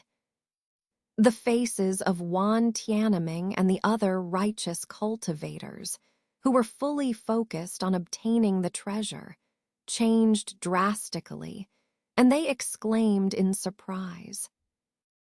Before they could take any action, the other golden silkworms experienced the same situation. As the golden light faded, the golden threads of the other two giant silkworms also snapped. Wan Tianming's heart sank to the bottom. He stopped in his tracks, stunned. But that wasn't the end. Although the remaining three silkworms still had their threads, without the support of half of their companions, they were abruptly pulled into the large hole by a great force. Following a loud thud, the entire stone platform shook. The blue light at the hole's entrance dimmed immediately, and the coldness significantly lessened. Seeing this, the faces of the righteous cultivators turned very unpleasant. The demonic cultivators, who were about to take action, also had strange expressions, looking at each other in surprise. The bearded man laughed heartily, his yellow beard trembling with pleasure, clearly enjoying the turn of events. Jiyin and the scholarly elder, realizing what had happened, also looked pleased and smiled at the righteous cultivators. This made Wan Tianming's face turn even more ashen. He had gone through so much trouble and expense for this treasure, only to end up being mocked by the demonic cultivators. Unable to contain his fury, he turned and glared at Jian and the others with a cold, harsh look. Jian and the elders' smiles froze. Even though they were from different sects, they didn't want to make an enemy of a mid-nascent soul stage cultivator like Wan Tianming. However, the bearded man, though he stopped laughing, stared back unflinchingly. What does sect leader Wan want to spar with me here? I've been wanting to experience the heavenly net true skill of the Confucian three divine skills, the bearded man said provocatively. Wan Tianming glared coldly at the bearded man for a moment, but then his face returned to a more rational expression. Let's go. He waved his sleeve and led his people away from the altar, not even bothering with the remaining golden silkworms. He only called back the white flood dragon that was confronting the demonic cultivators. Tian Wuzi also had a grim expression. After retrieving the giant tortoise, he followed Wan Tianming with a stern face. The thin old farmer seemed relatively composed, though his eyes were cold. As the two groups passed each other, both sides remained vigilant. Despite the bearded man's arrogance, he didn't say anything to provoke them further and just watched Wan Tianming and his group disappear beyond the barrier. I'll have my green thorn bird hide at the entrance.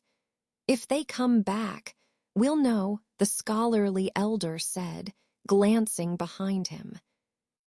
In that case, I'll also send 2 heaven corpses to ambush there. If they suddenly attack, they can at least hold them off for a while, Jian said with a sinister smile. Hearing this, the scholarly elder was initially surprised, but then nodded in agreement.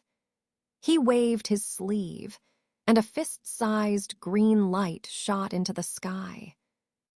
Jian threw something on the ground, producing 2 plumes of black smoke that emitted a foul odor. 2 tall demonic corpses appeared. Go, Jian commanded, and the corpses disappeared. This scene reminded Han Li of the eerie appearance of the corpses before, making him even more wary of them. However, his attention soon shifted to the trembling golden silkworms on the altar, and he walked over curiously. Before he reached them, someone else moved swiftly. Han Li glanced sideways and saw that it was the silent skeleton. He was surprised. What's going on? These golden silkworms are rare creatures. From their golden light earlier, they seemed quite advanced. Wan Tianming abandoning them without a second thought is strange, the bearded man asked as he walked over. They ingested the heavenly green flower, forcibly boosting their abilities to lift the void heaven cauldron. Now that the effect has worn off, they are completely useless, Skeleton said after examining the silkworms briefly. I was wondering how the golden silkworms could lift the void heaven cauldron, so they used this. Heck, Wan Tianming really lost out this time, the bearded man laughed. The heavenly green flower, I never thought Wan Tianming would find such a thing. I had considered this method before but never found a single flower. Your junior here must be quite knowledgeable. What's his name? Jian asked, suddenly staring at Skeleton. I'm just well-read, not anyone famous, Skeleton replied with a smile. Is that so? Jian said, his expression indifferent as he stopped probing further, perhaps wary of the bearded man. Instead, he walked over to the large hole and looked down. The blue light illuminated his face, making it look eerie. Han Li observed silently, impressed by Skeleton's composure under Jian's scrutiny. However, everyone here, except Wu Chu, was cunning and experienced, each one a tricky opponent.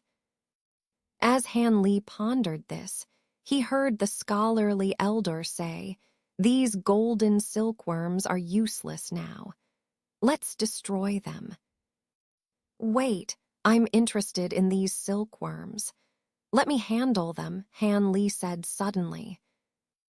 "You want these. They are useless and won't live long," the elder said, surprised. "I've always been interested in such creatures. I'd like to study them if you permit it," Han Li said with a smile. The elder looked Han Li up and down before showing a thoughtful expression. Han Li felt uneasy, unsure of the elder's intentions. I was once a rogue cultivator myself, so I understand how difficult it can be. You can keep them, the elder said, shaking his head with a sigh. Han Li felt exasperated, but had to express his gratitude. He took out an empty spirit beast bag and stored the silkworms, which offered no resistance as they had already been stripped of their previous master's control by Wan Tianming. Han Li, stop wasting time. Release the blood jade spider. I want to see what level it is. With my fire python's help, we must succeed in one attempt, Jian said without looking back, his eyes gleaming with excitement. Han Li frowned as he walked over. The scholarly elder and the bearded man turned their attention to Han Li. "Rest assured, if you retrieve the void heaven cauldron, I won't treat you unfairly," Jian said kindly, worried Han Li might not give his best effort. Han Li felt a chill at his words. Han Li didn't show any of his feelings on his face. He took a few steps and looked down into the hole. With just one glance, Han Li was astonished.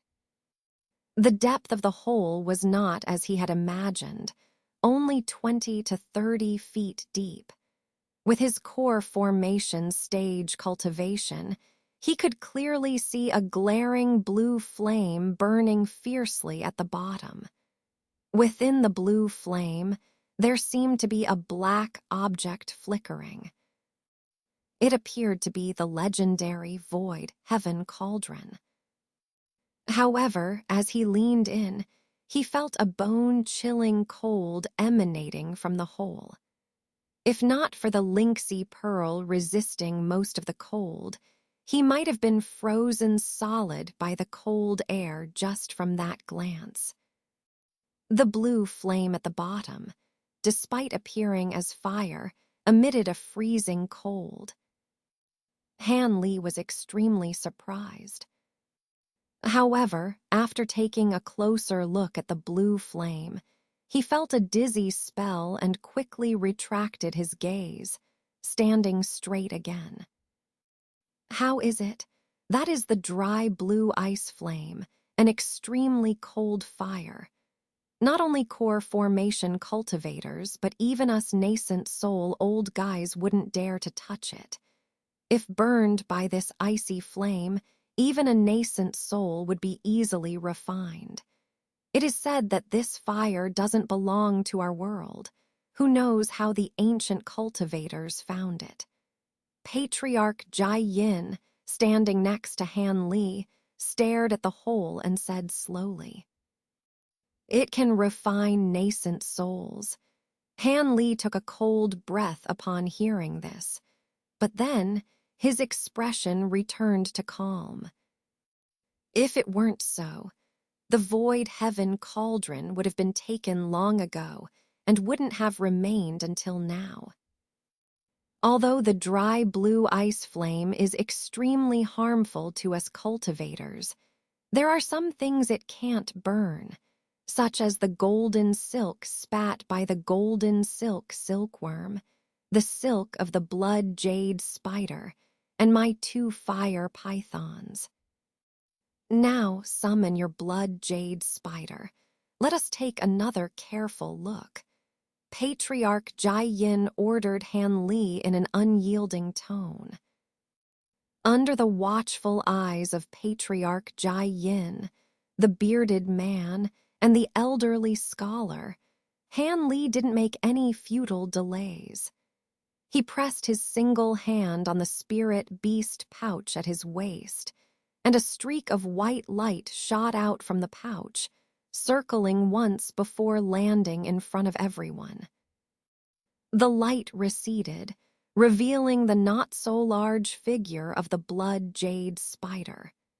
Seeing so many strangers in front of it, its fangs ground together, and its eyes seemed full of hostility. The bearded man, Patriarch Jai Yin, and the elderly scholar didn't mind this at all, but rather stared at the spirit beast as if looking at a precious treasure. Tusk, Tusk, this blood jade spider has grown so large. It seems to be at the peak of the 4th rank, about to break through to the 5th rank. There's really hope for retrieving the treasure. The bearded man spoke in amazement as soon as the blood jade spider appeared.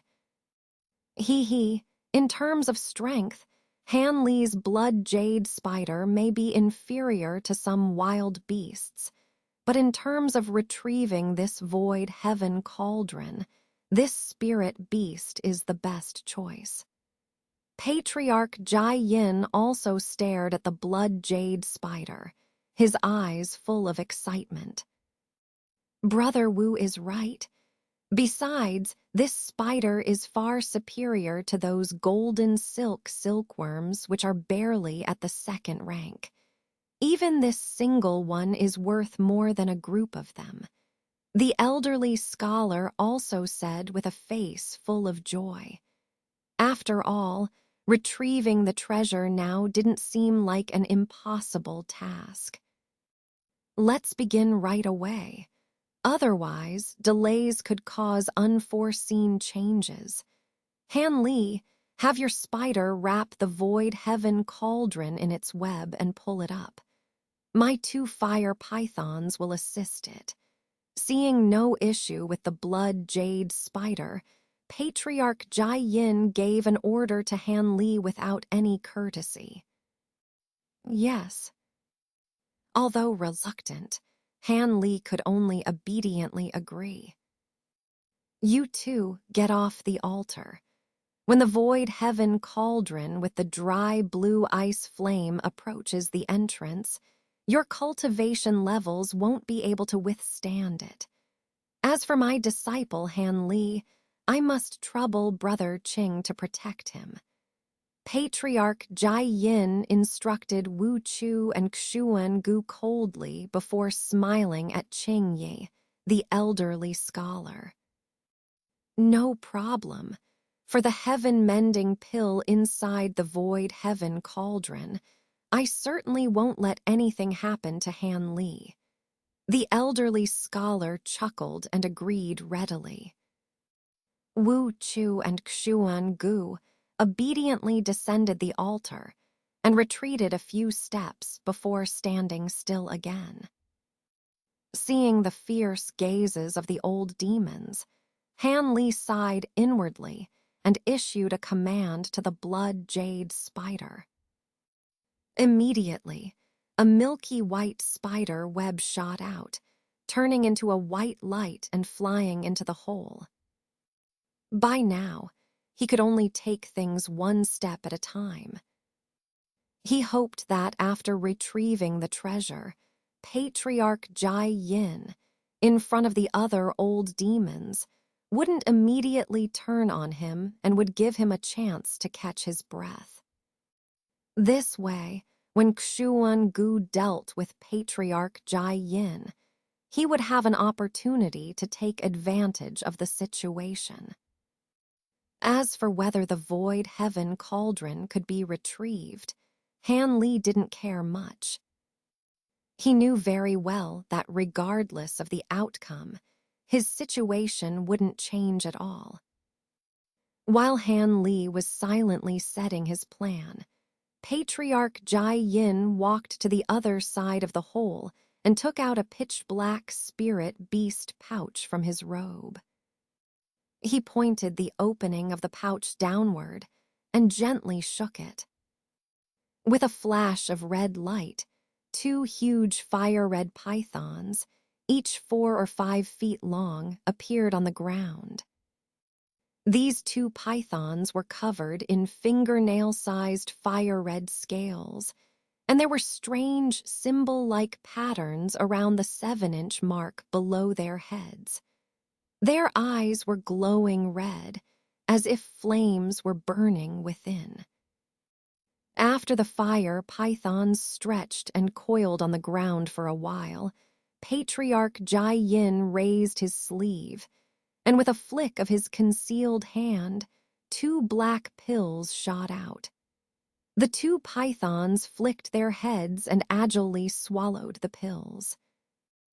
"Go," Patriarch Jai Yin unceremoniously pointed to the hole. The 2 fire pythons slithered lazily to the edge of the hole. Patriarch Jai Yin's expression became solemn as he formed a peculiar spell with his hands and began chanting an obscure incantation, seemingly using some secret technique. An astonishing scene unfolded. Under the sound of the incantation, the fire python's scales turned black and red, and they began to sway their heads and tails energetically. With 2 thuds, the python's tails plunged deeply into the ground near the edge of the hole like sharp blades. Their bodies stretched forward, elongating as if boneless, and plunged into the depths of the hole. In Han Li's astonished gaze, the 2 ropes twisted. Patriarch Jai Yin saw this, showing a trace of joy, and urgently shouted to Han Li with clenched fists. "All right, they've bitten the void heaven cauldron. Quickly have your spider pull it up. The fire pythons, even after swallowing my pills, can't withstand the dry blue ice flame for long. Whether we succeed depends on this." Han Li inwardly scoffed. "Success means I'm more likely to lose my life. Failure is actually more favorable," Han Li bitterly thought to himself. However, he still put on a brave face and commanded the blood jade spider to pull back. The bearded man and the elderly scholar were watching him closely. Any half-hearted effort would surely be noticed by these 2 old foxes. At Han Li's reluctant command, the milky translucent thread tightened, and the blood jade spider began to move backward slowly. At the same time, the 2 black and red ropes on the other side of the hole began to twist and retract. A muffled rumble followed, and the entire altar began to shake. The blue light in the hole flickered wildly, dazzling Han Li. He quickly turned his head to avoid the flashing light. The blood jade spider, however, remained oblivious and continued to pull back with all its might. "Good, the void heaven cauldron is moving," Qingye muttered to himself with a tense expression. Apparently, the void heaven cauldron was incredibly heavy. Despite the combined efforts of the blood jade spider and the 2 fire pythons. It merely swayed at the bottom of the hole without showing any signs of being lifted. Patriarch Jai Yin remained calm and pondered for a moment before spraying 2 puffs of black essence onto the 2 fire pythons. Then he turned to the bearded man and said urgently, "Brother man, please use the berserk technique on the blood jade spider. My disciple's mana is insufficient to cast this technique." "Rest assured. Leave it to me," the bearded man replied, as if anticipating this request. He stared at the blood jade spider, his lips moving silently. "Bah!" the bearded man shouted, spitting out a blood-red beam that struck the blood jade spider. With a pop, the beam burst upon contact with the spider, releasing a large cloud of red mist that enveloped the spirit beast. The blood jade spider hissed in agitation, seemingly provoked. Han Li was secretly furious at this sight. The berserk technique, judging by its name, was clearly a demonic secret art with potential side effects. The old devils hadn't even discussed this with him before applying it, showing no regard for the consequences to the blood jade spider. It was apparent they hadn't taken him, a mere core formation cultivator, seriously from the start. Although he had anticipated such treatment, experiencing it firsthand still made Han Li's face darken. By now, the blood jade spider had absorbed all the blood mist. Its once crystal-clear body had turned completely blood-red, resembling a giant scarlet gemstone. "What's this?" Han Li immediately recalled the scene when the blood jade spider had gone berserk in the underground cavern of Tian Nan, displaying the same vivid red color. He sent a thread of divine sense over, feeling its frantic, violent thoughts, seemingly on the verge of losing control. Han Li was alarmed and was about to try and calm the blood jade spider when the bearded man suddenly shouted, "What are you standing there for? Quickly have your blood jade spider pull. The berserk technique is time-limited," the bearded man barked. Han Li was inwardly annoyed, but had no choice but to comply. Thankfully, despite its berserk state, the blood jade spider still obeyed his commands. Its green eyes flashed with a blood-red light, and its limbs scraped the ground, slowly pulling the taut web back. A stronger tremor than before shook the area, accompanied by a low, rumbling sound from the hole. Seeing this, the bearded man and the others were delighted. Suddenly, a blinding blue light shot out from the hole, reaching more than 10 feet above the altar. Han Li felt a chill, followed by warmth. A shimmering blue barrier enveloped him. Surprised, Han Li saw that the scholar had expanded his protective barrier to cover him as well. "Be careful. When the void heaven cauldron is lifted, it releases a cold wave much stronger than before. Many treasure hunters have suffered because of this," the scholar muttered, not looking at Han Li but staring intently at the hole. Han Li was taken aback. Had many tried to lift this cauldron before? Why did they all fail? Though puzzled, Han Li knew now wasn't the time for questions. He turned his attention back to the altar. Clearly, the void heaven cauldron was extremely heavy. Despite the combined efforts of the spirit beasts, it moved only slightly, with the blue light from the hole becoming increasingly dazzling. Even the two below the altar, Wu Chu and Xuan Gu, watched without blinking. Wu Chu's face was full of excitement and greed, while Xuan Gu's eyes showed a complex mix of anticipation and hesitation.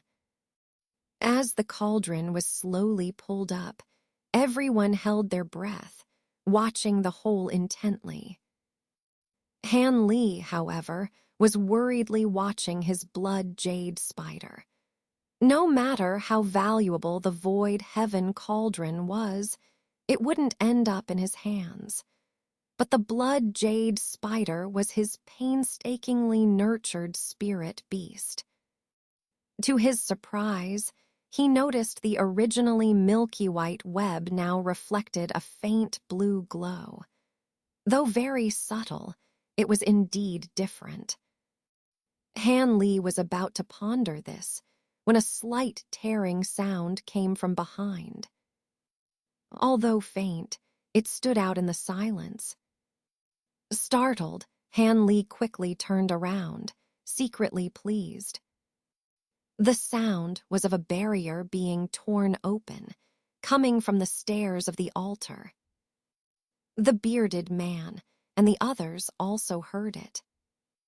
The bearded man's face changed, and he cursed, then released a yellow light from his spirit beast pouch. When the light faded, a large yellow-spotted leopard-like spirit beast appeared. This leopard was several times larger than a normal one and had a third eye on its forehead, which glowed with a yellow light. The scholar turned, his eyes flashing coldly as he said, "It's Wan Tianming and his group. My cyan thorn birds and Wu Deayu's two demonic corpses have been destroyed. They've come back to stop us. Stall them as much as possible. The void heaven cauldron is nearly out, but the suction will be strongest at the end. It can't be pulled out quickly," Patriarch Jai Yin said coldly, showing no panic as if he had anticipated this. Agreed, the scholar replied, knowing a battle was imminent. He waved his sleeves, releasing a swarm of cyan thorn birds, each the size of a fist, which hovered above him. Patriarch Jai Yin also chanted, releasing black gas from his body, which dispersed to reveal over a dozen iron-armored green demonic corpses. The bearded man merely glanced at them coldly without a word. Wu Chu below the altar moved closer, looking uneasy, while Xuan Gu remained motionless, deep in thought. Han Li noticed this, but quickly resumed his calm expression. A few streaks of light rapidly approached the altar, and in moments, Wan Tianming and his group appeared before them. "Very well," Wan Tianming said, glancing at the blood jade spider pulling the cauldron and the flickering blue hole. The demonic cultivators exchanged looks, puzzled by his calm reaction. "Very well. I would be better off without you here," the bearded man retorted. Wan didn't want to come either, but upon discovering that this young friend had a blood jade spider, "I couldn't just leave," Wan Tianming said calmly. But as he finished, he made a strange low sound. The demonic cultivators were confused when a flash of white light appeared on the stone ground near Wan Tianming, revealing a small blue beast that quickly leaped onto his arm. Wan Tianming then looked at them mockingly. A fossil beast, the scholar exclaimed, recognizing the creature. Yes, if I hadn't left this beast to watch you, how would I have arrived so timely? This beast can hide in stone, undetectable even by experts. It seems my precaution paid off. Now you have two choices. Let us kill the blood jade spider and let the cauldron stay in the hole, or share the treasure equally. We won't let the demonic path monopolize it, Juan Tiananmen said, confidently stroking the fossil beast on his arm. Split it with you. Upon hearing this, Jai Yin's gloomy face twitched slightly, showing some signs of interest.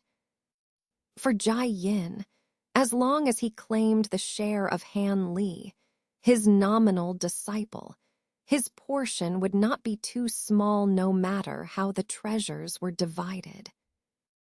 However, before Jai Yin could ponder the feasibility of this plan, the bearded brute at the front threw his head back and laughed arrogantly.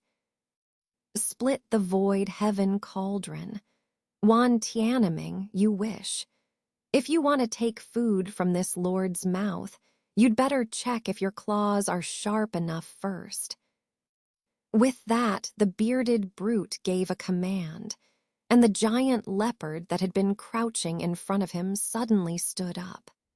With a low growl, the third eye on its head opened wide, shooting a yellow beam straight at Juan Tiananmen. You beast, seeking death, Juan Tiananmen roared angrily. He hadn't expected the bearded brute to ignore his suggestion and start a fight so abruptly. After all, with the help of the frost dragon and the departure tortoise on his side, they seemed stronger. This made Juan Tiananmen hastily release a purple light to intercept the yellow beam. As soon as the purple light touched the yellow beam exploded. With a clang, the purple light vanished, and a white object fell from the air, shattering before anyone could see what it was. Upon closer inspection, it turned out to be an ordinary fragment of stone, puzzling most people present. However, upon seeing this, Juan Tiananmen's face changed several times, and he exclaimed in disbelief, transmutation technique. Your three-eyed leopard is a mutated spirit beast.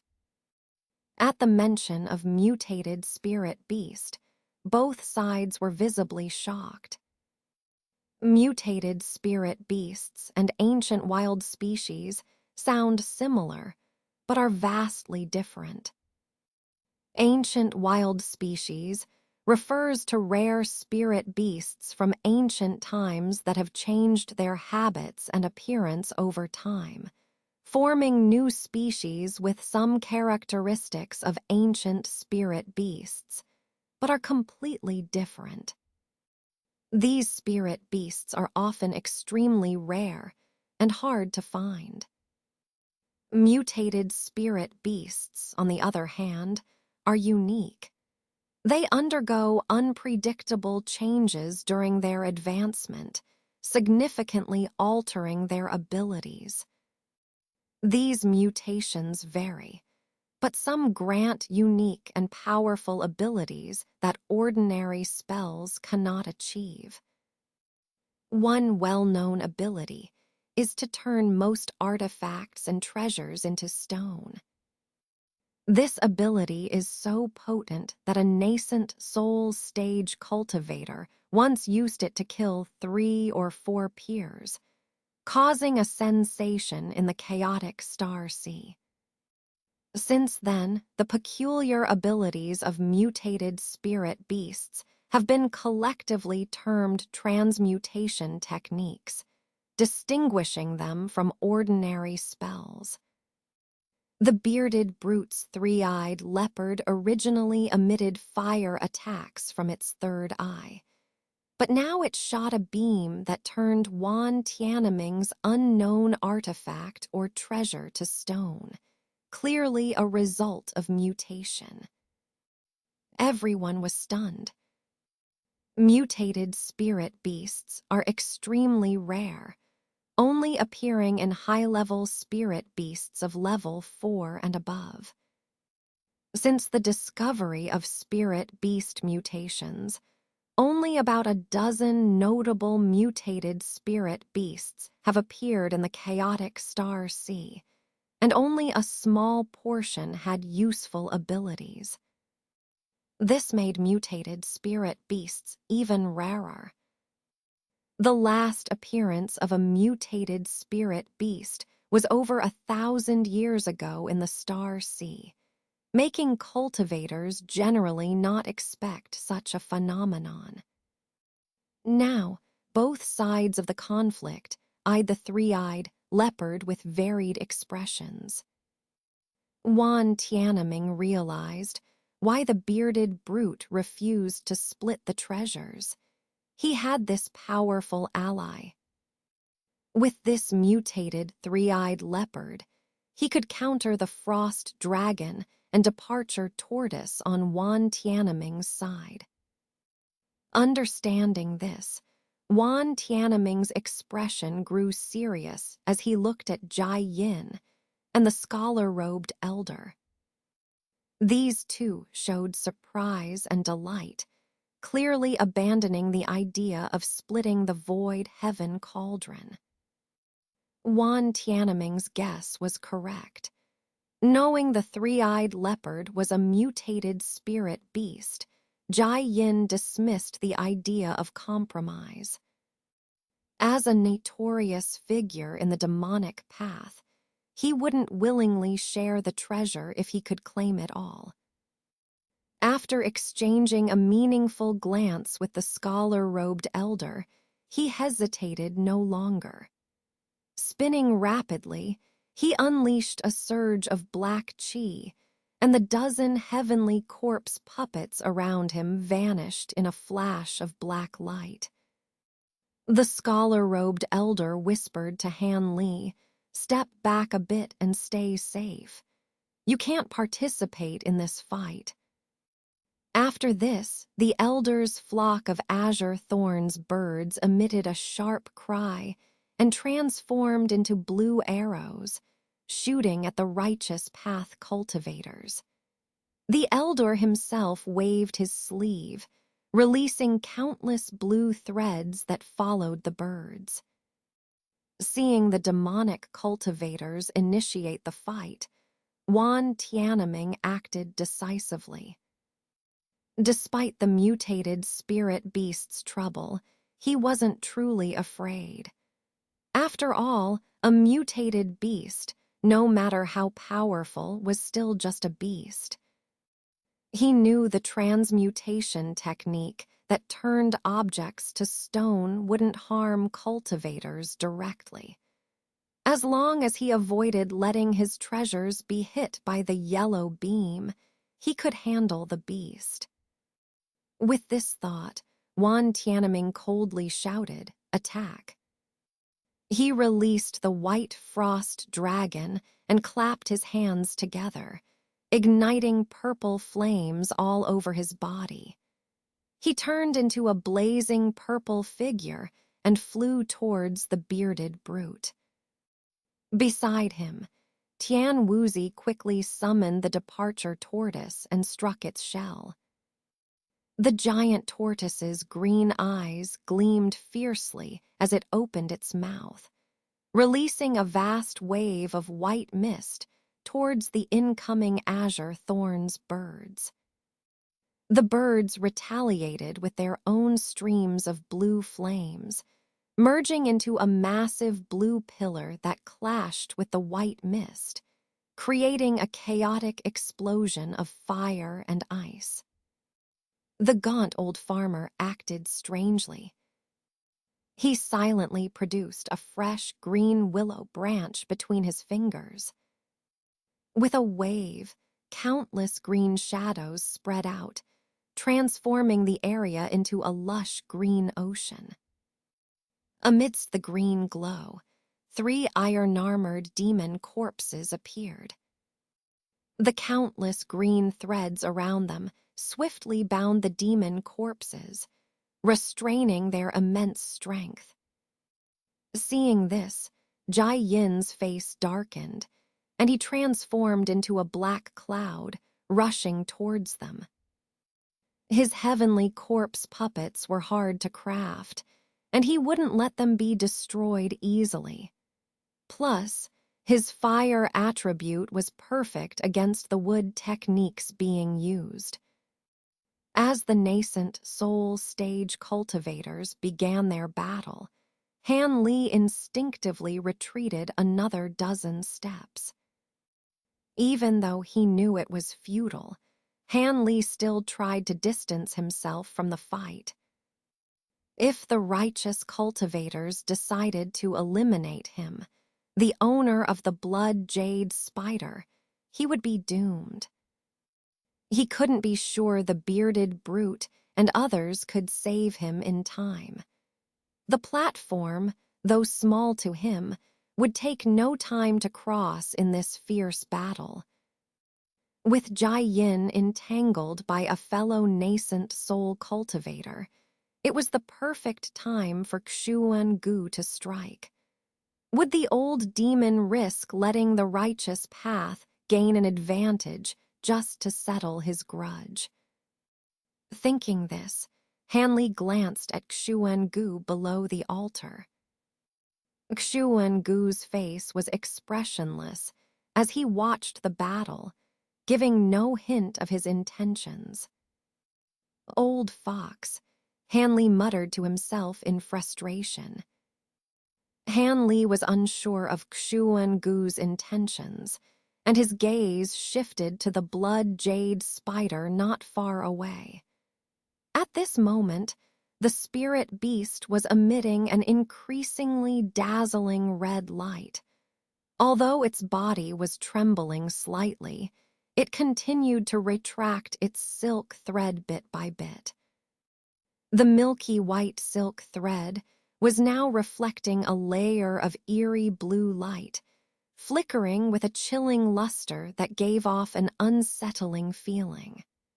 However, as the blue light approached the red glow on the blood jade spider's body, it burst into tiny white sparks and was immediately repelled, unable to get within half an inch of the spider. Han Li frowned. There was no doubt that this strange light was closely related to the azure blue ice flame. No wonder none of the old monsters had stepped in to assist the spirit beast in retrieving the treasure. They must be quite wary of these blue lights. Just as Han Li thought of this, a thunderous explosion sounded from the sky, accompanied by Barbarian Beard's loud shout and wild laughter. His gaze was again drawn to the battlefield. At this moment, Barbarian Beard's body had swelled to a massive height of 3 or 4 yards. His upper body, stripped of its clothing, revealed a chest covered in dense scales that shone like golden armor, dazzling to the eye. More strangely, several silver light bands were circling and dancing around his gigantic form. These light bands, ethereal and erratic, effectively prevented the purple fire dragons from Wan Tianming's sky net art from approaching him. Barbarian Beard had claimed that his sky-supporting demon art was the best in chaotic Star Sea, but he was no fool to use it to directly counter Wan Tianming's true fire. Moreover, Barbarian Beard's hands were now equipped with a pair of pitch-black iron gloves, adorned with several-inch-long spikes, making them look ferocious. He swung these gloves at a purple giant sword that danced like a dragon, each punch sending the giant sword flying several yards away. In the air, Wan Tianming, controlling the giant sword, wore a fierce expression as he maneuvered two more purple fire dragons, seeking a weak spot in the silver light bands to trap his formidable opponent. On another side, Tian Wuzi and Qing Yizhai, she were evidently cautious, keeping their distance and continuously attacking each other with spirit birds and treasures, seemingly more intent on testing each other than on a life-and-death struggle. The most intense battle was between Grandmaster Jian and the black-skinned old farmer. Within a large area around them, ghostly wails and phoenix cries intertwined, with green shadows and black fog forming a giant vortex. Occasionally, the figures of several heavenly capital corpses could be seen, or massive green vines would lash out wildly from the vortex, indicating a fierce and chaotic battle. As for the mutated, three-eyed spirit leopard, it was engaged in a relentless chase with the white cold Jiao dragon. The cold Jiao was clearly at a disadvantage, forced to flee wildly in the face of the leopard's transforming yellow light. The white light and cold breath it spewed were instantly turned into ordinary stones upon contact with the yellow light, rendering them ineffective. Despite this, the cold Jiao managed to keep the mutated spirit leopard at bay, preventing it from attacking the three righteous cultivators. Judging by the situation, the cold Jiao could hold out on its own for a while longer. Hanley felt a strange sensation as he watched. The battle seemed extremely lively, with treasures flying and secret arts being unleashed, but it didn't feel like a life-and-death struggle, more like a martial arts competition. He wondered if this was typical for nascent soul stage cultivators. Suddenly, he remembered something and glanced at Xuan Gu again. Xuan Gu's expressionless face now held a trace of a cold smile, but as soon as he sensed Han Li's gaze, he immediately returned to his impassive demeanor. Han Li's heart tightened, feeling as if he had almost grasped something important. Before he could ponder further, the void sky cauldron at the cave entrance emitted a loud explosion, followed by a harsh scraping sound. Startled, Han Li quickly turned to look at the cave entrance, cautiously taking a defensive stance. He saw the blue light within the altar flicker violently, followed by a dragon's roar and a streak of fire shooting out from the cave. The fire quickly coiled around the altar, transforming into a twin-headed flaming wolf that hovered in midair. The wolf, its body engulfed in fierce flames, leaped into the air as if to escape upon seeing the gathered cultivators. Both the righteous and demonic cultivators, previously engaged in battle, paused in surprise. The Confucian-robed old man, nearest to the flaming wolf, swiftly patted his head, releasing a giant azure hand that shot towards the wolf. "Dream on, this treasure belongs to me," Wan Tianming shouted anxiously, his body spinning as he transformed into two identical clones. Both clones were engulfed in purple flames, merging into a single purple streak that chased after the giant hand. Barbarian Beard and the others, realizing what was happening, quickly used their own techniques to pursue the same target.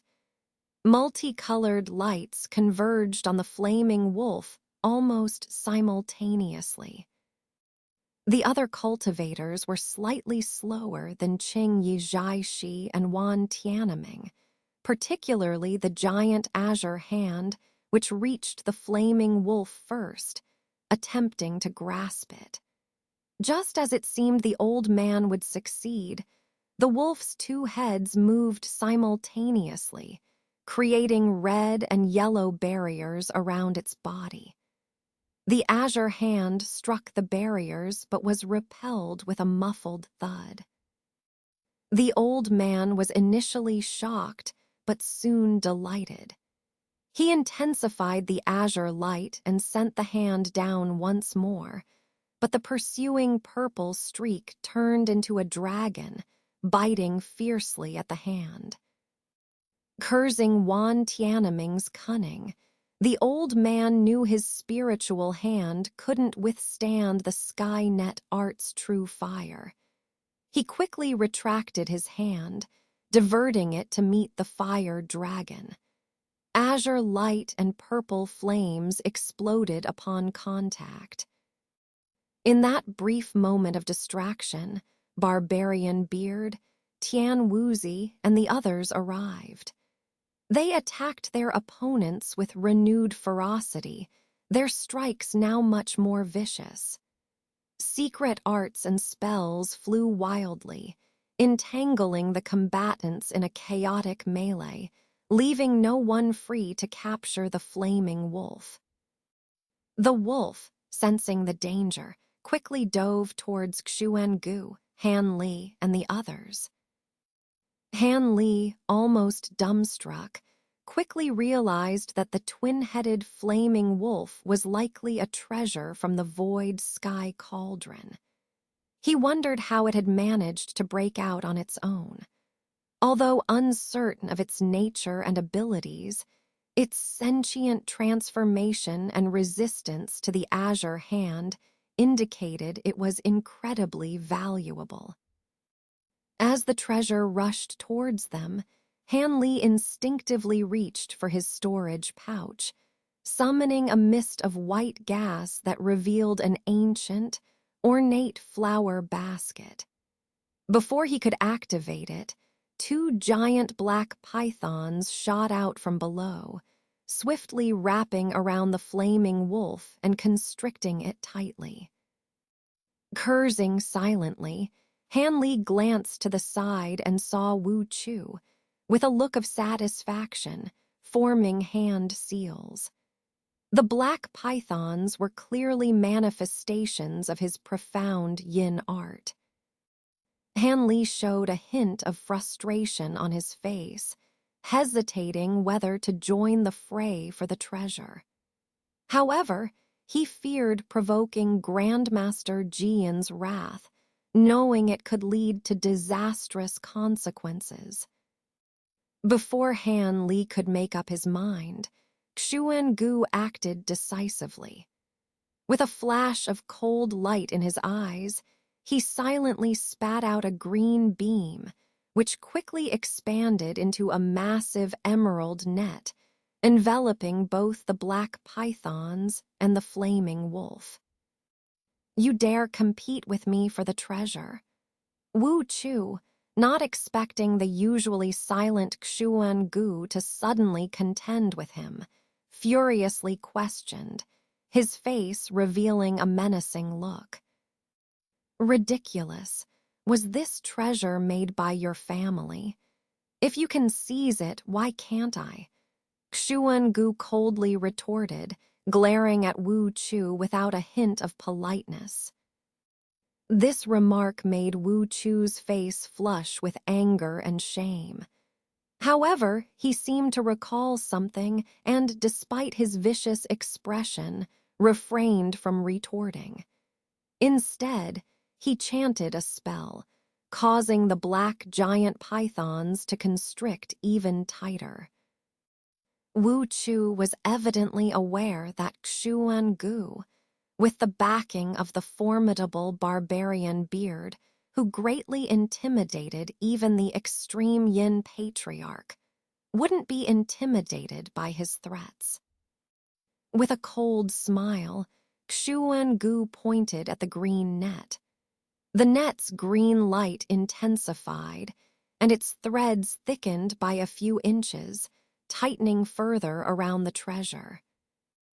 Although the twin-headed flaming wolf, enveloped by a glowing shield, was being pressured by both Wu Chu and Xuangu, its shield, though reduced in size, became even more dazzling and sturdy.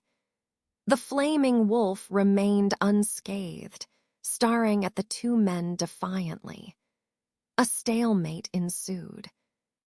The fierce battle above between the righteous and demonic factions clearly hadn't anticipated that the treasure would end up near Han Li and the others. Wan Tianming and the other righteous cultivators were immediately anxious, eager to break free and seize the treasure. However, Barbarian Beard and Extreme Yin seemed unhurried.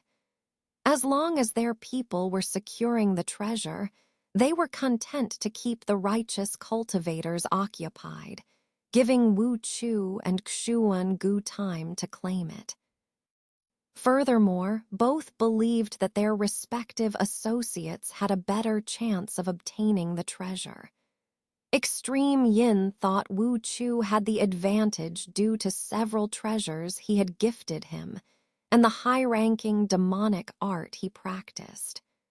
Barbarian Beard, knowing Xuan Gu's true capabilities, was even more confident in his success.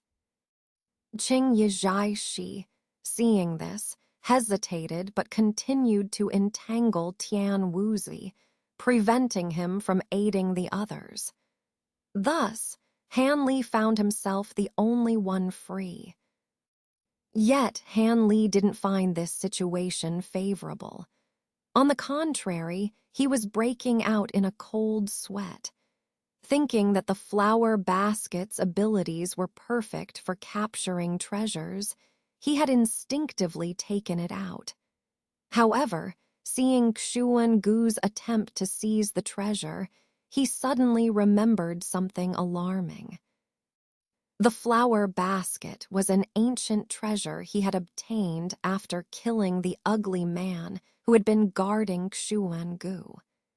By bringing it out now, wasn't he essentially revealing to the extreme Yin patriarch that he had been the one to freak Xuan Gu? Han Li's heart sank. Forgetting about capturing the treasure, his mind was consumed with strategies to deal with extreme Yin. But after a moment, he was stunned. He noticed that extreme Yin had only glanced at the flower basket before quickly looking away, showing no unusual reaction. Nothing happened. Relieved, Han Li realized that the flower basket hadn't been a gift from extreme Yin to the ugly man. Moreover, he seemed completely unaware that the man had possessed this treasure. With this understanding, Han Li calmed down. Indeed, Han Li's guess was correct.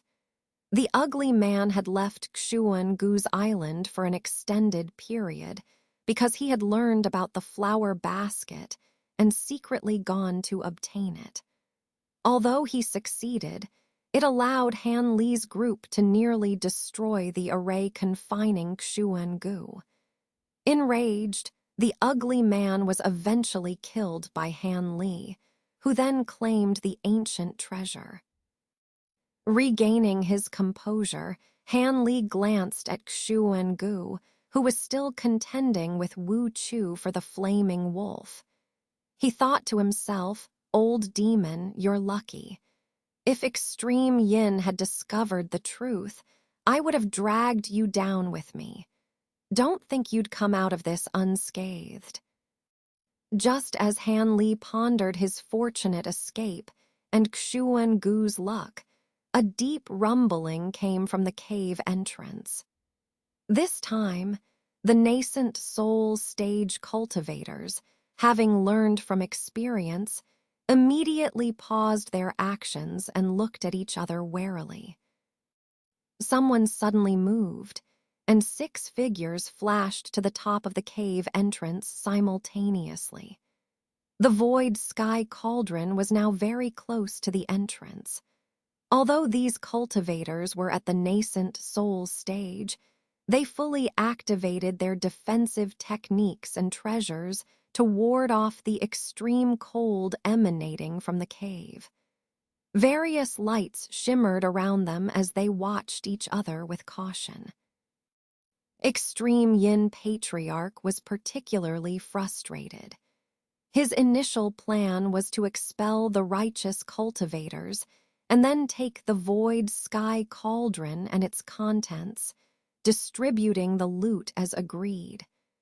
But he hadn't anticipated that the ancient treasures within the cauldron would escape on their own as it neared the entrance. Now, whoever claimed the treasures would keep them, nullifying their prior agreement.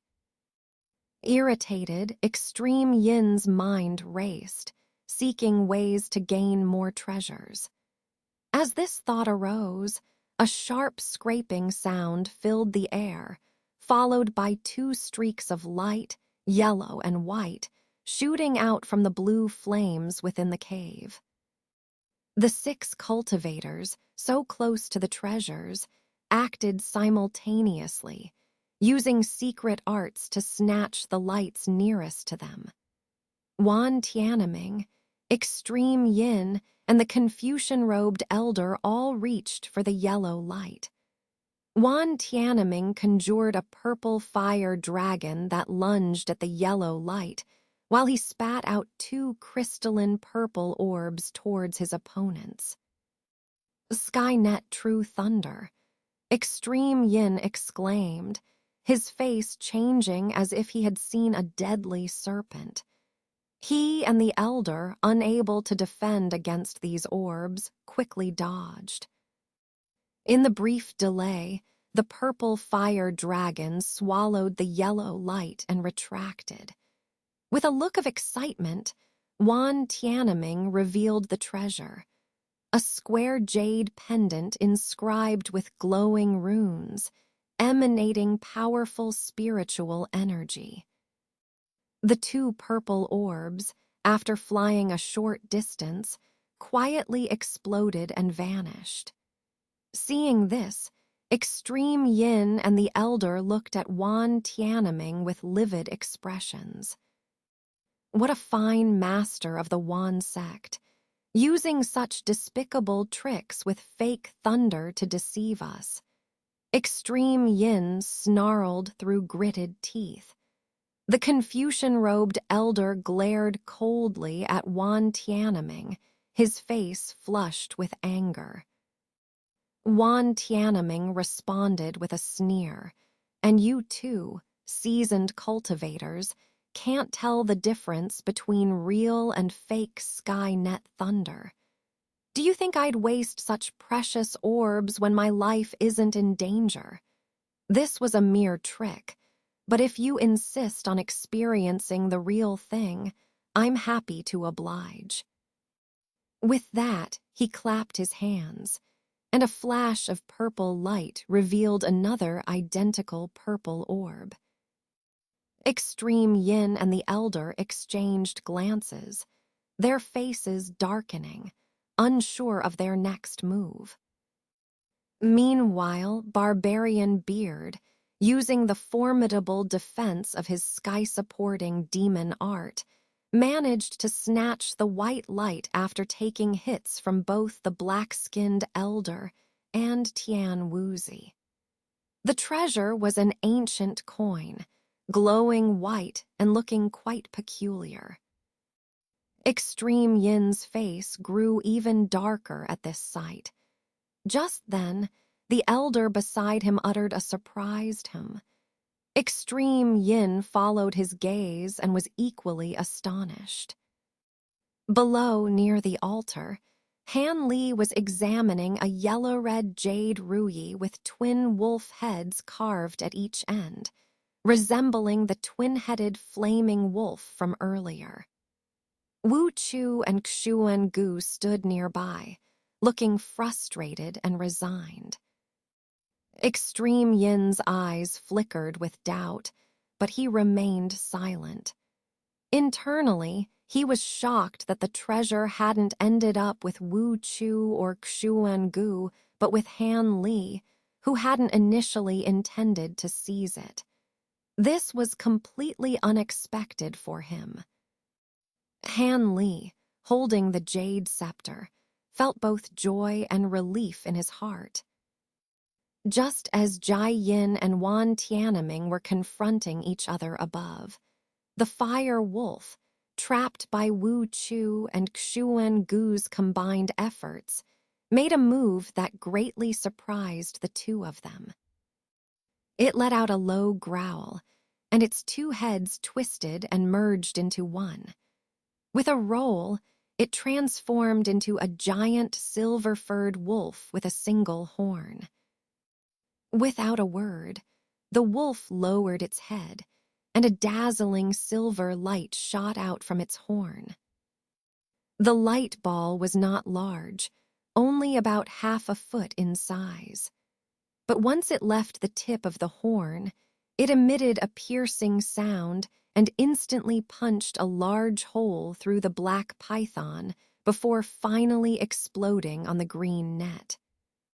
The properties of the silver light ball were unknown, but upon contact, the green net changed color and transformed into a cloud of gray-white gas, disappearing without a trace.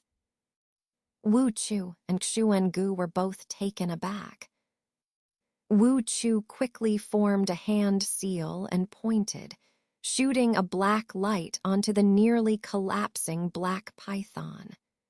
The hole immediately began to close with a dark glow, and the python's form solidified once again. Xuan Gu, after his initial shock, stared intently at the silver giant wolf, seemingly having realized something. After a brief hesitation, his face turned serious, and he spat out a small green knife. The knife was only a few inches long, short and without a handle, with a blade light that fluctuated unpredictably, clearly not an ordinary item. Han Li's heart stirred, and he couldn't help but take a closer look at the treasure. If he wasn't mistaken, this small knife was actually the transformed Golden Thunder bamboo arrow, its true form concealed by some spell. Had Xuan Gu lost his mind? Jai Yin was right above, and yet he dared to use this treasure in his presence. Jai Yin had once used this very treasure to ambush him. Although the illusion spell was indeed high level, if not for Han Li's own cultivation of a life-bound treasure also made from Golden Thunder bamboo, he might not have noticed the difference. But it was still too risky. Could there be something truly extraordinary about this silver wolf that made the old demon willing to take such a risk? Han Li pondered, feeling increasingly puzzled. In the brief moment of his contemplation, the silver giant wolf within the light barrier began to rapidly shrink, transforming into a miniature wolf about a foot in size. With a flash of silver light, it darted through the half-closed hole, escaping the entanglement of the black python. Seeing this, Xuan Gu immediately swung the small knife, sending a green light directly at the wolf. With a bang, the silver wolf and the small knife were both sent flying in opposite directions. The silver wolf's body was incredibly tough, showing no signs of injury. By coincidence, the direction in which the silver wolf was knocked back was right towards Han Li. Seizing this opportunity, Han Li put aside any hesitation and unthinkingly threw the flower basket at the silver wolf. To ensure the treasure could hold the wolf, Hanley also pressed his right hand on his storage pouch, releasing 5 linked copper rings. With a breath of green energy, the rings flashed and disappeared. Almost immediately, a clear sound echoed. The silver wolf, just stopping its flight, hadn't had time to escape. Copper rings appeared on its limbs and head, flashing a few times before tightening. The silver wolf fell from the air like a bird shot by an arrow. The flower basket, now a cloud of white energy, enveloped the wolf and swiftly returned to Han Li, reverting to its basket form. Witnessing this, Xuangu, who had just retrieved the green knife, and Wu Chu, who was holding a black silk scarf, were both stunned, their faces filled with disbelief. But Wu Chu, recovering quickly, became visibly furious. This situation was absurd. He had thought that acquiring an ownerless treasure would be a simple matter with his profound yin techniques. However, not only had Xuangu tried to seize it first, but just as he was ready to use another treasure after realizing the difficulty, the silver wolf was easily captured by Han Li. This left Wu Chu feeling both embarrassed and enraged. Xuangu, after a moment of shock, showed a strange expression. Although he quickly regained his composure, Han Li noticed a trace of frustration in his eyes. Additionally, the old demon glanced a couple of times at the copper rings on the silver wolf, looking slightly puzzled. Han Li didn't have time to dwell on Xuangu's odd behavior. Excited, he looked into the basket after it returned to his hand. The copper rings seemed to be the wolf's nemesis, locking it tightly, rendering it immobile.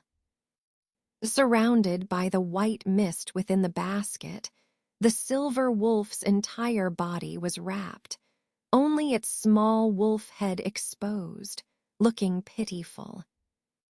Han Li chuckled softly, and without hesitation, he reached out and gently rubbed the wolf's head. Then, with a flash of green light from his hand, he enveloped the silver wolf. Moments later, the silver wolf's form began to fade, eventually turning into a jade scepter.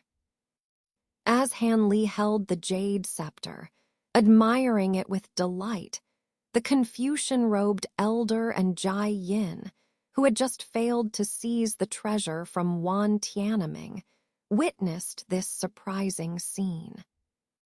Jai Yin secretly frowned, but facing a formidable opponent like Wan Tianming, he couldn't spare any attention for the matter.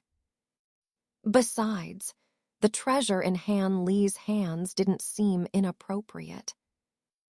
After all, such an ancient treasure with the ability to transform and exhibit sentience couldn't be casually kept by a mere junior. Han Li would naturally have to hand it over later. With this thought in mind, Jai Yin refocused his attention on Wan Tianming. The Tian Luo Thunder Bead was one of the few artifacts capable of directly harming a cultivator's nascent soul, forcing Jai Yin to muster all his focus to deal with his opponent. Unfortunately, they were destined not to engage in a full battle, as the platform within the light barrier began to tremble once more. This time, the shaking was far more intense than before, as if the entire ground was about to collapse. Simultaneously, a dazzling blue flame finally emerged from the opening in the ground. Though only a tiny bit of the flame appeared, it instantly spread from the opening, blooming into a brilliant blue flower that quickly expanded across the entire platform. With a loud hissing sound, a layer of eerie blue frost rapidly thickened and spread across the ground. Han Li, startled, instinctively flew into the air. Xuan Gu was just as quick, ascending simultaneously with Han Li. Only Wu Chu hesitated for a moment, and in that brief pause, blue ice spread up from his feet, encasing him entirely. The profound yin energy surrounding him was utterly ineffective in stopping it. Terrified, Wu Chu tried to fly up, but his feet were firmly frozen to the platform, preventing any movement. Wu Chu let out a scream of horror as the blue ice quickly spread to his legs, then his thighs. Seeing this, Han Li and Xuan Gu involuntarily exchanged a glance, both seeing the terror in each other's eyes. Just as Wu Chu was about to be completely frozen into an ice statue, a thin black light shot down from the sky, striking Wu Chu and causing black flames to erupt. The blue ice rapidly melted away, giving off wisps of blue smoke. Wu Chu was overjoyed, and once freed, he hurriedly flew into the air, his face showing the relief of escaping death. At this moment, a cold snort came from above, followed by a somewhat impatient voice. "Be careful next time. I might not be able to save you again." It was Jai Yin, who had saved Wu Chu with a casual use of the heavenly corpse fire.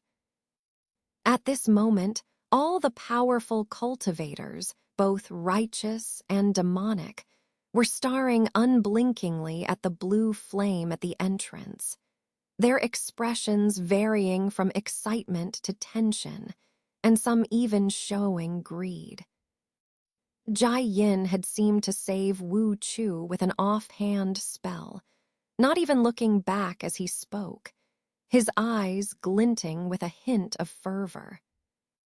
The long-rumored #1 treasure of the chaotic star sea, the void heaven cauldron, was finally about to reveal itself in front of several nascent soul stage cultivators.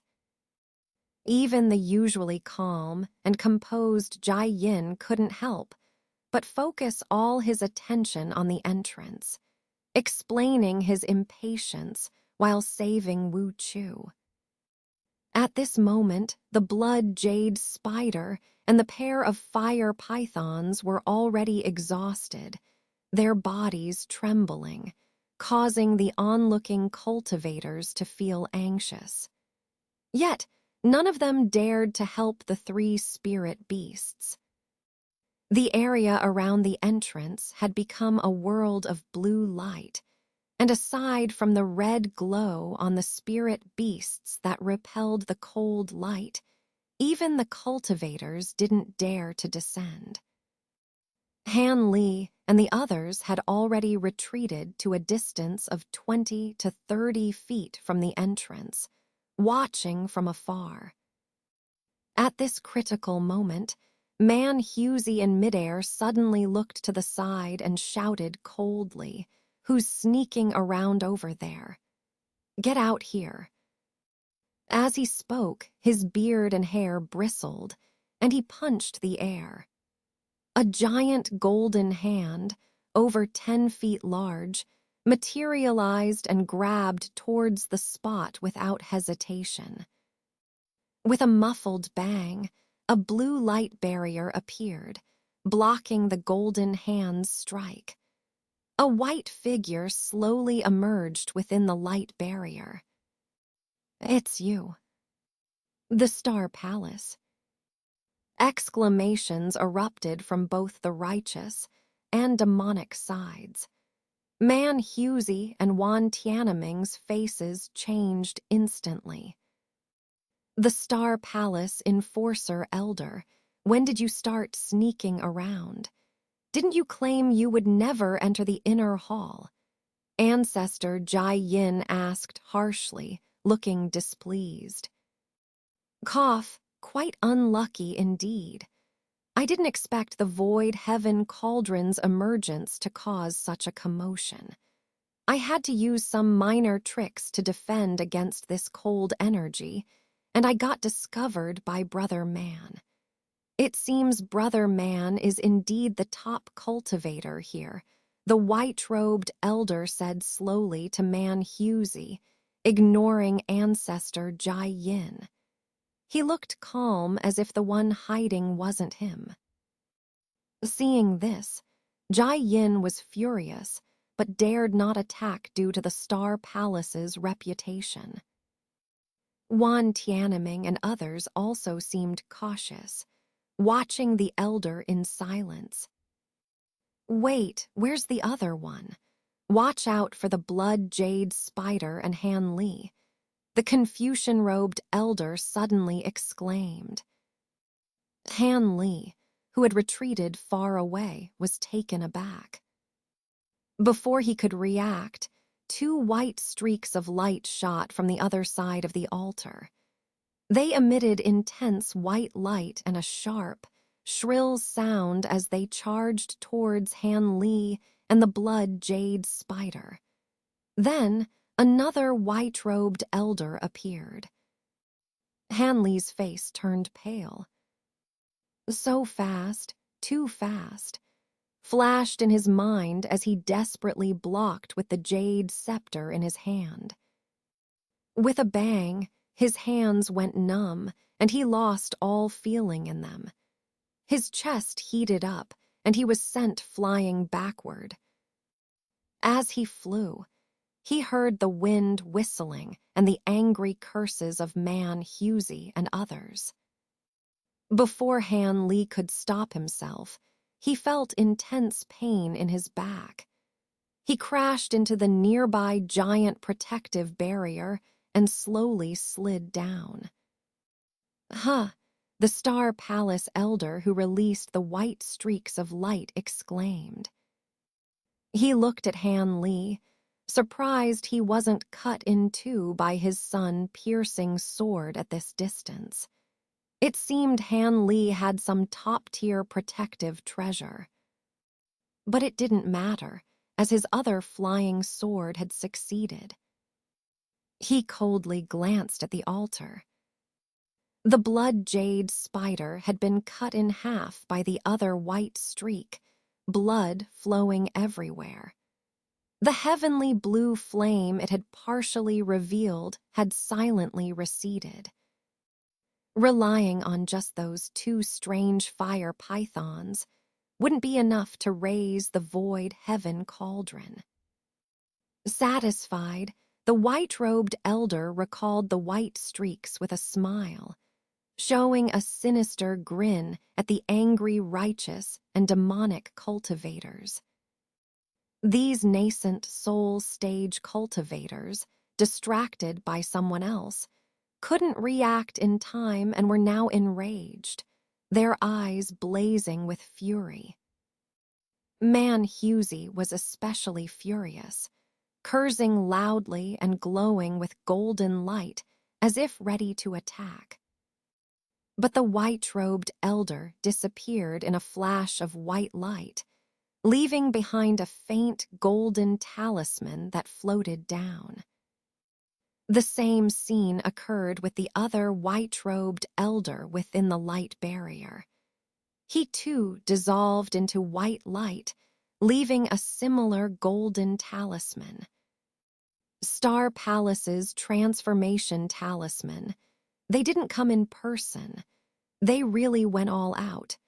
Now, even if we want to settle the score later, we can't, Man Husey muttered, his anger fading and replaced with a thoughtful look.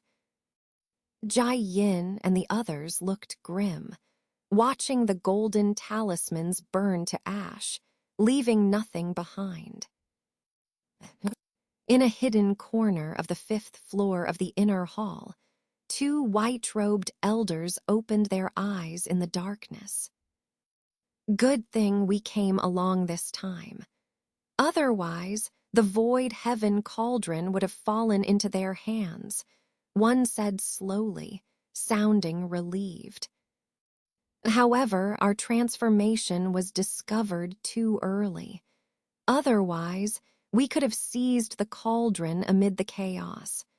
What a pity, the other said coldly, sounding regretful.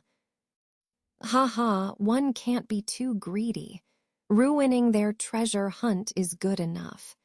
Next time the void heaven hall appears, it will be ours, the first elder laughed.